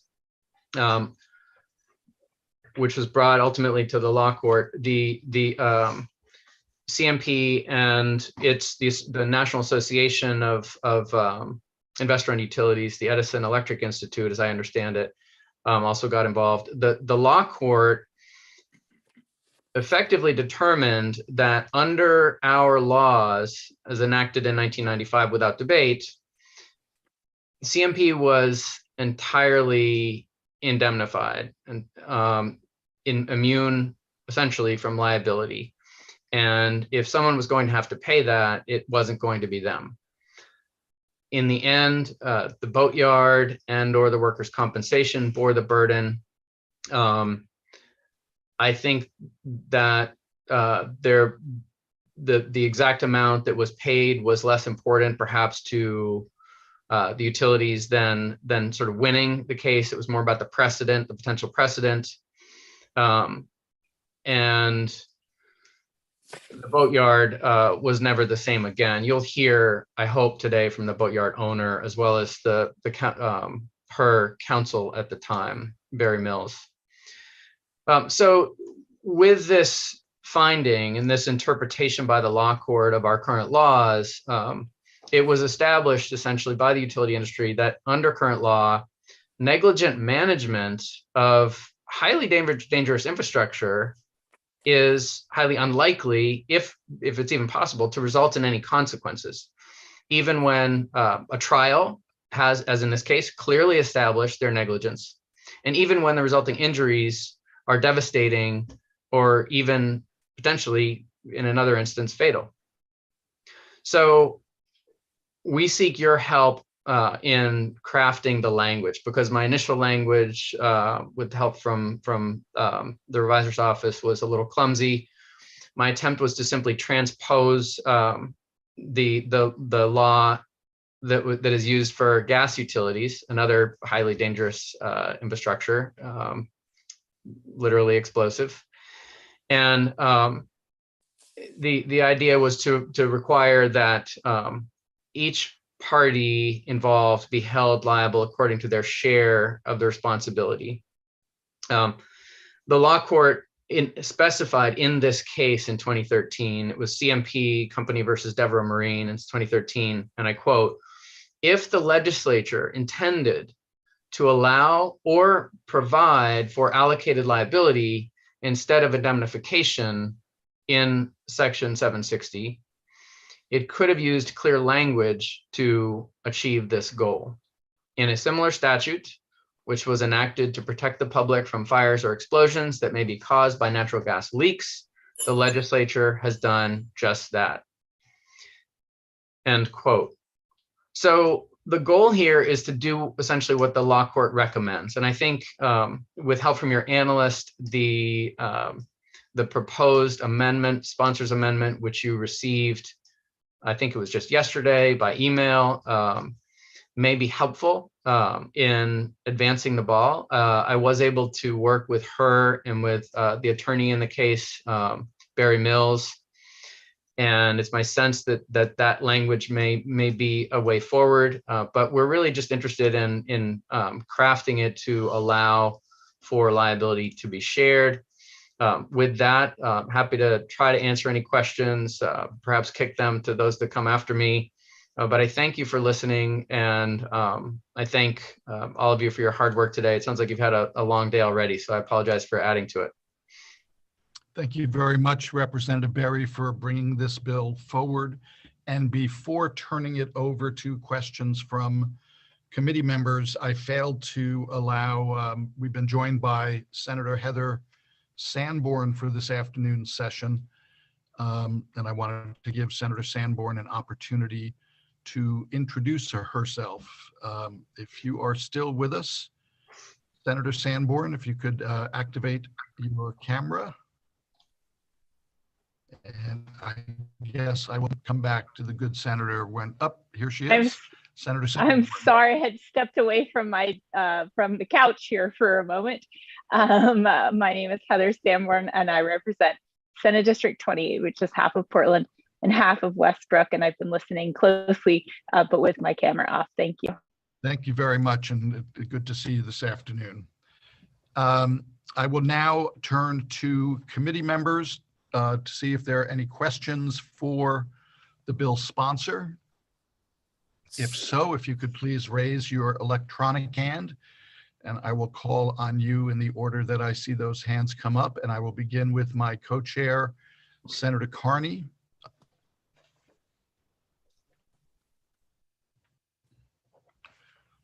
I was muted. Thank you so much. And Representative Berry, it's nice to see you. I have a kind of a simple question, I think, which is that you had referred to CMP as being effectively immune. And I just wanted to clarify. So when the initial judgment was entered, did CMP ever pay that judgment, or did it never pay anything? They did, in fact, and thank you for the question, Senator. It's my understanding, and you'll hear from others today, but it's my understanding that they did pay the $6 million and change, and then turned around and sought to recover those damages from the boatyard and attached properties. I believe there was an effort to pierce the corporate veil and to go, beyond the business per se and go after people's personal property. But Barry Mills, the attorney, who I think will testify, is better qualified to answer that. And again,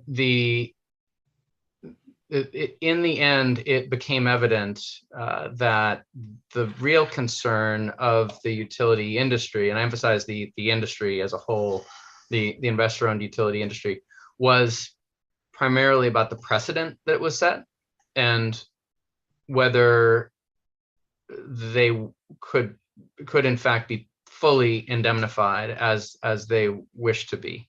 Mhm. And the answer was yes. Okay, yeah, and I just wanted to, I was concerned about the terminology.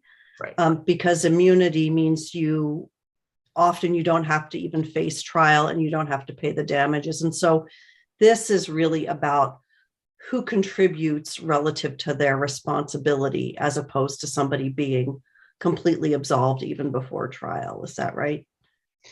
Thank you for that clarification. And this is exactly why the bill is coming to you. We are fortunate to have Senator Mark Lawrence as co-chair, and he understands enough about this to know that you all know this area of the law better. So words like a liability, indemnification, immunity are words that you all understand far better than I. And I hope that with your help, we can craft something that does share the, I'll use a simpler word, responsibility a little bit, because right now it's really not shared. Yeah, I appreciate that. And I just wanted to make sure that our minds weren't going off in the immunity direction when we really wanted to be in the shared responsibility direction. Thank you. Thank you. Thank you, Senator Carney. Representative Moriarty. Thank you, Mr. Chair. Good afternoon, Representative Berry. Good to see you. It appears as though let me ask you directly, are you moving forward with your amended version of the bill as opposed to the original? Thank you, Representative Moriarty, for that excellent question. And I advance it a little bit tentatively because, again, I'm very interested in what all of you think works best and is clearest. It's always nice when we're clear. I do have the sense that what was sent out yesterday as a sponsor's amendment may be the best way forward. And as you know, and for those that maybe haven't had a chance to pull it up and look at it, it would modify Title 35A, which is normally falls under my committee's jurisdiction, subsection 760, such that indemnification of the owner operator of overhead high voltage lines is not quite so absolute as it previously has been. And I hope I'm characterizing this accurately, but please correct me if not. It removes the word all cost, expenses, and liabilities and all damages, simply removes that word all for the liability of the person to the owner operator if liabilities are, if damages occur, and it could be damage to a person. And it adds the words, the allocation of damages must be based on the comparative negligence of the parties as set forth in Title 14, Section 156, except that employers of injured persons are immune from payment of damages to the extent provided under Maine Workers' Compensation Act of 1992.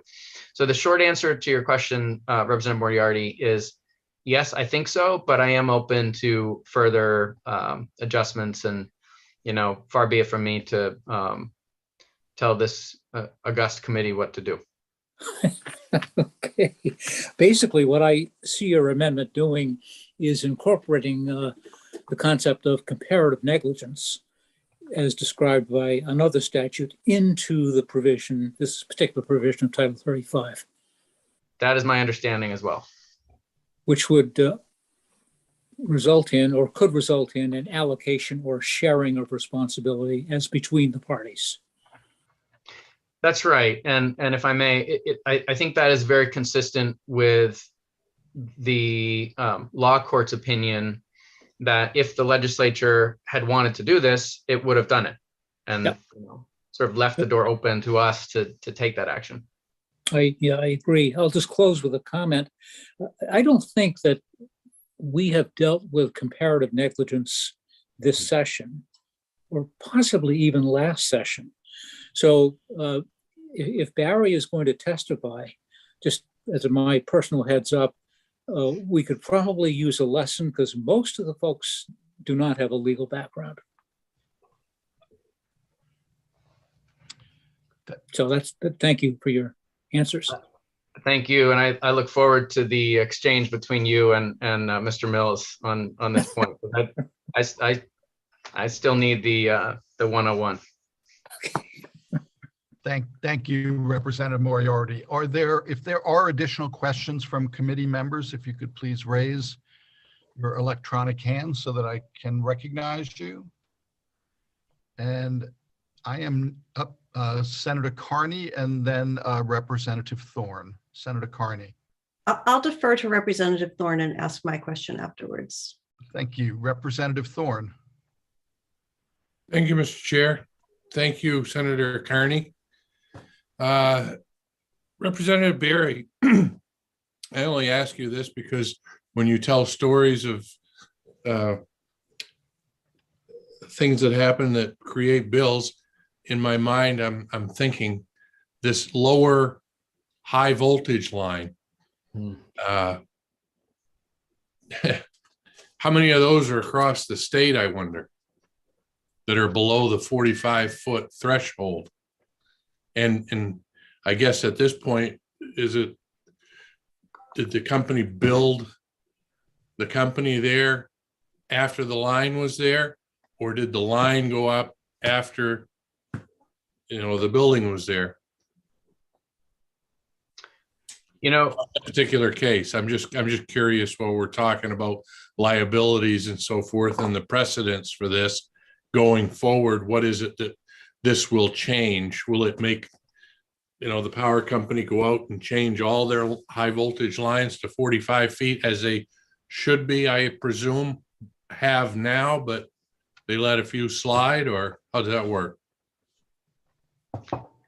Thank you, Representative Thorne, for that excellent question. And finally, there's something I feel a little more comfortable answering. The utilities are currently required to keep those lines at 45.5 feet. And that is a very important principle for, precisely the reason of avoiding these kinds of tragedies. I can share with the committee too that this has come up in other locations. There were just a few years back, 3 Boy Scouts were killed on a lake in Texas when their relatively small sailboat hit a line that was also at exactly 30 feet over a lake. And what can happen, Representative, is that the lines sag over time, and they can sag in the heat, depending on the weather conditions, if they're not properly tensioned, if the infrastructure is not properly maintained, the lines can sag. Or, and I think you were kind of getting at this instance, sometimes they just need to be updated because they were built, a while back. And when the Superior Court found that CMP was responsible and needed to pay $6 million, that was exactly the concern. And the law court, I should be clear, was never disputing that finding of fact, or that the utility should have gone and fixed that.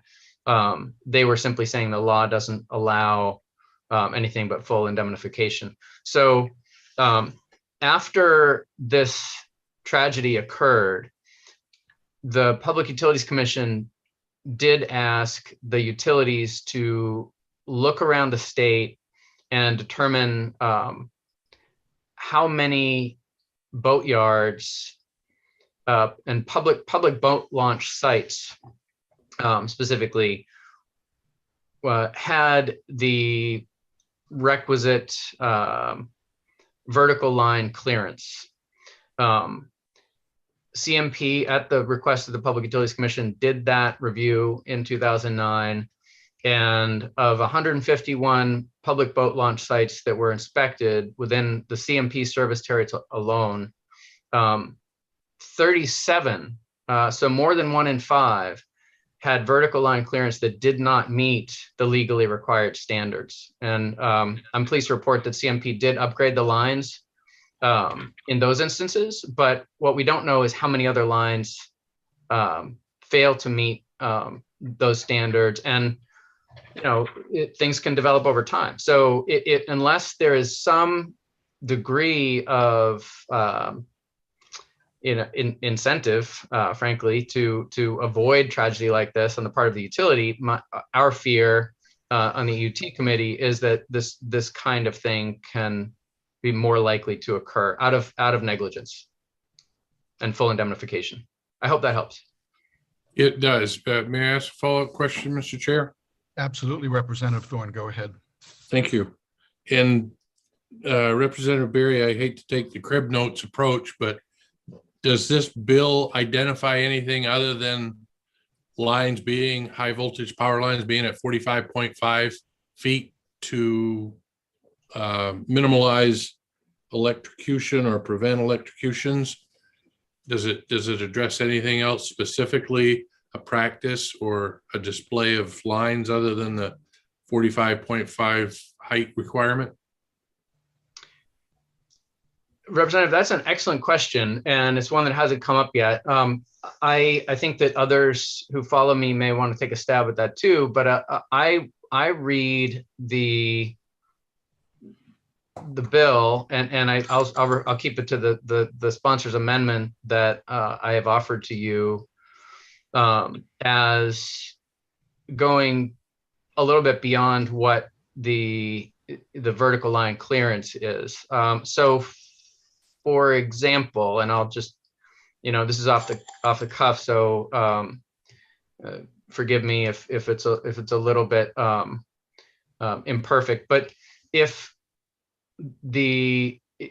a logging company were doing some work near a power line, advised, as they're required to do, advised the power company that they were going to be working in the vicinity, was told that the line was shut down, and then the line was not, in fact, shut down, was not disconnected, but was live, and someone got killed.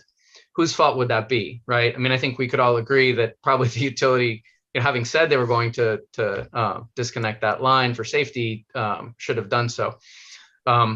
So I think in that instance, this bill, this amendment that I'm putting forward would also apply, and the negligence or failure of the utility in that instance would not be fully indemnified as it is now.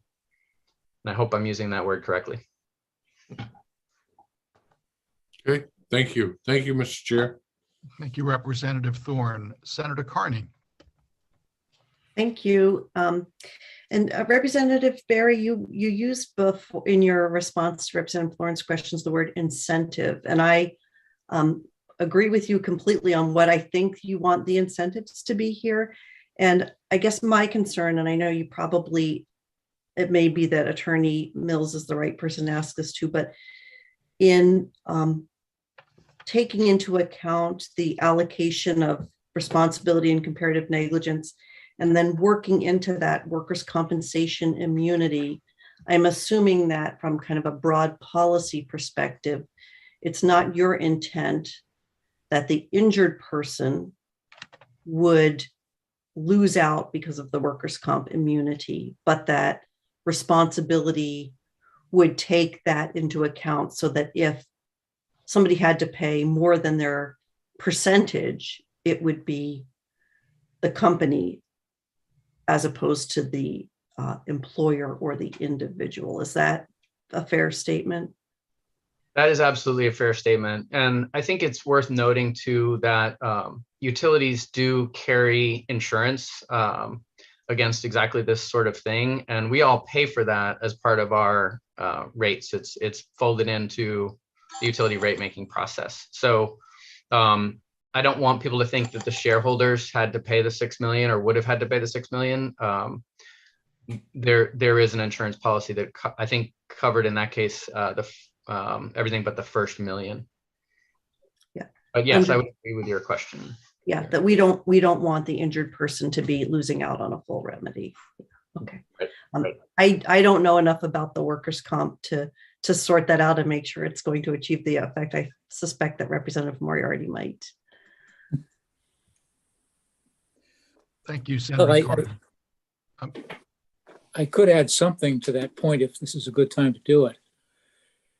Sure. Yep. Just as part of our general background, the young man who was so severely injured could not have sued his employer, Devereaux Marine, for his injuries because his employer is immune from suit under the Workers' Comp Act. That's clear.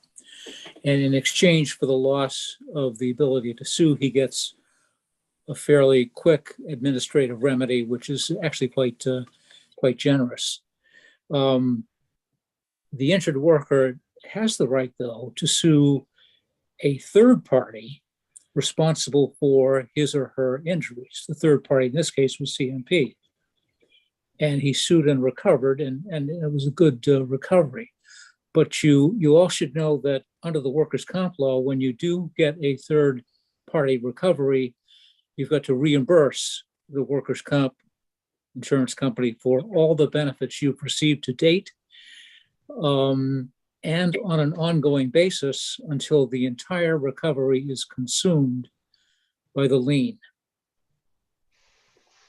So I don't know how the math here works out. It's pretty clear to me that this young man didn't simply pocket $6 million.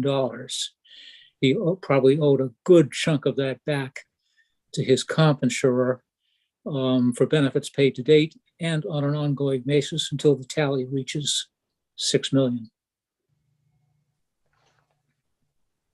Thank you, Representative. I'm sure we'll be calling on your expertise in the upcoming work session on this matter. Are there additional questions for the bill sponsor, Representative Berry, from committee members? This is your last chance. Representative Babich. Yeah, it's a quick one. I couldn't resist. I wanted to ask my good friend from the Utilities Committee, which I served on the 122nd and 127th. Do you see this? This should not be impacted by the type of utility.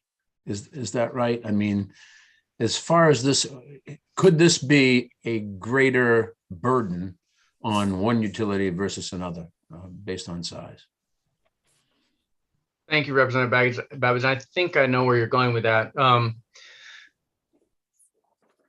I suspect that insurance is something that's widely carried across the industry, and I do know that smaller utilities tend to have associations which they use to pool their resources and to get better buying leverage. I do think that it's appropriate that we have the same rules for investor-owned and consumer-owned utilities in this instance. And just to clarify, I mean, you know this, but this bill would not apply to water utilities or gas. We're just talking about electrical delivery here. So does that answer the question? Yes, thank you. Thank you, Representative Babbage. Does that conclude your questions? It does. Thank you. If you could please lower your electronic hand so I don't call on you again. Like I got called on many times this morning for failing to do that on my own. So again, one last shot. Are there questions from committee members for the bill sponsor, Representative Berry? Seeing none, thank you very much for being here today. It's our committee's practice. If you want to stay for the remainder of the public hearing, you can stay as a participant, but if you have other obligations to tend to, we certainly understand that as well. Thank you. I'll be happy to stick around. I appreciate your attention to this. Thank you. I am now going to move over to the attendee room to first ask if there are any co-sponsors who wish to be heard on this bill, LD 840. Seeing none, I will ask if there are any legislators who wish to be heard on this bill. Seeing none, I will move to those persons who wish to testify in favor of LD 840. If you could please raise your electronic hand so that I could have our committee clerk move you over to provide testimony. And I see somebody's already moved over, I believe. And it looks like Barry Mills, as soon as Barry activates his camera and microphone, I will give him instructions on providing his testimony. Good afternoon, Barry Mills. How are you today? Oh, good afternoon, sir. And I just want to let you know, in terms of testimony, we limit people to 3 minutes. I will hold up my phone when there's about 20 seconds left to go. And then the next time I hold it up, there'll be a yellow sticky on it. That means that your 3 minutes is up. But rest assured that committee members are there to ask you questions if there's additional information that they want to get out. So as soon as you are comfortable, please begin your 3-minute testimony. it's difficult for a lawyer to say anything in only 3 minutes time, but I'll do my best. That's why I gave you such detail. The history of the background that we're dealing with here has been well described by Representative Berry. I'm not going to repeat that. One question was asked, though, when was the line installed? And my recollection is the line was installed in 1951, and it had not been changed between 1951 and 2002 when the accident happened. There were at least 3 occasions when CMP knew that the line was too low. Once when the owner of the boatyard asked that it be raised, CMP said, well, we'll raise it provided you pay the cost. And of course, the boatyard could not afford it. There was another time when a mast hit the line, the power went out in the Castine area, but nobody was injured. These things happened, but the line was not changed. Turning to the proposed legislation, the law as it now stands is not unique to the state of Maine. Similar statutes, perhaps identical statutes, are found throughout the United States as a result of the lobbying efforts of the industry, namely the Edison Electric Institute. They have bill came out of their files, and it is my understanding that they were the driving force behind the litigation that was ultimately brought against Deborah Marine.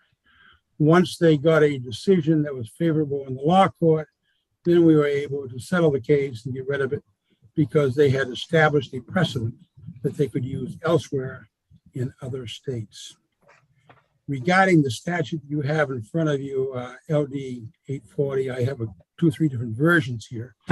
The version that I'm looking at now has to do with, uses the term, or uses the concept anyway of comparative negligence. As a minor point, I would change the caption. It now reads indemnification, and what you're looking for is shared responsibility. I would change the caption to read shared responsibility rather than indemnification, since that is the objective. Comparative negligence means that each party is responsible for a portion of the damages based upon their percentage of the fault.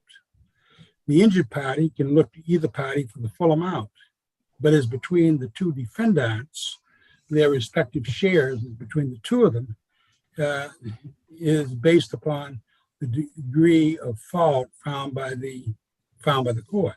So if one party is 40% of fault, the other is 60% of fault, that's the way the damages are awarded, is between the 2 defendants. But the injured party, of course, can look to either one for the whole amount. And where you find the disparity arising is in a case like this, where you're dealing with a mom and pop operation. They had no capacity to pay any kind of a judgment like this. And they had no capacity to reimburse Central Maine Power. Central Maine Power, by the way, I don't think we were dealing with Central Maine Power. They were the ostensible party, but we were really dealing with Edison Electric Institute. And it was Edison Electric Institute who wanted to make its point, and they did. The law now stands well, it's kind of an aberration. We have a basic principle in Maine law, and perhaps most state laws, that an employer who purchases workers' compensation is immune from liability. This doesn't happen under the current law. As we have attempted to redraft it here, in the version that you have in front of you, it would preserve employers' immunity from tort liability. Thank you, Mr. Mills. I need you to wrap up so I can turn to committee members for I questions. just wrapped up, and I'd be happy to answer any questions that Thank you very much. you may have. Greatly appreciate your being here and your testimony today.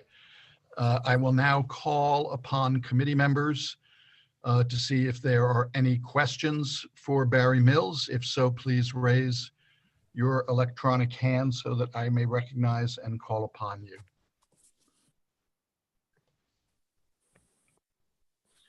And I will begin with Representative Moriarty. Thank you, Mr. Chair. Attorney Mills, just to be clear, you referred to there being 2 defendants in the underlying civil action brought by the injured worker. I understand. There's only one. Well, I think you said 2 several times, and that's what I wanted to clarify. I'm sorry, if I did, I misspoke, because Okay. Central Maine Power was the only defendant. That's But I'm sorry if I misspoke or was unclear. okay. You clarified. Thanks very much. Thank you, Representative Moriarty. Senator Carney. Thank you. And so happy to have you before the committee to answer our questions. Attorney Mills, my question is, relates to the comparative negligence and the interaction with the workers' comp immunity. So what would happen in this case if, say, the employer was found to be 50% responsible and the power company was found to be 50% responsible? The employer has immunity under the Workers' Compensation Act. So does the power company end up paying the full amount, or does the employee lose out on 50% of the damages award under the statute as it's worded in the amendment? The statute as worded now is my understanding that the employee would recover the full amount, and that the Central Maine Power would be fully responsible because of the carrying of workers' compensation. Okay, so the immunity would essentially block Central Maine Power from recovering any comparative fault from the employer. That's right. Okay. That's the way the law is now in all other instances of tort law. The employer is immune to the extent that they're carrying workers' compensation. So there's nothing new that is being added here. In fact, we're making the law consistent with the general tort law of the state of Maine. Thank you. Thank you, Senator Carney. Are there additional questions for Attorney Mills from committee members? Representative Babich. Thank you, Mr. Chair. Yeah, I feel less competent as more discussion happens here. So I'm just going to ask a very basic question to where I was when I first listened. When, as the story unfolded, and we had the Superior Court verdict and then the Supreme Judicial Court's hearing of that verdict, and then the later case, in which the court made its judgment that brings us here today. The Supreme Judicial Court did not reverse itself. Was indemnification ever a part of the discussion in the earlier recognitions in the earlier legal proceedings? No, it was, well, we tried to make the argument that we're dealing with comparative negligence here under the existing statute. The Superior Court, actually the business court, agreed with us. They interpreted this as saying it's an application of comparative negligence. And the hearing was on Central Maine Power's motion for an attachment for a specific amount of money. And I'm saying, well, they may be entitled to an attachment, but not that amount of money because they're only comparatively negligent, so the attachment would be much less. The Superior Court of the Business Court found in our favor. Central Maine Power appealed that decision on the attachment.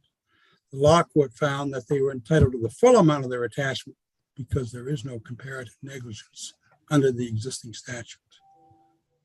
Thank you. Thank you, Representative Babich. Representative Moriarty. Thank you, Mr. Chair. So, Mr. Mills, I guess we'll stick with the identities of the actual parties involved to make it easier here. In the underlying civil suit, it was the injured worker versus CMP and or Edison. Am I correct so far? And or who? Edison? No, Edison was not a party to the lawsuit.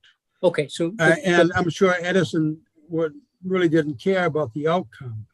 What they wanted was the principle that Central Maine Power was entitled to complete reimbursement. However, the decision came out, but I'm sure they were only incidentally aware of the existing case as it went on. It was after we got the judgment.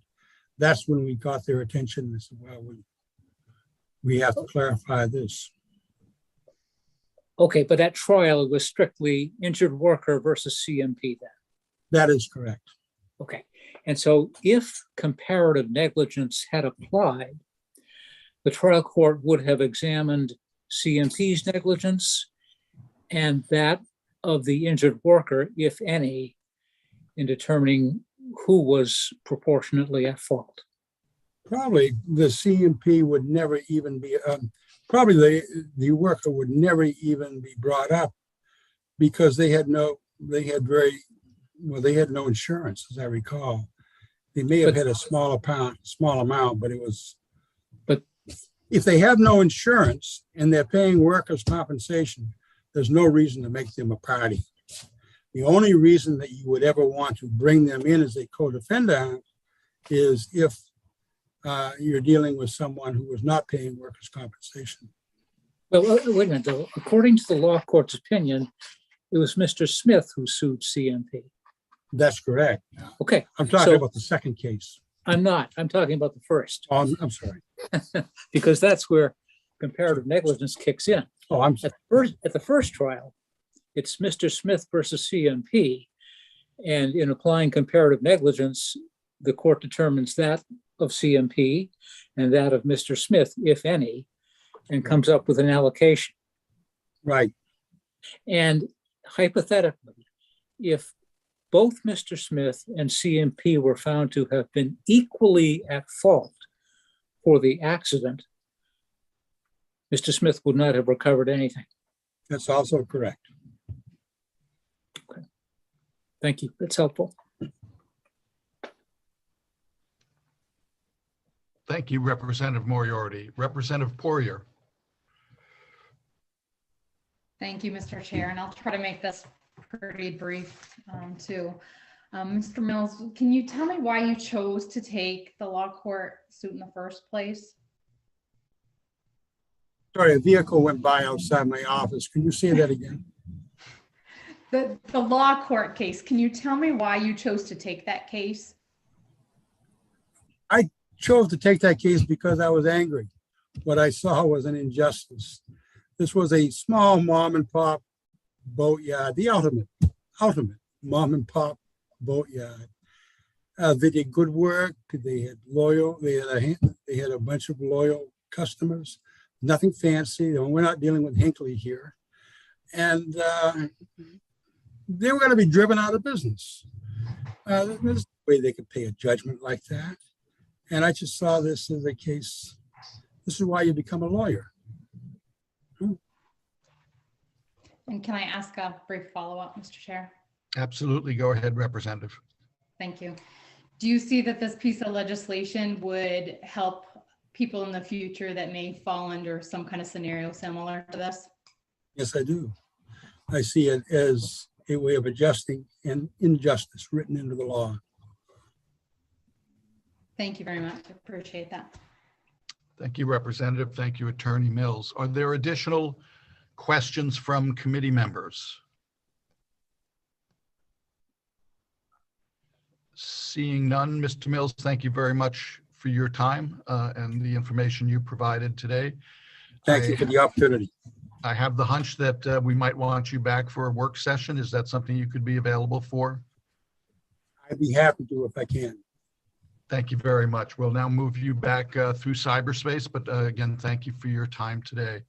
Thank you. I'm now going to go back to the attendee room to ask if there are any persons who wish to testify in support of LD 840 to please raise your electronic hand so that I can have you moved over. And I am seeing none. I do know that we had an Andrea Devereaux signed up to testify. Okay, she's raised her hand. If we could have Andrea Devereaux moved over as a panelist, please.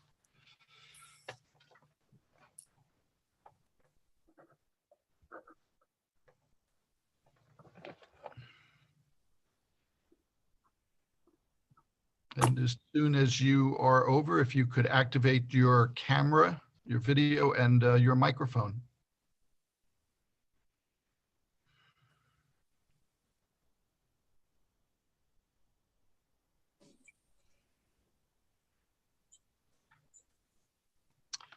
Thank you very much for joining the Judiciary Committee this afternoon. As I explained to Attorney Mills, you'll have 3 minutes to present your testimony and then to respond to any questions that committee members might have. So please begin your testimony as soon as you feel comfortable.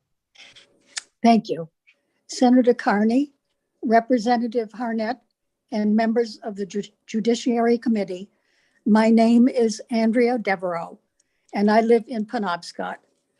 I am here to speak once again in strong support of LD 840, an act to prevent power line electrocutions. My family business, Devereaux Marine, was started in 1985 by my father, and I ran it for many years afterwards.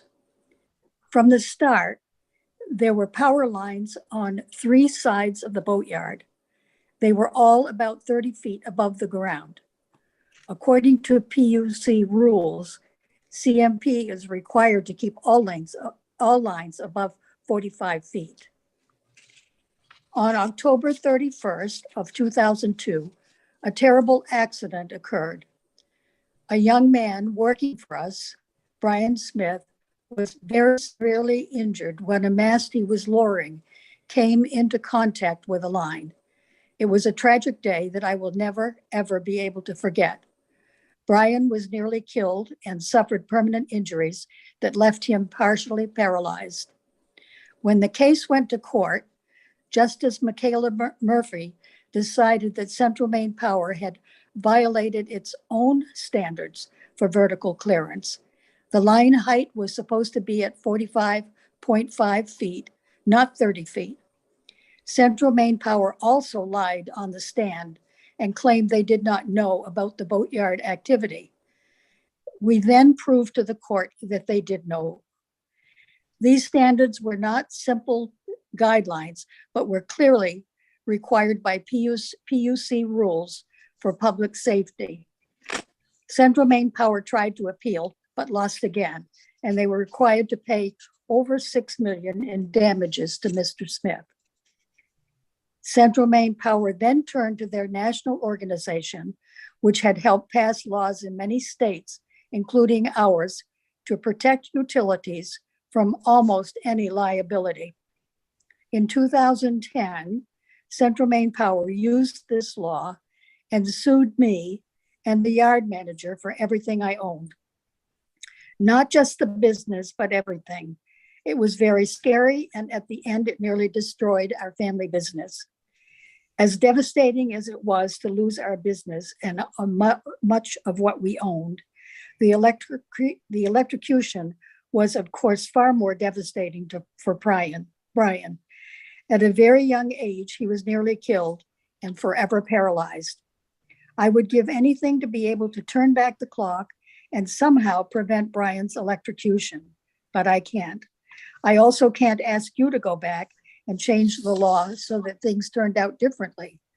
I am here today because I hope you will change the law for the future so that Central Maine Power at least shares more responsibility for the hazards their lines can create when they are poorly and illegally maintained. Maybe then a future tragedy like this will be prevented. Thank you for listening, and I will try my best to answer any questions. Thank you very much for your testimony and taking the time to present it to us this afternoon. We appreciate it very much. I will now turn to committee members to see if there are any questions for Andrea Devereaux. If so, please raise your electronic hand so that I may recognize you and call upon you.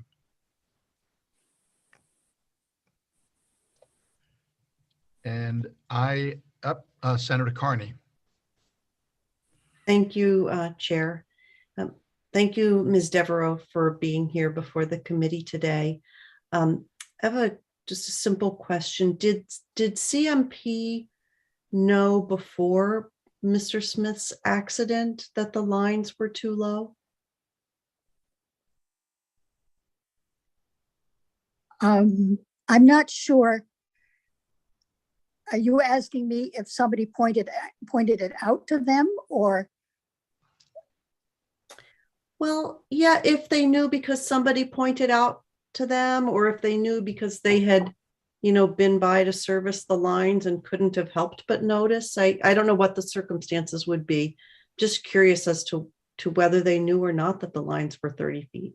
Well, they must have known, because we had asked them a number of times what could be done to raise the lines. So surely they must have known. Thank you for that information. Appreciate it. Thank you, Senator Carney. Representative Thorne. Thank you, Mr. Chair, and welcome, Ms. Devereaux. Thank you for providing testimony. And if I understand, when did the boatyard, when did you start there, build there? The yard was started by my father in 1985. Okay. And the line was established in 52. Is that what I understand from Representative Berry? Apparently, yeah. And at that time, I just was wondering, not that you can recall or recollect, but having been involved in it, do you remember the conversation of where, I'm just wondering whereabouts. I think Representative Berry mentioned that it was brought to CMP's attention that the line needed to be higher, and they said you are liable for doing that. Is that correct? That's correct. Okay. Thank you. Thank you, Mr. Chair. Thank you, Representative Thorne. Are there additional questions from committee members for Andrea Devereaux? And I am not seeing any. Again, the committee thanks you very much for your time today and providing us with the information that you did. Thank you. Thank you. I will now return to the attendee room to ask if there are any persons remaining who wish to testify in favor of LD 840 to please raise your electronic hand.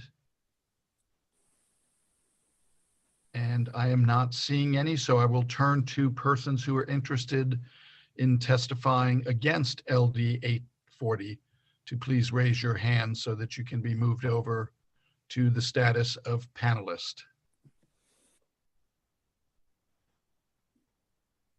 And I would ask the committee clerk to please move over Carlisle.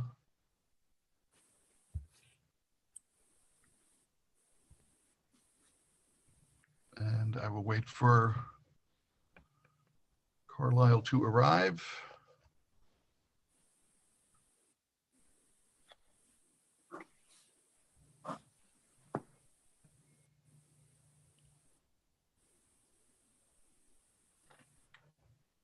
And I would ask if you could please activate your video. Hi, And good afternoon. Can you see and hear me? I can, we saw you briefly, but then you turned into a picture, but nope, now I see you just fine. Oh, good. Welcome to the Judiciary Committee. And I'm not going to mispronounce your last name, so I'm going to ask you just to read it into the record, but welcome to the Judiciary Committee. Please begin your 3-minute testimony when you are comfortable. Thank you. Good afternoon, Senator Carney, Representative Harnett, members of the Joint Standing Committee on Judiciary. My name is Carlisle Tuggy. I am a resident of the town of Cumberland and General Counsel for Central Maine Power Company. I'm going to present some opposition testimony to you this afternoon on LD 840. I will say at the outset that I prepared my testimony based on the underlying bill, have reviewed the proposed amendment, and will speak to that towards the end of my comments, and would be very happy to come back and participate in work sessions as needed to work through details. At the outset, I wish to remark on some comments that have preceded me and express my heartfelt sadness for those who have experienced tragic injury associated with electrocutions. My testimony today is based on CMP's view of the best public policy to assure safety and avoid such tragedies. During the first regular session, we did provide testimony to the EUDT committee on the same bill. The premise of our testimony there is the same as it is today, and that is safety of CMP employees, other Maine workers, individuals working near power lines, and the public in general. These are of highest priorities to the company. The contemplated changes to the Overhead High Voltage Safety Act, which is the subject act before you, will erode those protections. I want to turn directly to the bill and get right to the point here and assure that there's no understanding. The unqualified indemnification contemplated by the act as drafted is available only where an employer or contractor fails to follow the provisions of the act. If indemnification is stripped or eroded in the manner contemplated, CMP is concerned that the policy objective of the act will be undermined. It is imperative that the seriousness of doing work around high voltage lines be emphasized, not de-emphasized, to assure ongoing communication and awareness of such work, and ultimately to mitigate the likelihood of serious injury and death. These provisions were enacted. The level of responsibility placed upon contractors or employees and other individuals that incentivizes everyone to use the highest degree of care when working in proximity or near electric lines is imperative. By taking employers off the hook or minimizing their responsibility for notifying owners of lines when work is to be done pursuant to the act may disincentivize compliance with the act. During the hearing committee meetings at the EUT and work sessions, analogies were made to work around underground gas lines, but the analogy doesn't hold given the extensive and enforceable provisions that govern dig safe law. Before incidents resulting in harm or liability ever arise, there is a robust process for work to be conducted. For overhead lines, there is not an equivalent. The act in question aligns the incentives through the notification requirements. In my written testimony and submitted testimony, I outline a handful of relevant provisions of the act, including the duties of persons working around high voltage lines, proximity-related notifications to the owner of the lines, timeframes for such notifications, and other requirements of the act.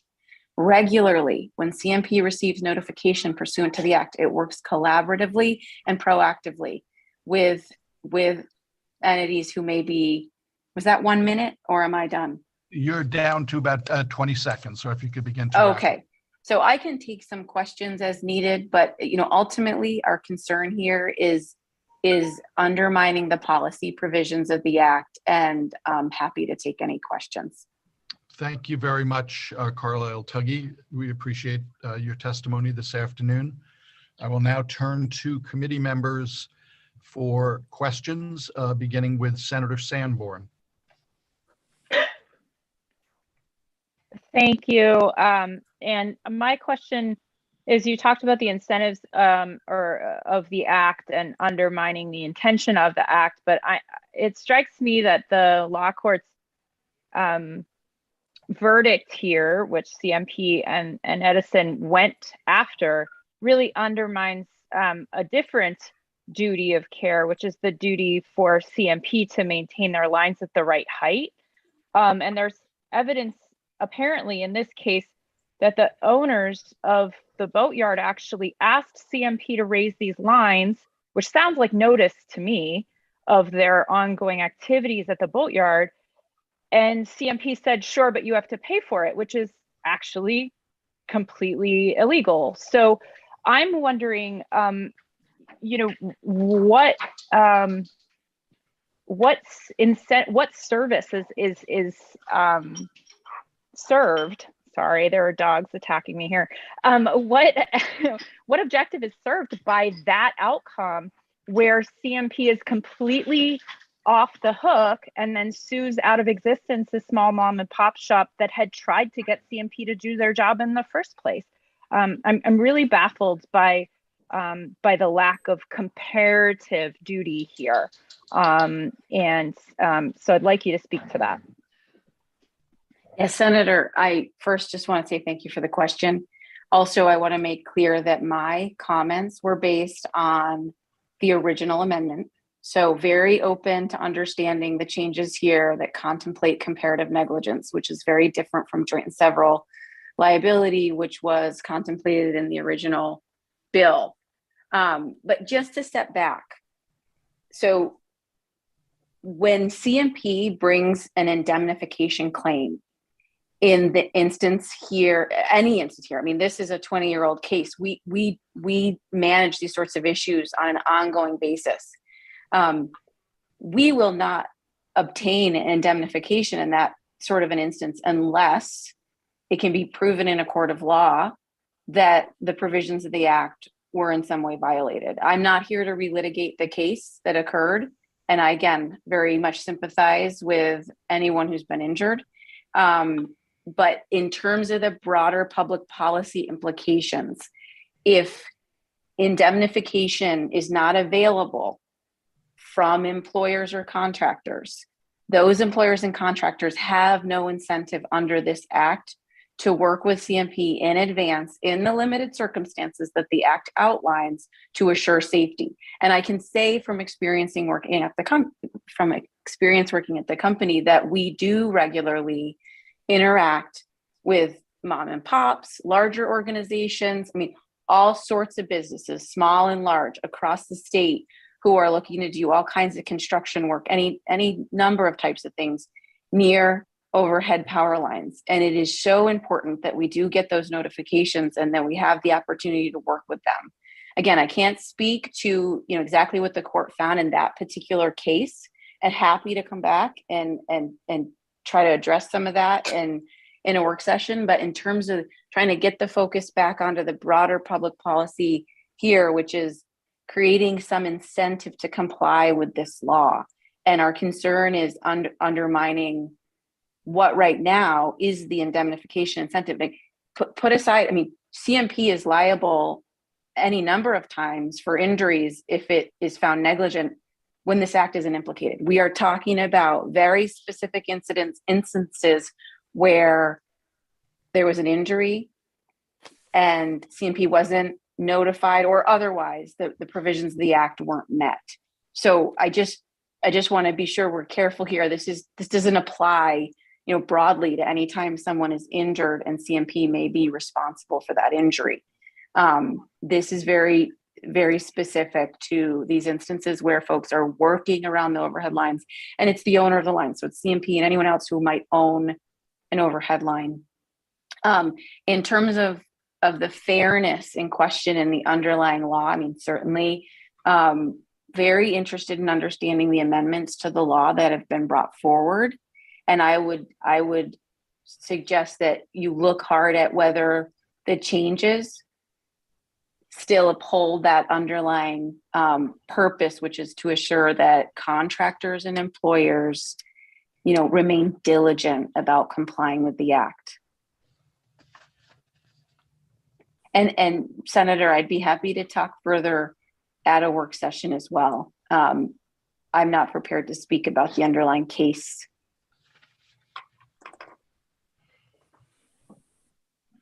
Thank you, Senator Sanborn. Representative Thorne. Thank you, Mr. Chair. And unfortunately, I do get wrapped around axles when it comes to the details, and especially when it's the impetus for a bill before us. And I don't know if you can answer Mr. Tuggy, but after the incident in 2002, do you know if the power lines were raised after that I incident? believe we answered that question for work sessions at EUT, and the lines across the state. So I think Representative Berry mentioned this earlier. I would have to confirm as to this specific poll, but I believe that all of our polls are in compliance with the boatyard requirements across the state. And in fact, the commission, I think prompted by this particular litigation, compelled the company to take a hard look at that as well, some 15 years ago or so. And do you But know? I can answer the question for a work session precisely. Okay. And did you know off the top of your head whether the boatyard paid for that or CMP paid for that? I don't know off the top of my head. Okay. Thank you, Mr. Chair. Thank you, Mr. Tuggy. Thank you, Representative Thorne. Representative Reckitt.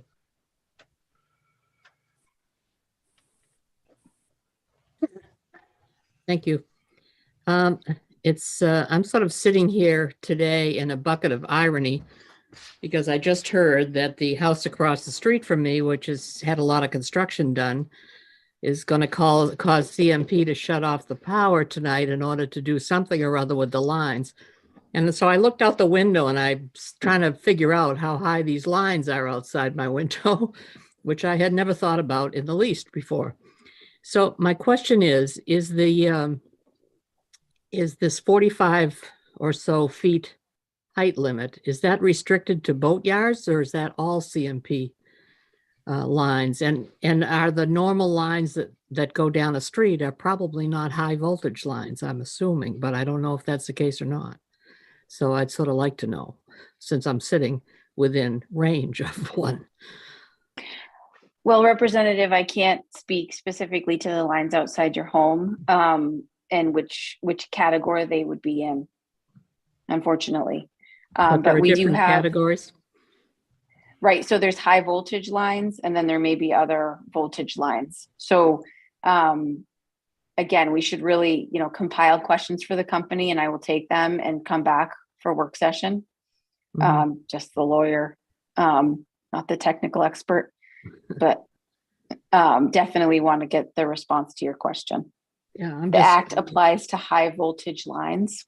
And then in terms of the pole height, we have requirements and there's varying pole height requirements that apply in different locations across states, depending on where we are.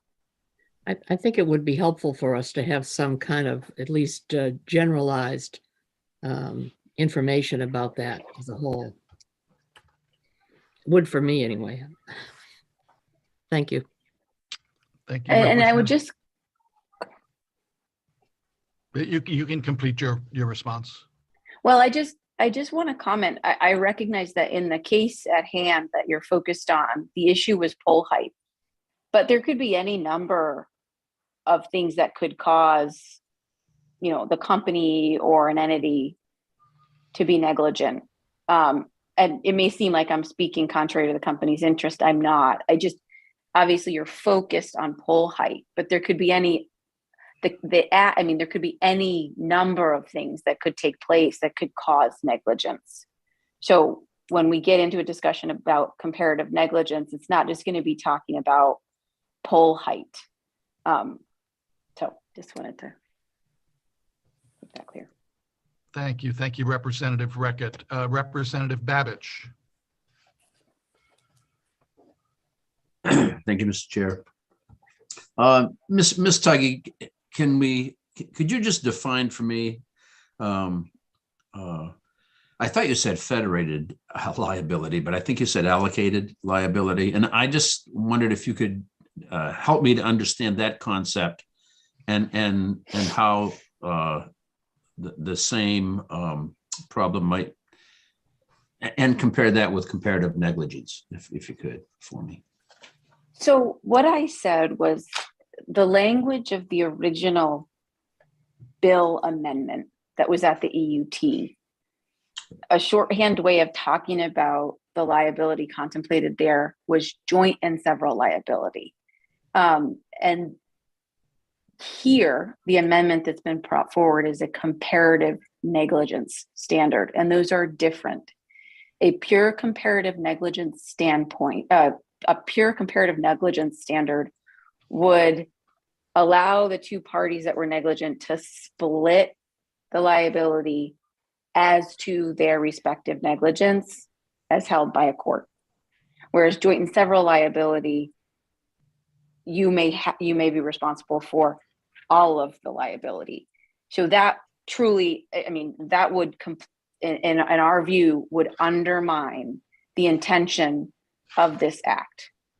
I am indicating that there may be opportunity to discuss the comparative negligence concept in the context of this act, potentially without completely undermining the approach of the act. Where there was truly negligence found on the part of CMP and another entity, it could be shared potentially under a standard of comparative negligence, which is different than what was contained in the original act. Again, I just saw this today. I can't make any commitments in terms of a position on a part of the company, but there's an important distinction there. Thank you, Representative Babbage. Representative Moriarty. Thank you, Mr. Chair. Ms. Tuggy, as you know, we're dealing with the Overhead High Voltage Line Safety Act, and I fully appreciate the fact that you've just received the amended bill and haven't had a chance to study it or work with it, but I assume you do understand that it embeds the concept of comparative negligence into the Overhead High Voltage Line Safety Act. Yes. I would also assume that CMP is really fairly familiar with comparative negligence in more frequent or typical contexts, such as automobile accidents or collisions between service vehicles and other vehicles on the road. Sure. So it's not the concept of comparative negligence is not foreign to the company. No, and I hope, Representative, that was clear from my prior answer. Yeah, okay. Just wanted to nail that down. Thank you. Yes, and nice to see you. And you as well. We're neighbors. I'm a constituent. I gathered. Yes. Thank you, Representative Moriarty. Are there additional questions from committee members for Carlisle Tuggy? And I am not seeing any. Thank you very much for your time and testimony today and your willingness to come back with some answers to committee members' questions at an upcoming work session. Oops, I spoke too soon. Before saying goodbye, Representative Thorne. Thank you. I just wanted to make the point while Ms. Tuggy was here that I would like to have some technical expertise that she alluded to at the work session so that we can maybe get some of those underlying questions answered. Thank you, Just wanted to Representative. make a formal request. We'll make sure that if I'm not able to answer any questions the committee has, that we have the right folks available. So I'll take the questions and certainly come back prepared to address them or bring someone from the technical team to assist as well. Happy to do that. Thank you. Representative Poirier. Thank you, Mr. Chair. I just in listening to what you've been saying, A number of times you've said that CMP is fully indemnified only if they fulfill their obligations under the act. But what specific failures by CMP would need to happen for them not to have the full indemnification under the current law? No, so it's a great question. So under the current law, the way that this law was drafted, this is what the law says. It is an unqualified indemnification where an employer or contractor fails to comply with the act. And that would require CMP to bring, after everything else was settled and all the claims were paid out, then CMP would have a right to bring an indemnification claim, as it did in that case that you're focused on, and would have to demonstrate that the act was indeed violated. So that is, and the theory, my understanding is that the theory behind that is that the act wanted to really encourage compliance with the act. So CMP would never be entitled to that indemnification if the act was completely complied with. So, and then the amendment before you considers sharing in that situation if CMP had some liability associated with negligence. So it would change it from being an unqualified indemnification to sort of a shared potential. Did that answer your question, Representative? If not, I can try again.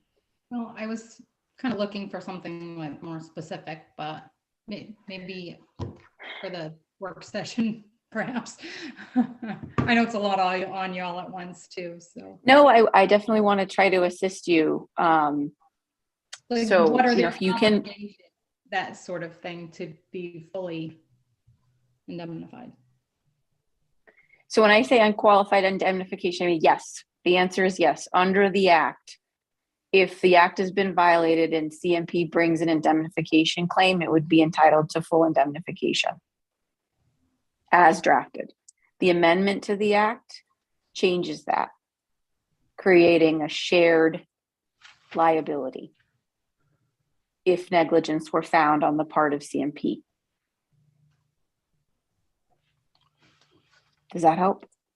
Yes, thank you. Thank you, Representative. Senator Sanborn. I was hoping I could help Representative Poirier maybe get a better answer to her question by asking Ms. Tuggy in a different way. Under the act that we're talking about, does CMP have to comply with any regulations at all in order to be indemnified if the employer does not fully comply with every single provision of the act? Does CMP have to do anything right? Well, CMP needs to comply with the law. CMP is accountable to the Maine Public Utilities Commission. But let me stop you could be there. found Do they have imprudent to and be, sorry, I'm sorry, Senator, I did not mean to interrupt you. Do they have to comply with the law in order for them to receive indemnification if the employer fails to follow the letter of the act? It's a Does negligence CMP standard. have to comply? There's not a negligence standard on the part of CMP as under current law, according to the law court, right? So CMP gets indemnification, period, full stop. You don't get to look whether CMP is also negligent. Under current law, CMP does not have to comply with anything, any of its duties that the PUC mandates in order for it to collect full indemnification from an employer who violates the act. Isn't that the case? Just respectfully, I don't agree with your statement that we don't, comply with laws. I do agree that the current structure of this law contemplates unqualified indemnification. So yes, and I apologize if I misled Representative Poyer in any way. That it is, and I think I stated right in my original statement that it is currently unqualified indemnification. I'm not willing to agree to a broader comment about, CMP's compliance with laws, because we take compliance with law very seriously, as well as commission order and prudent management of the system. Sure. And I don't need to imply that, but there's a judgment here that CMP did not follow its duty of care and its laws. And yet it then received full indemnification in the subsequent lawsuit. So I just wanted to make sure that Representative Poirier understood whose duties count and whose duties don't count under the current law. And the law court has said CMP's duties don't count under current law, but that the legislature can fix it. So I wanted to make sure that the answer was clear and that we didn't leave that until the work session, because I think it's a really important fundamental foundation of why we're here. Thank you, Senator Sanborn. And I'm not going to wrap this up so quickly this time, so I'm going to give people some time. If there are additional questions from committee members, please raise your electronic hand. And I am not seeing any more. Again, Carlisle Tuggy, thank you very much for your time and testimony today. We look forward to seeing you at an upcoming work session. Thank you. Thank you very much. I'll be well. Okay, you too. I will now return to the attendee room to ask if there are any persons remaining who wish to testify against LD 840 to please raise your electronic hand. And I am not seeing any, so I would now ask if there are any persons who wish to testify neither for nor against LD 840 to please raise your electronic hand.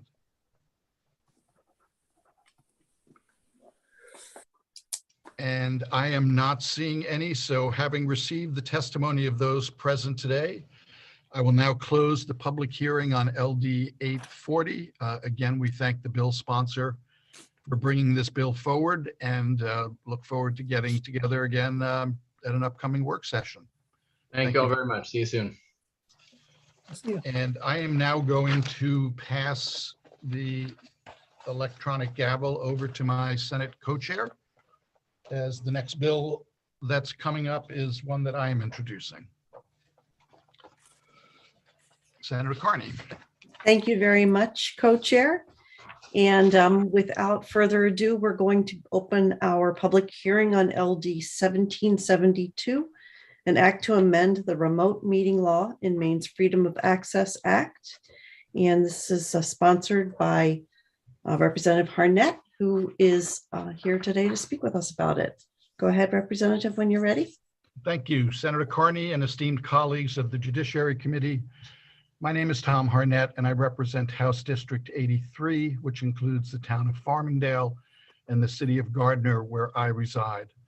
I'm here today to introduce LD 1772, an act to amend the remote meeting law in Maine's Freedom of Access Act. In the 129th legislature, we responded to a pandemic, the likes of which we had not seen in a century. Wisely, the legislature amended Maine's Freedom of Access Act to allow municipalities and other governmental entities to conduct meetings remotely using modern technology that still allowed for meaningful public access with full public participation. Those changes in the way we conducted public meetings in many instances actually increased public participation and the level of engagement, as it made it easier for members of the public to attend and engage in those meetings without having to leave their homes. I personally heard from municipal officers in my district, House District 83, and from the Maine Municipal Association, that the flexibility that resulted from our legislative actions had an overall positive impact in making government even more accessible and transparent. I also heard that our changes in the law did not go far enough, given the challenges municipalities faced even after the state of public emergency ended. These municipalities continue to face challenges, and LD 1772 is designed to help them navigate those challenges. The current statute limits remote participation by a board or council member who is unable to physically attend in instances where a physical presence is not practicable, which may include an emergency, illness, or other physical condition or temporary absence from the jurisdiction, making it significantly difficult for a member to travel to attend in person, or where geographic characteristics such as islands impede or slow travel. The current statute is also very prescriptive as to when those bodies can meet fully remotely without a fixed physical location being made available to members of the public. I will note that the legislature and we here today are participating fully remotely in this process.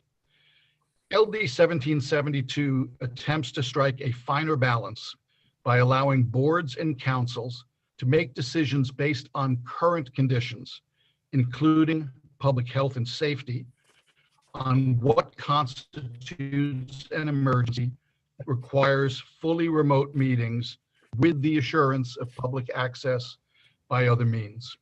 Maine's municipalities and municipal leaders have demonstrated time and time again that they exercise these new powers regarding remote meetings in a very responsible manner. I fully expect them to do so with the proposed changes to the law as well. LD 1772 accomplishes these goals by amending the law governing remote participation in public meetings in the Freedom of Access Act by removing the requirement that a remote meeting policy adopted by a public body must include an expectation that members of the public body will be physically present during emergencies. LD 1772 also allows the public body to limit public attendance at a proceeding solely to remote methods when there is an emergency or urgent situation that requires the public body to meet only by remote methods. Lastly, this bill provides that the law governing remote participation in public meetings applies to a board or committee within the jurisdiction of a public body that adopts a remote meeting policy. So what that means for, say, a municipality like Gardner, the city of Gardner, they can adopt one remote meeting policy that will apply to all boards, commissions, and other groups within the city, rather than to have each and every one of those groups, boards, and entities take the time to develop their own policy. I thank you very much for your consideration of this bill, and I ask you to listen carefully to the municipalities' representatives that you are going to hear from today. I hope that this bill moves with a positive vote from this committee so that it may be enacted in the House or Senate, and I am happy to answer any questions that you might have. Thank you. Thank you very much, Representative Harnett. Committee members, are there questions for Representative Harnett? Go ahead, Representative Babbage. Thank you, Madam Chair. Representative Arnett, thank you for the introduction to this bill. I think that probably each of us last term, or last session in this case, was it, did not intend for each subcommittee of a municipality to have to adopt their own rules. And the legislation that I brought before the committee dealt only with directly elected officials. However, I do want to ask, with regard to if there is an emergency or urgent situation, is that a blanket ongoing condition, or would this be a temporary condition that still has normalcy with the expectation that there will be physical presence at some point in the future? I think the expectation, and thank you for the question, Representative Babbage. I think the expectation, and I know this from every municipal officer that I speak to, is to have meetings at a location where members of the public can be physically present whenever that is possible. What we saw when the public emergency was lifted, the governor's public state of emergency, is we saw upticks in cases of COVID and the various variants. And municipalities were sort of trapped as to what they could do because it might not have met the very prescriptive exceptions that were contained in the statute that we enacted last year. I know of no municipality that wants the new normal to be members of the public are not allowed to attend meetings, that they be fully remote. But I can't sit here and confidently say what is the duration of an emergency. I think it depends on the emergency that's confronting the body at that time. I don't know if that helps.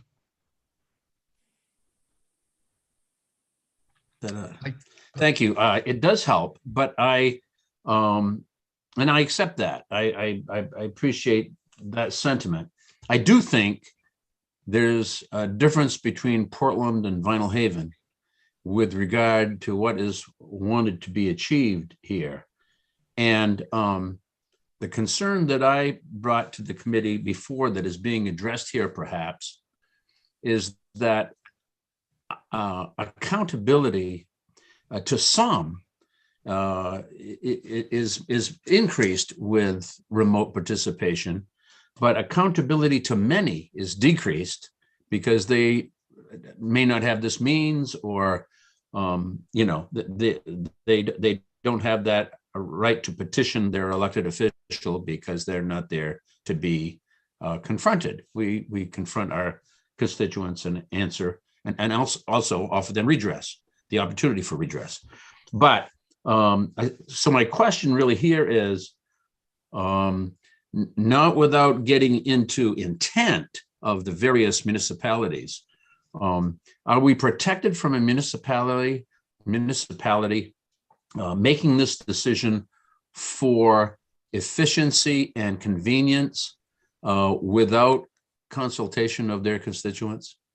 Well, that is certainly not the intent of the LD that I'm introducing. And there is a level of faith that we are placing in our municipal officials and all government officials to exercise these powers responsibly. Again, I would point out, and I think it's important to do so, that we have a legislative leadership that has determined that we are in a state of emergency, and that remote meetings are the best way to proceed, not just for convenience, but to protect the health and safety of the workers in our building, much like municipalities want to protect the health and safety of their workforce. What we learned with the amendments that we enacted last year is that if they're not working, somebody's going to come back and try to make it better. I would sit here with great assurance that if bodies begin, governmental bodies, elected governmental bodies, demonstrate that they cannot exercise this power responsibly, then you would see another piece of legislation in the future. But what we have seen to date is that they have taken this responsibility very seriously and tried to enhance access as often as possible. Thank you. What I would ask is, does that analogy hold true with the fact that whatever decision we make in this committee by Zoom will be reviewed in person, because the legislature doesn't actually get to make its final decisions remotely. I'm wondering if we're surrendering that authority to municipalities. I would feel more comfortable if anything done by Zoom were later reviewed in person or something, but I'm asking if you think the analogy holds true there. I think you are pointing out a difference, but I'm not sure how it gets remedied at the municipal level the same way. Because at municipalities, the city council, that is the body. So they are making that decision and voting on it in a public way, with all votes being registered and being seen, able to be seen, and the members being heard. So I think the distinctions is not 100% accurate. Thank you for your Comparison. testimony. Thank you. Thank you. Representative Reckitt, go ahead with your question, please.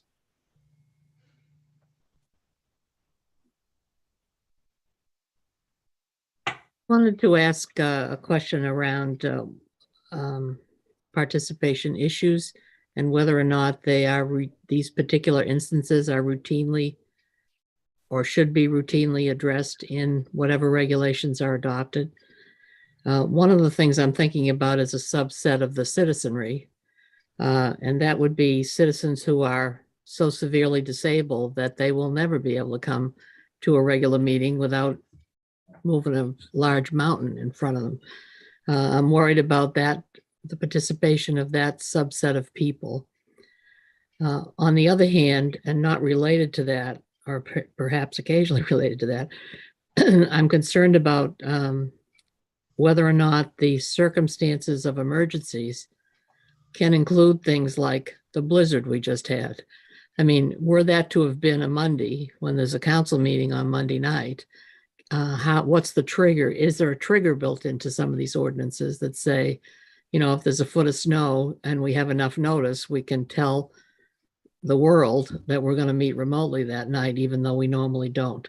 So those are the two pieces that spring into my mind about places where there might be it might be problematic unless there's a way to articulate carefully when remote meetings might trigger in either of those circumstances. I think thank you for the question, Representative Reckitt. I think the problem with making a list is that you always leave something off the list.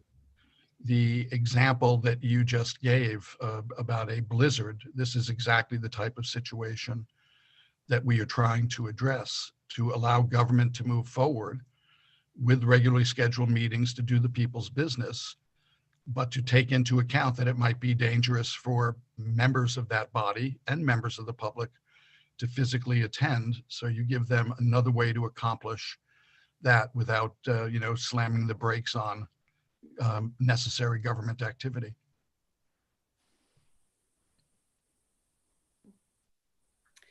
Representative Thorne? Thank you, Madam Chair. And Representative Harnett, whether or not we're still in a state of emergency is still up for debate. Churches meet in person. You can go to Hannaford, you can go to Walmart, you can go to Lowe's in person, not wear a mask. So we won't belabor that point. And to Representative Babbage's comment about the fact that the legislature must vote in person, I would only add for now. Representative Harnett, does this bill apply to the legislature? It does not. Okay, so that we're not considered a public or government body entity where our meetings?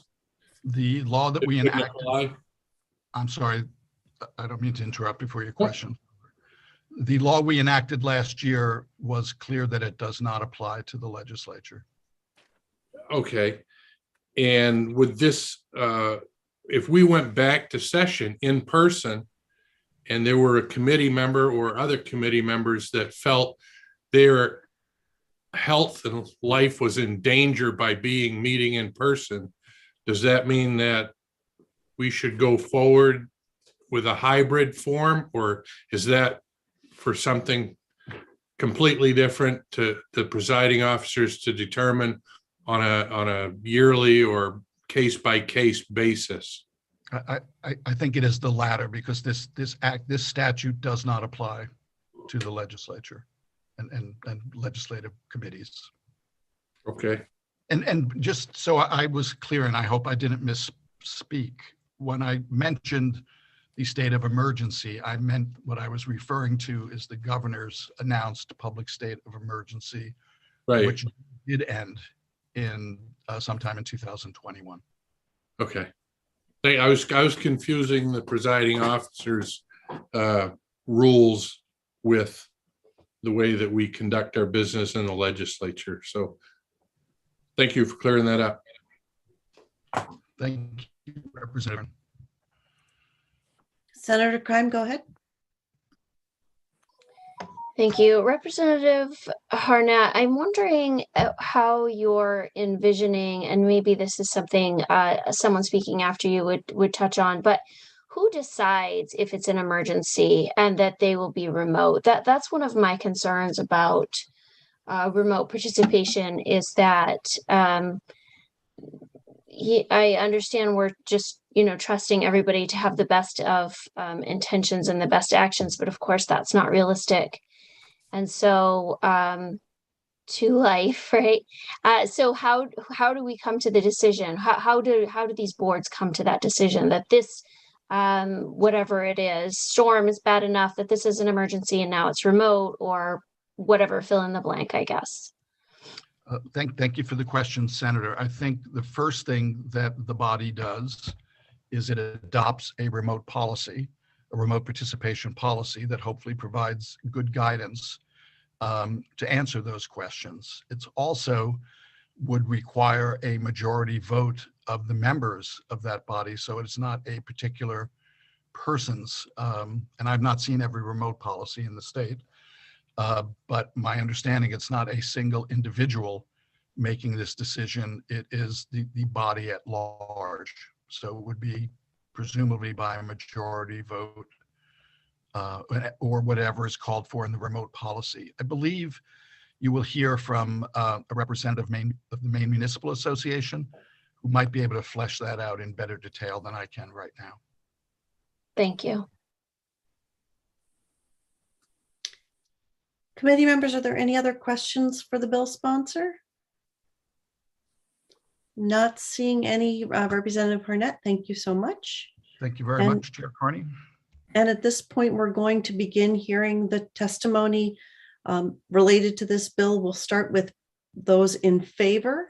And I would ask anyone in the attendee space who wishes to speak in favor to please raise their electronic hand and keep it up. Madam Chair? Hang on one moment. I saw your hand, but I wanted to finish my sentence. I'm sorry. Yeah, no, that's all right.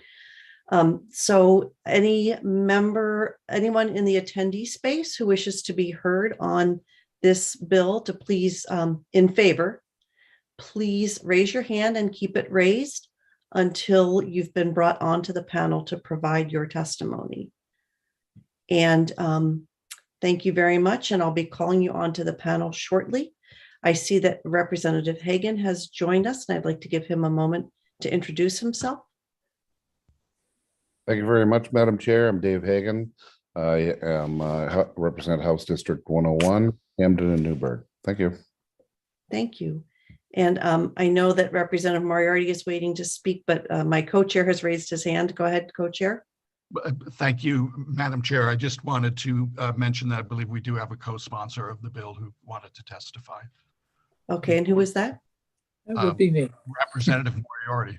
Okay, I expected that that's why your hand was raised, Representative Moriarty, and I just needed to go through the normal process of inviting people to raise their hands.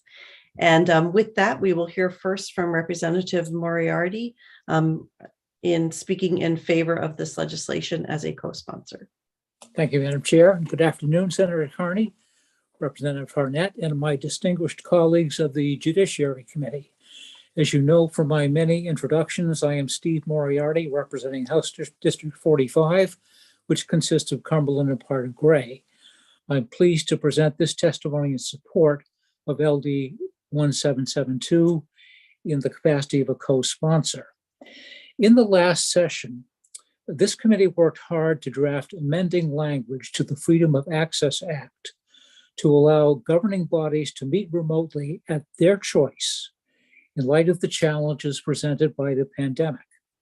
That bill, LD 32, received strong support from the Judiciary Committee in the first session and was enacted as an emergency measure.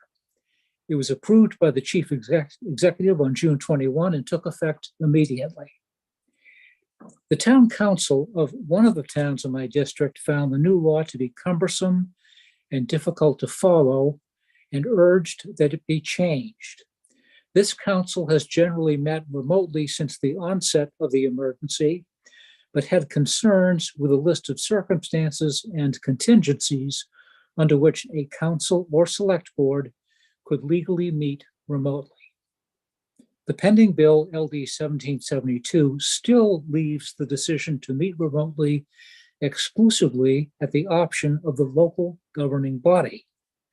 However, the bill simplifies the process and allows remote public participation whenever the body determines that, in quotes, an emergency or urgent situation, close quote, exists. The proposed amendment reinforces local control without excessive criteria imposed by the state. LD 1772 more clearly and directly accomplishes the goals that the Judiciary Committee and the legislature sought to achieve in the first session. I don't mean to steal the thunder from the Maine Municipal Association, but there was one line in Kate Dufour's written testimony that struck me as particularly pertinent and appropriate. She wrote, "As is the case with newly adopted laws, refinement is occasionally necessary." We are at that point now, and I urge the committee to support passage of LD 1772. Thank you. Thank you, Representative Moriarty. Committee members, any questions? Representative Harnett, is your hand up? Residual, okay. And Representative Babbage, go ahead. Thank you, Madam Chair. Representative Moriarty, thanks for the testimony. And I'll ask you a question, but any of my comments are also being put out there so that MMA can have an opportunity to respond if they when it's their turn. I'll just preface my question by one sentence, and that is that since the Attorney General's legal opinion came out in 1979 that elected officials should have in-person meetings so that their constituents can be served and constitutional rights be honored. Municipalities have gone their own way because there's been really no interest in enforcement, and some have been remote, but most have been in person. And so, obviously we've had discussions on this committee to make remote more reasonable. Now the pandemic has changed the entire situation, and we see the advantage of remote. But the Attorney General's opinion still has some validity as to what the duty of elected officials. So I guess what I'm asking here is, do you have any concerns about open-ended definitions for emergency or urgent situation? And the second thing I would ask would be, would it be advisable to not have it be an indefinite decision, but that it be finite with the ability to reauthorize? Thank you, Representative. Excuse me, before you begin, Representative Moriarty, and I am sorry to interrupt you, but I did want to note that we're approaching 4 o'clock and we do have another bill hearing that will happen after this one. And so I would ask, you've asked 2 questions, Representative Babbage, and we're going to keep it to 2 questions per committee member at this point so that we're able to complete our work today. Thank you. Thank you, Madam Chair. That's all I have. Okay, the floor is yours, Representative Moriarty. Okay, thank you, Madam Chair. And thank you, Representative Babbage. I appreciate the question. I remember the second one more clearly than the first. So as I speak, perhaps you can draw me back to what the first question was. I know that you asked whether there ought to be some consideration to the development of an indefinite sort of situation. And I don't think that the current bill would allow for that, because it requires that the body must determine that there is an emergency or urgent situation that requires the body to meet remotely. So if you don't have an emergency, you don't have an urgent situation, and the body is therefore not required to meet remotely, in my judgment, it may not do so under the language of this amendment. And again, I'm sorry, I forgot the first question. Well, the first one relates to that. It was about the definitions for urgent and emergency. I mean, yes, we that's right. we That's no right. longer have the civil emergency now.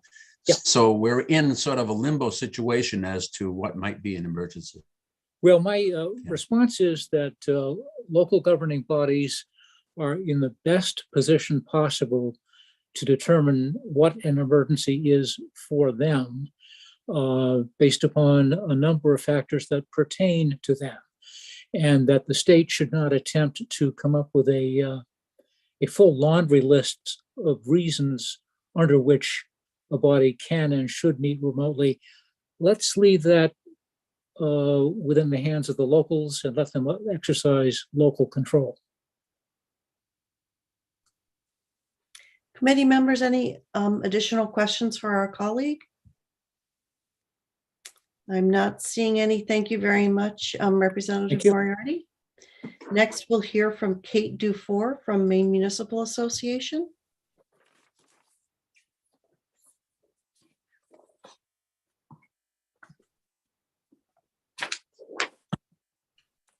And to save wait time, I'm going to bring over the other proponents who have raised their hand. So they will be joining us shortly, but Kate Dufour, welcome to the committee, and you can begin whenever you're ready. Thank you, Senator Carney, Representative Harnett, and members of the Judiciary Committee. My name is Kate Dufour, and I'm here on behalf of the Maine Municipal Association to provide testimony in strong support of LD 1772. I want to take this opportunity to thank both Representative Harnett and Moriarty for moving forward this legislation and responding to the information or the needs that we received from our municipal officials. Both gentlemen did a wonderful job presenting the same facts that I was going to present, but I just want to touch on a couple of issues. The first is, this is the simple, 101 definition of what this bill does. What the bill does, it allows the municipality to fill in the blanks. In the process of adopting a policy, which requires public notice and a public meeting, the community would be able to say, these are the 3, these are the 4, these are the 5 reasons when remote access or remote meetings will be authorized. So not every municipality is built the same. Not every municipality has the same needs. If you look at the pandemic, it hit different parts of the state differently. And so when York County was at risk, Aroostook County wasn't. So it allows a community to develop a policy that fits its needs. And we need to remember that when we talk about municipalities, it's more than just 3, 5, 7 elected municipal officials. It's really the residents of the community. That's who we're responding to. And so when we develop these ordinances and policies, we have them in mind. We must keep them in mind. And I would suggest to you that if we go too far out of the realm of what our residents want, there are 2 stop gaps. The first is the ballot box. If we, as municipal officials, do not want to meet in person when it's safe, or we adopt policies that make it, that kind of end run the law, the intent of the law, we can get voted out. Find somebody who better represents your needs. So we are being responsive to the people. The second is, this has been an incredible authority that the legislature has provided to us. Throughout the pandemic, we illustrated that we could be trusted with this, that we continued to provide services, that we continued to ensure that there was public access to us. If again, we go too far outside of the lines, or out of, we go outside of the box too far, the legislature can take this authority back. So we understand how important a tool it is. We're not going to exploit it. And we understand that if we do exploit it, there are many remedies available. And we seriously do not want to lose this authority because it has made our ability to govern so much easier, particularly during crisis. So I thank you for your time and consideration and answer any questions you might have. Thank you so much. Committee members, are there any questions for Kate Dufour? I am not seeing No, any okay. hands Oh, I'm up. sorry. Yeah. Oh, okay. Representative Babbage, go ahead. Yeah, thank you. For some reason, my clicker is not as efficient as it's been in the past, so I have to do it a couple of times. Mr. Four, thanks for your testimony. And I'll preface what I'm saying by just mentioning that for years and years and years, I've been maybe a primary advocate for remote participation.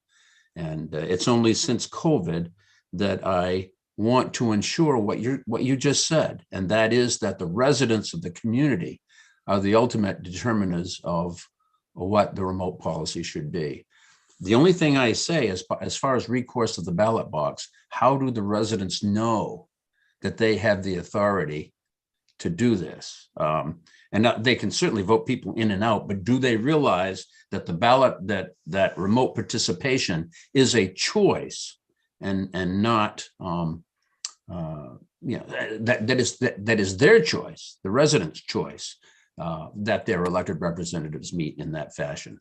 That's the only thing that I'm trying to respect, is the fact that the residents know that their representatives do not meet remotely unless they have their assent. I mean, as you know, everything we do is posted. We have to provide a public notice. The statutes dictate when and how we meet and how we put people on notice that we're meeting. So, and I will suggest to you that advancement in technologies has made it so much easier for residents to keep tabs on what municipalities or decision makers are doing. It's the same with the legislature. You know, if somebody misses a hearing, they can listen to it 2 hours later. It's the same. All of our, well, I'll speak from the perspective of the city of Hallwell because I sit on that council. I mean, we post all our meeting, the audio of our meeting. We're working on getting the equipment necessary to do hybrid meetings so that if our residents are not interested in meeting with us in person, they'll have that option. So technology is helping us become more available to people generally. And we're just asking for the authority to use that as much as we can, but understanding that there's always somebody looking over our shoulder. And we have to do what is perfectly right for our residents. I agree. I think that's increased. But what you're saying is a local committee could advertise that at this next meeting, they will be adopting a remote policy. And that would be the scrutiny that I'm looking for. That would mean that the people would be informed about the elective process of having a remote participation. Yeah, and the solely remote. Right. I mean, it's important to note that the legislation that was enacted last year as LD 32 does require public notice and a hearing with respect to the policy that's going to be adopted. So nothing, that doesn't change at all. So that notice is required, that public hearing is required. The only thing that's really changing here is we, as the legislative body, get to decide what the reasons are rather than those 4 prescribed reasons in state statute. I've used my 2. Thank you very much. Thank you, Representative Babbage. Committee members, other questions for Kate Dufour? Not seeing any questions. Thank you very much for being here today. Next, we'll hear from Arlene, and I hope I'm pronouncing your name correctly, Jurowitz-Layton. You can proceed when you're ready, and please introduce yourself and tell us what town you're from. Hello, my name is Arlene Jurowitz-Layton. I'm from Lincolnville, Maine. I just want to let you know I do have written testimony, and please read the second testimony rather than the first. I inadvertently sent another one in its stead.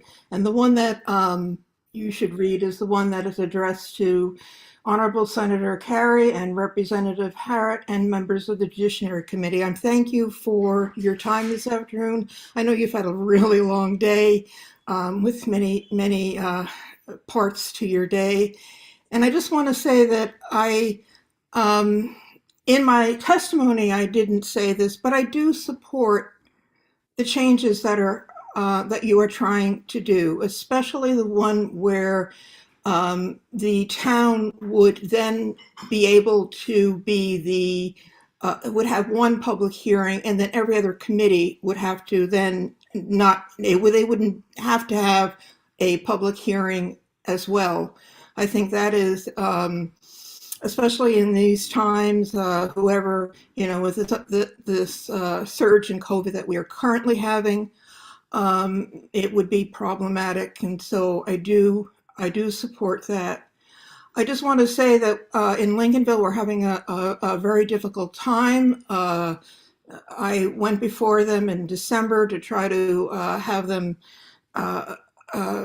enact the original legislation, and they did not want to do that. And other committees have tried to do the same. We're in a situation right now where several committees can't make their quorum, and other committees have decided not to meet. So that's kind of the state of where we are in Lincolnville right now, where we're having issues with just making quorums. And that has to do with the fact that, as with many town governments, people who are retired, people who have a lot of expertise in many different areas are the ones who join committees. Unfortunately, in that case, they're often in their 60s and 70s and have health issues. So we're in this situation where we have to determine and decide, can I risk what I might consider a health issue to be able to attend a committee meeting? So I'm just saying that I think in our, maybe it's just unique to Lincolnville. I have a feeling it's not. I did, if you look at my testimony, which I won't necessarily go into, I did try many different avenues to look for some help. And I agree with some of the changes. I understand that when a new law comes into being, it has to be fine-tuned, as Senator Mara mentioned. But I think it doesn't go far enough. And one of the things that I strongly feel, I have a background in special ed, is remote policy. Our remote meetings really are an introduction to universal design. And we need to look at this tool as a way to open the door for many people to access it. I understand that right now it's written for people who have disabilities, people who are handicapped, but in some ways it really would open the door to many different people being able to attend a remote meeting. So I'll just leave you with that I support what you're trying to do, but I also feel that we need to look at this as Diane Hugh, chairman of the Boston Center for Independent Living, I think she says it best, that remote participation is the latest manifestation of universal design, alongside curb cuts, elevators, closed captioning, audiobooks, and other accessibility features that expanded to universal popularity. We're now in a remarkable opportunity to not only behold, but optimize accessibility. Thank you very much. The 3 minutes has passed quite some while ago. Let's see if committee members have questions for you. Committee members, are there any questions? I have one question for you. You were reading a very seeming to me important and powerful quote. Is that included in your written testimony? It is. Thank you. That's great. Then we can all Freedom follow of up access and read is it. a universal design issue. Thank you very much. Yeah, I like that comparison. Thank you for sharing it. Thank you. Okay, and thank you very much for appearing before the committee. And now we'll hear from Richard Sanderson.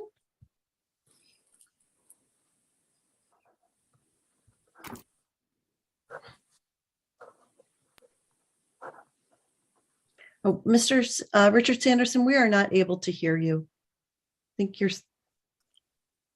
Thank you. Apologize. Yes, thanks for allowing me to speak to this bill. I strongly urge you to support this bill. I guess I can speak from a practical point of view. I'm from Lincolnville as well. Arlene brought up a lot of points that we're struggling with in our town regarding being able to have meetings. I'm on 2 committees in town currently, and neither of our committees feel comfortable meeting at this point. So basically, there's some paralysis in our town government because the concern for this is so great that people do not want to take that risk. You know, these are volunteers. We volunteer to be on this committee. We want to be assisting in town government. We want to move things ahead in our towns. But the concern is limiting our feeling of safety going to these meetings. So it would be very helpful to us to be able to make decisions around an emergency like this, like the COVID is. It continues to rage in our state, and I think we need to have that opportunity to make that decision locally. As Arlene pointed out, I can validate to all of you that most of the people on the 2 committees I'm on in town, the people are retired. Most of them are retired, up in age, and in both committees there's some health issues that bring that concern to another level. So I think if you want to support what our town committees are doing, what our select boards have an opportunity to make decisions about, I think this bill should be supported. Thank you. Thank you very much, Richard Sanderson. Committee members, are there any questions? Not seeing any. We appreciate you being here today. Can I add one more brief thing? Go ahead. I'm a psychologist. I've been a psychologist in the state for decades. And I do want to point out the stress level on these committees that I'm part of, with people trying to make decisions about, should I go to the meeting, should I not? It's a very tough position because people do not want to stop meeting. They don't want to leave issues hanging. There's a commitment when people are volunteering and want to participate, and it's creating a lot of stress for people to be put in that position of in between. Am I going to risk my health, or am I going to kind of beg off being involved in our town? I just think that's an important piece to look at. Yeah, thank you for sharing that. Representative Babbage, did you have a question for Richard Just a Sanderson? quick one. I appreciate your testimony, Mr. Sanderson, and may I ask if you're elected or appointed? It's an election. It's volunteer, but it's an election by our select board. Yes. Oh, by the select board. I see what you're saying. Yeah, I want you to know that I think everybody on this committee wants to make it as easy as possible for you to go to remote. I think that's great. If there's any disagreement, it may be on how we get there, but Okay. I think that's, thank you. Yes, thank you. Any other questions, committee members? Not seeing any. Once again, thank you, Richard Sanderson. Certainly. And next we'll hear from Mike Ray. Hi there. Senator Carney, Representative Harnett, thanks very much.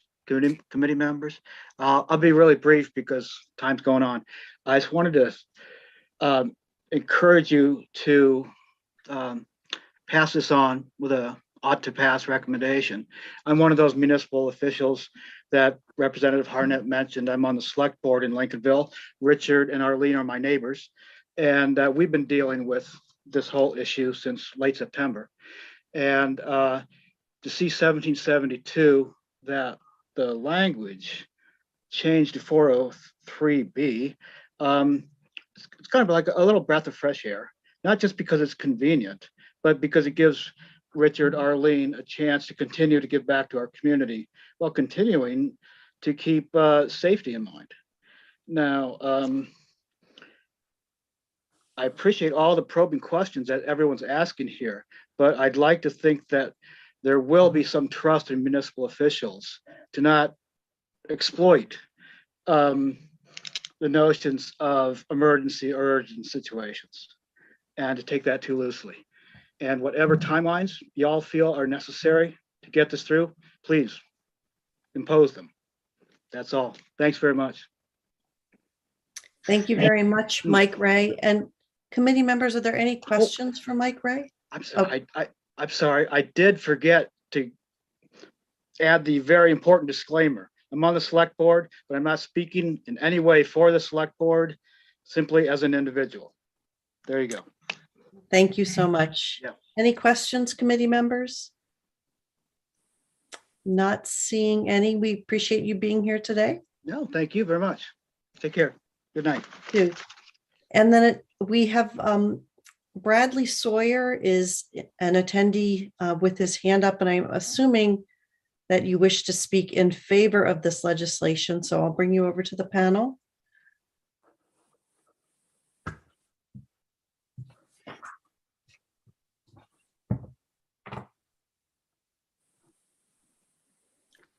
Hello, did you, Bradley Sawyer, did you wish to speak in favor of 1772?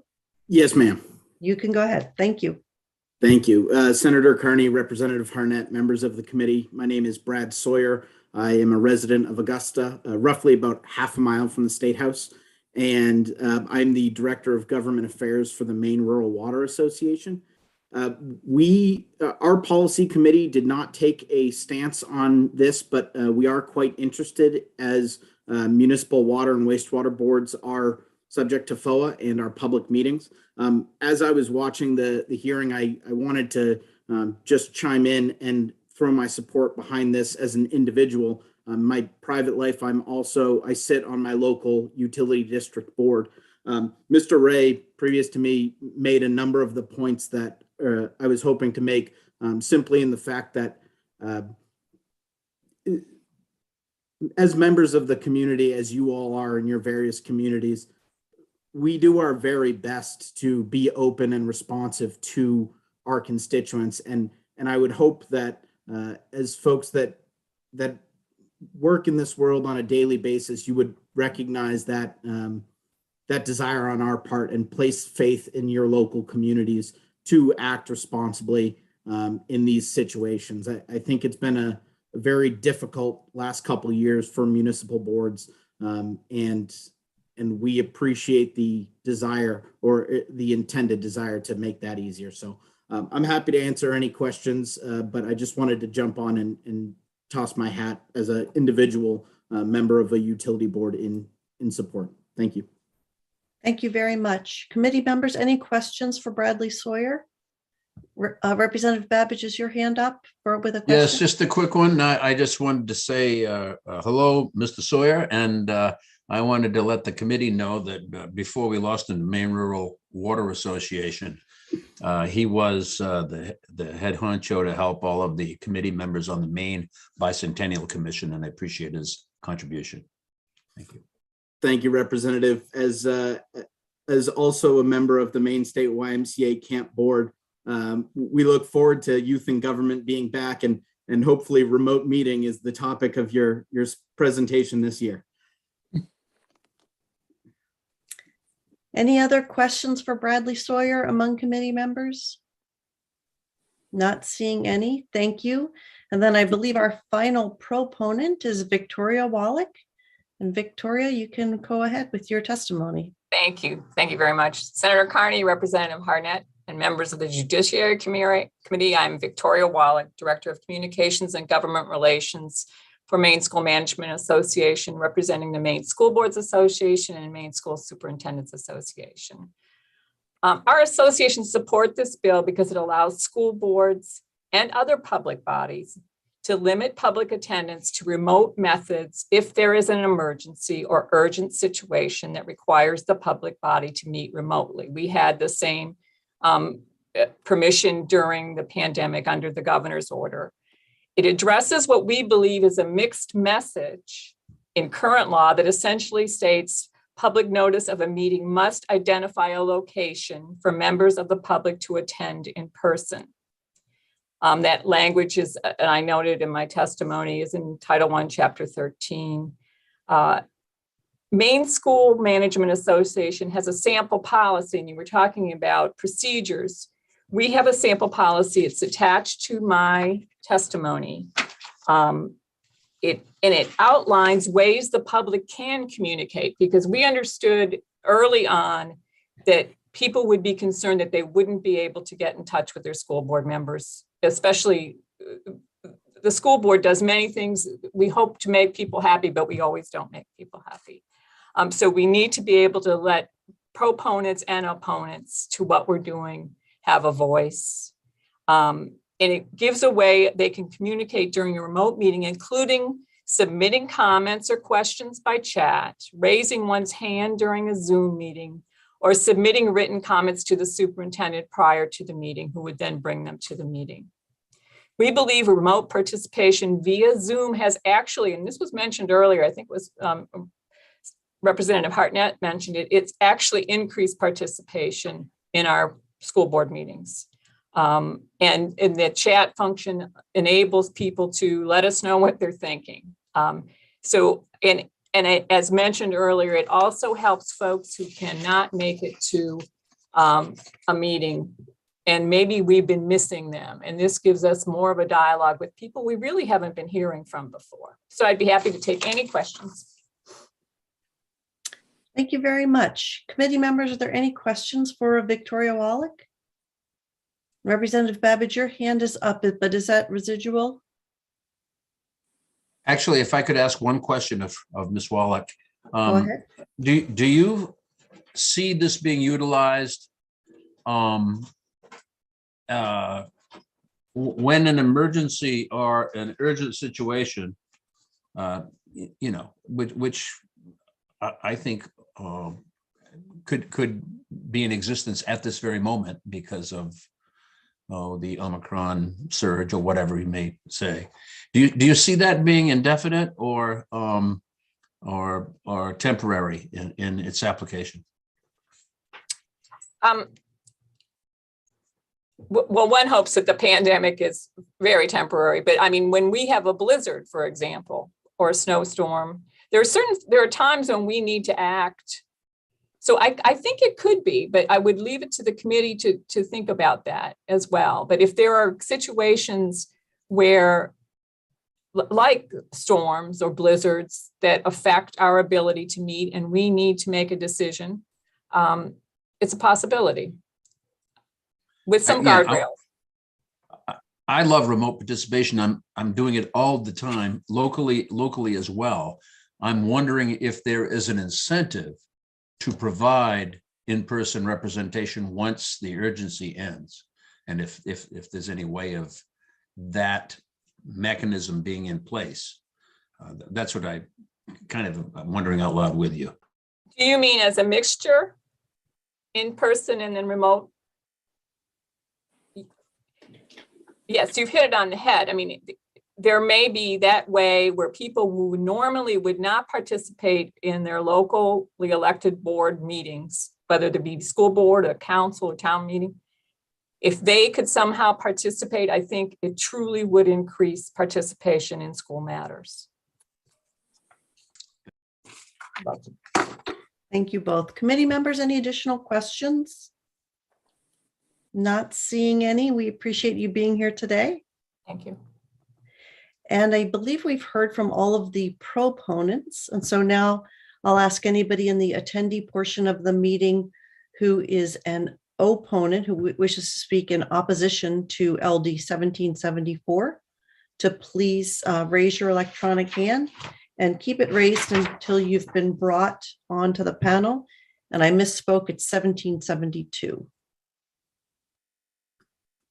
And I am not seeing any opponents.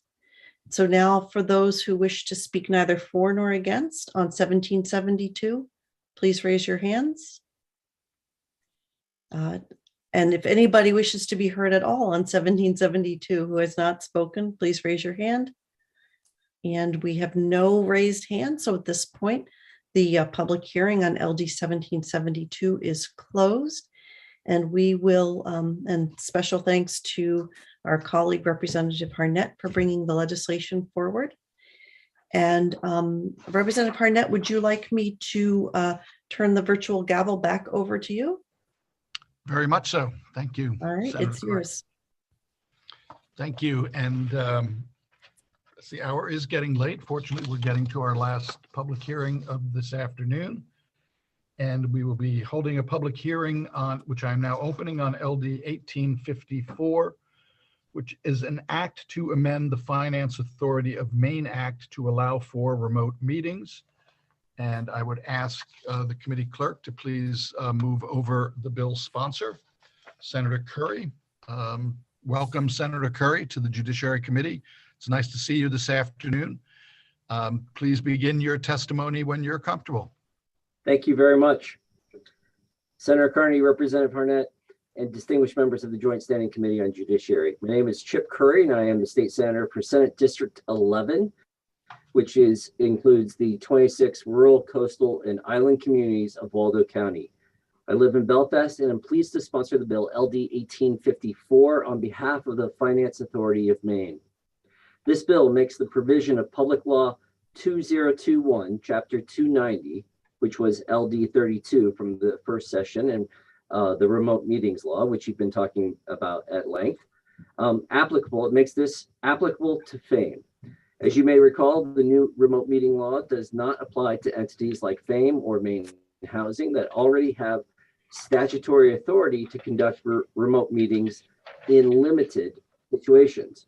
As the pandemic continues, FAME's board of directors has determined that the new law authorizing remote meetings is more suitable and appropriate to the needs than their existing, much older, more limited statute. A representative of FAME is available today to support the bill and to answer any questions you may have, although I'd be happy to attempt questions as well. Thank you for your consideration. Thank you very much, Senator Curry, and thank you for bringing LD 1854 forward. Are there questions from committee members for the bill sponsor, Senator Curry? If so, please raise your electronic hand. And boy, you get off pretty easily, Senator. I do not see any hands up. So thank you very much for being here today. Our committee practice is you're free to stay for the remainder of the public hearing as a participant if you would like. Thank you very much. I will now turn to the attendee room, which my committee clerk already did, and moved over a person who's registered to testify in support of LD 1854. Welcome to the committee, William Norbert. It's nice to see you again. Please begin your testimony when you feel comfortable. Thank you so much, Chairman. It's great to see you and Representative Harnett and Senator Carney and distinguished members of the Judiciary Committee. My name is Bill Norbert, and I am the Governmental Affairs and Communications Manager at the Finance Authority of Maine. I live in Brunswick and am here to speak in favor of the bill. First, we want to thank Senator Curry for sponsoring the bill on our behalf and for sticking around. You all have had a very long afternoon, and we really appreciate his hanging in there. And second, I really appreciate your hanging in there. This is a very hard-working committee, and I really appreciate what you do. Some of you may know that I am a former member. I'm a proud former member of the committee, and I'm sorry I can't be there in person to offer you some tribute, but here's some virtual chocolate, which I will have to enjoy on your behalf later, and that's my tribute. So I will be very brief. You've had a very long afternoon, as I noted. I'm not going to talk about what FAME does. You can see it in my testimony. Hopefully you remember what we do. This bill is simple. It would simply bring FAME into the orbit of the bill, the law you passed last year, the remote meetings law, which Representative Harnett has been just talking about and you all have been thinking about. That law didn't include FAME or main housing, and that's because there's a line at the very end of that bill or law now that excluded entities that already have some remote provision on the books. And we were one of those entities. And we really prefer the new law. We've had a chance to see it work. We know about our old law, which is antiquated and has only been used a handful of times in our history. And we simply want to come under the ambit of the new law. And the way to do that is to repeal our existing provision in law. That's what the statute requires. So you'll see the bill before you repeals that provision of FAME's Act, which allows in limited situations remote meetings to occur. And so we're asking you to repeal that and let us join what most other departments and agencies are enjoying right now. It offers more options. You've heard all about weather and pandemic concerns. FAME is also having to rent space in the Civic Center once a month. We've been having our board meetings there because our current boardroom, although large, isn't large enough to safely accommodate the staff and board members who would attend a board meeting. So I'm happy to answer any questions you have. I won't read my testimony. Appreciate your patience and consideration. Thank you very much. Thank you very much, Bill Norbert. Thank you for bringing your testimony forward today. Are there questions from committee members for William Norbert? Senator Carney and then Senator Keim. Thank you very much, Chair Harnett, and welcome and thank you for the tribute, William Norbert. Quick question. I noticed that there was an emergency preamble on this legislation. Is FAME very eager to transition from their old statute to the new statute? Yes, it couldn't come sooner. Thank you. Thank you, Senator Carney, and thank you for your response. Senator Keim. Thank you. Nice to see you, Mr. Norbert. A couple of questions. One is how will the decision be made about meeting remotely? The board will make that decision. As you know, pursuant to the law that exists, we first will have to develop a policy. And that policy will have to contain the various things that the new law requires, such as what practicable means. As you know, that's the key word when a meeting in person isn't practicable. And so staff will draw a draft, but the board will have to approve it. So that's how we'll go about it. We have thankfully been able to look at a lot of existing policies that various agencies have developed with guidance from the Attorney General's office, and the Secretary of State's office has a nice question and answer sheet that they have provided. So we'll consult those as well. Mm-hmm. And what have you seen for impact on the board proceedings when you have been remote? Because you have been working remotely as well, or has it been only hybrid? Okay, so the board has been meeting, as I mentioned, just in person, but at the Civic Center. Staff meets. It can be hybrid. It can be all the time in the office with safeguards. We have to wear masks and be very careful about public spaces and this hybrid work and a lot of telecommuting going on. But as far as your question is, how have board meetings been going with remote or? Yeah. So let me just clarify. So the staff has been in person and hybrid and remote. Some haven't come back and they're allowed to do that. Yeah. And your board meetings have been remote and hybrid and in person, or can you just help me understand what you've been doing? Sure. We've been abiding by the law, so we can't have remote. We can for staff, but the board members have to assemble in person, and they're doing that at the Civic Center. and selected staff that's presenting to the board on a given topic that meeting attends in person or remotely. I've been going in person. And the public, members of the public they're welcome to participate remotely or in person. And we've had some remote participation, but not in person, but it's pretty rare to have in-person public in person at a FAME board meeting. Does that help, or are you thoroughly confused now? No, so let me just make sure I understand. So the board members have always been meeting in person. And it's just the staff so you're looking for so the staff already has the ability to be hybrid in whatever fashion that is. And so you're looking for the board members to be remote. To have flexibility to be in person or remote, but to have the new law fall under, cover us. We'll develop a policy, and when not practicable, when that's defined, board members might have the option of participating remotely. And the policy that you want to craft, you want to just craft and then have it just be approved within your own within your own entity, as opposed to bringing it back to the legislature to having them approve the remote policy. Right. I don't believe that's required under the law. So no, we wouldn't. Being quasi-independent, we have a board, and they can adopt policies that govern, so long as they comply with state law. Right. Okay. Thank you. Sure. You're welcome. Thank you, Senator Keim. Are there additional questions from committee members for Bill Norbert? Representative Evangelos. Thank you, Mr. Chair. I don't have a question for Mr. Norbert, but before we adjourn, I'd be interested in making a motion to go into a work session if there's no objections from the other members of the committee. Okay. Thank you, Representative Evangelos. Are there additional questions for Bill Norbert?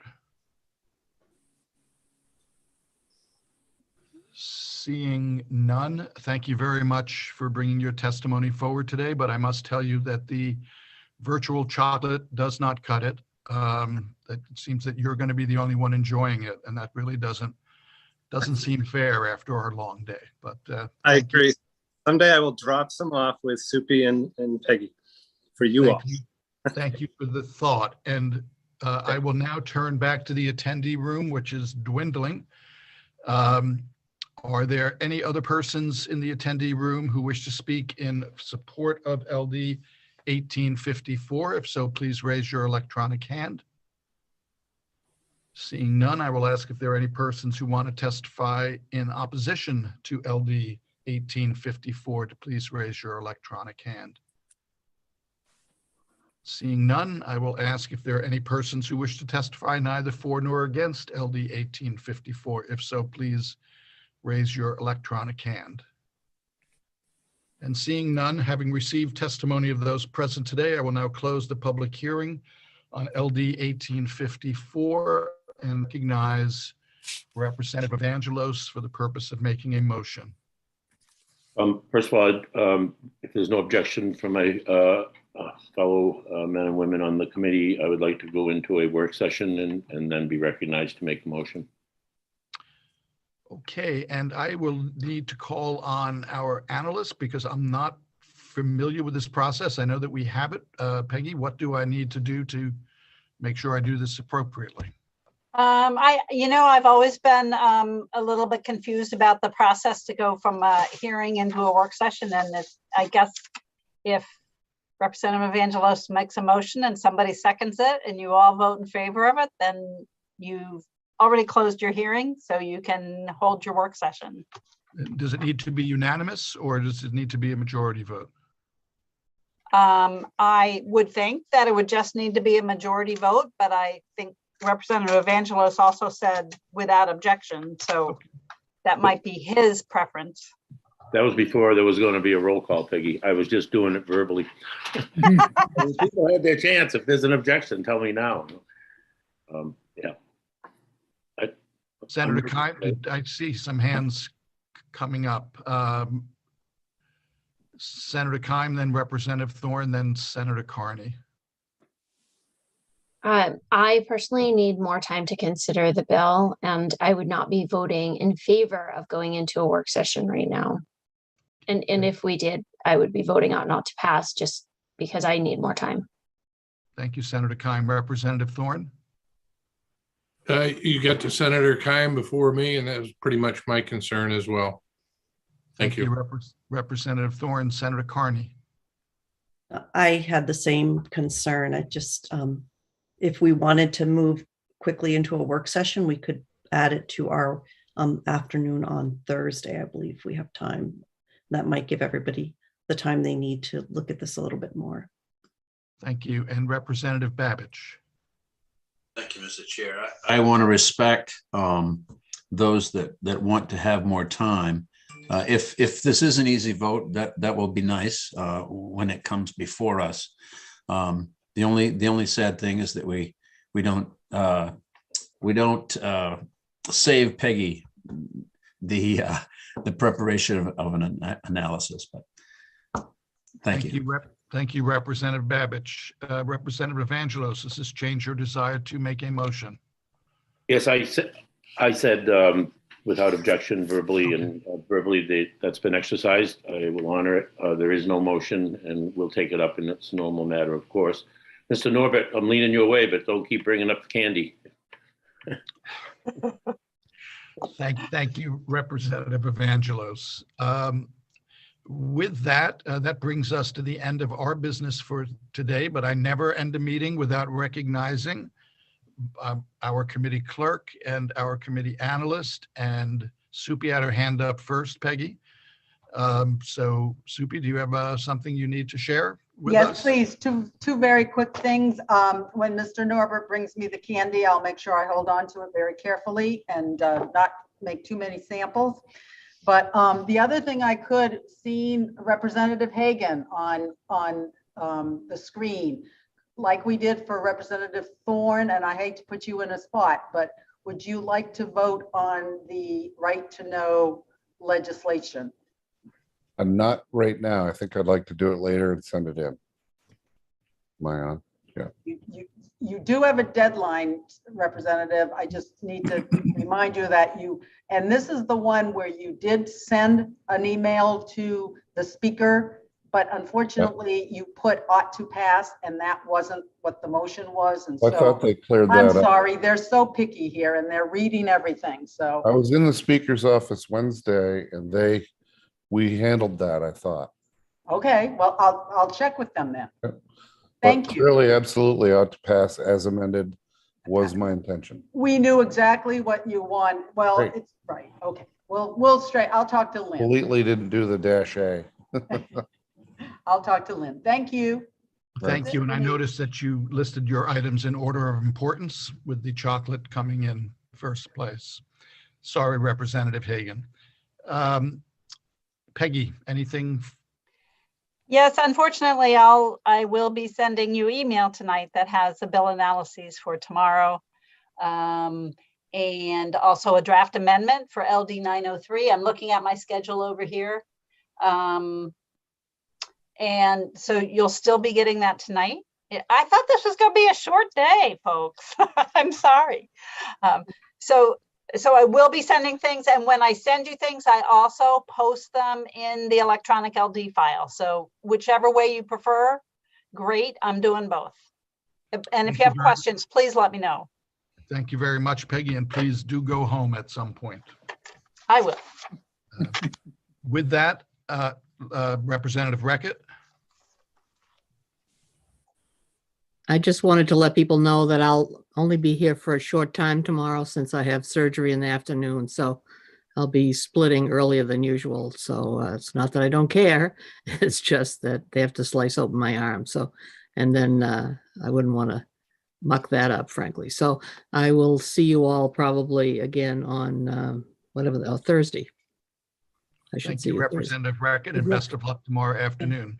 Thank you. Take care. Mhm. Good luck, Lois. Thanks. Representative Babich, do you have your hand up? I do. Just good luck to Lois, and I move to adjourn. Thank you very much. We will all gather together, same place, well, different time, 10 o'clock tomorrow morning. We begin. Thank you very much. Thank you. Okay. Thank you, Good night, everyone. all. Take care.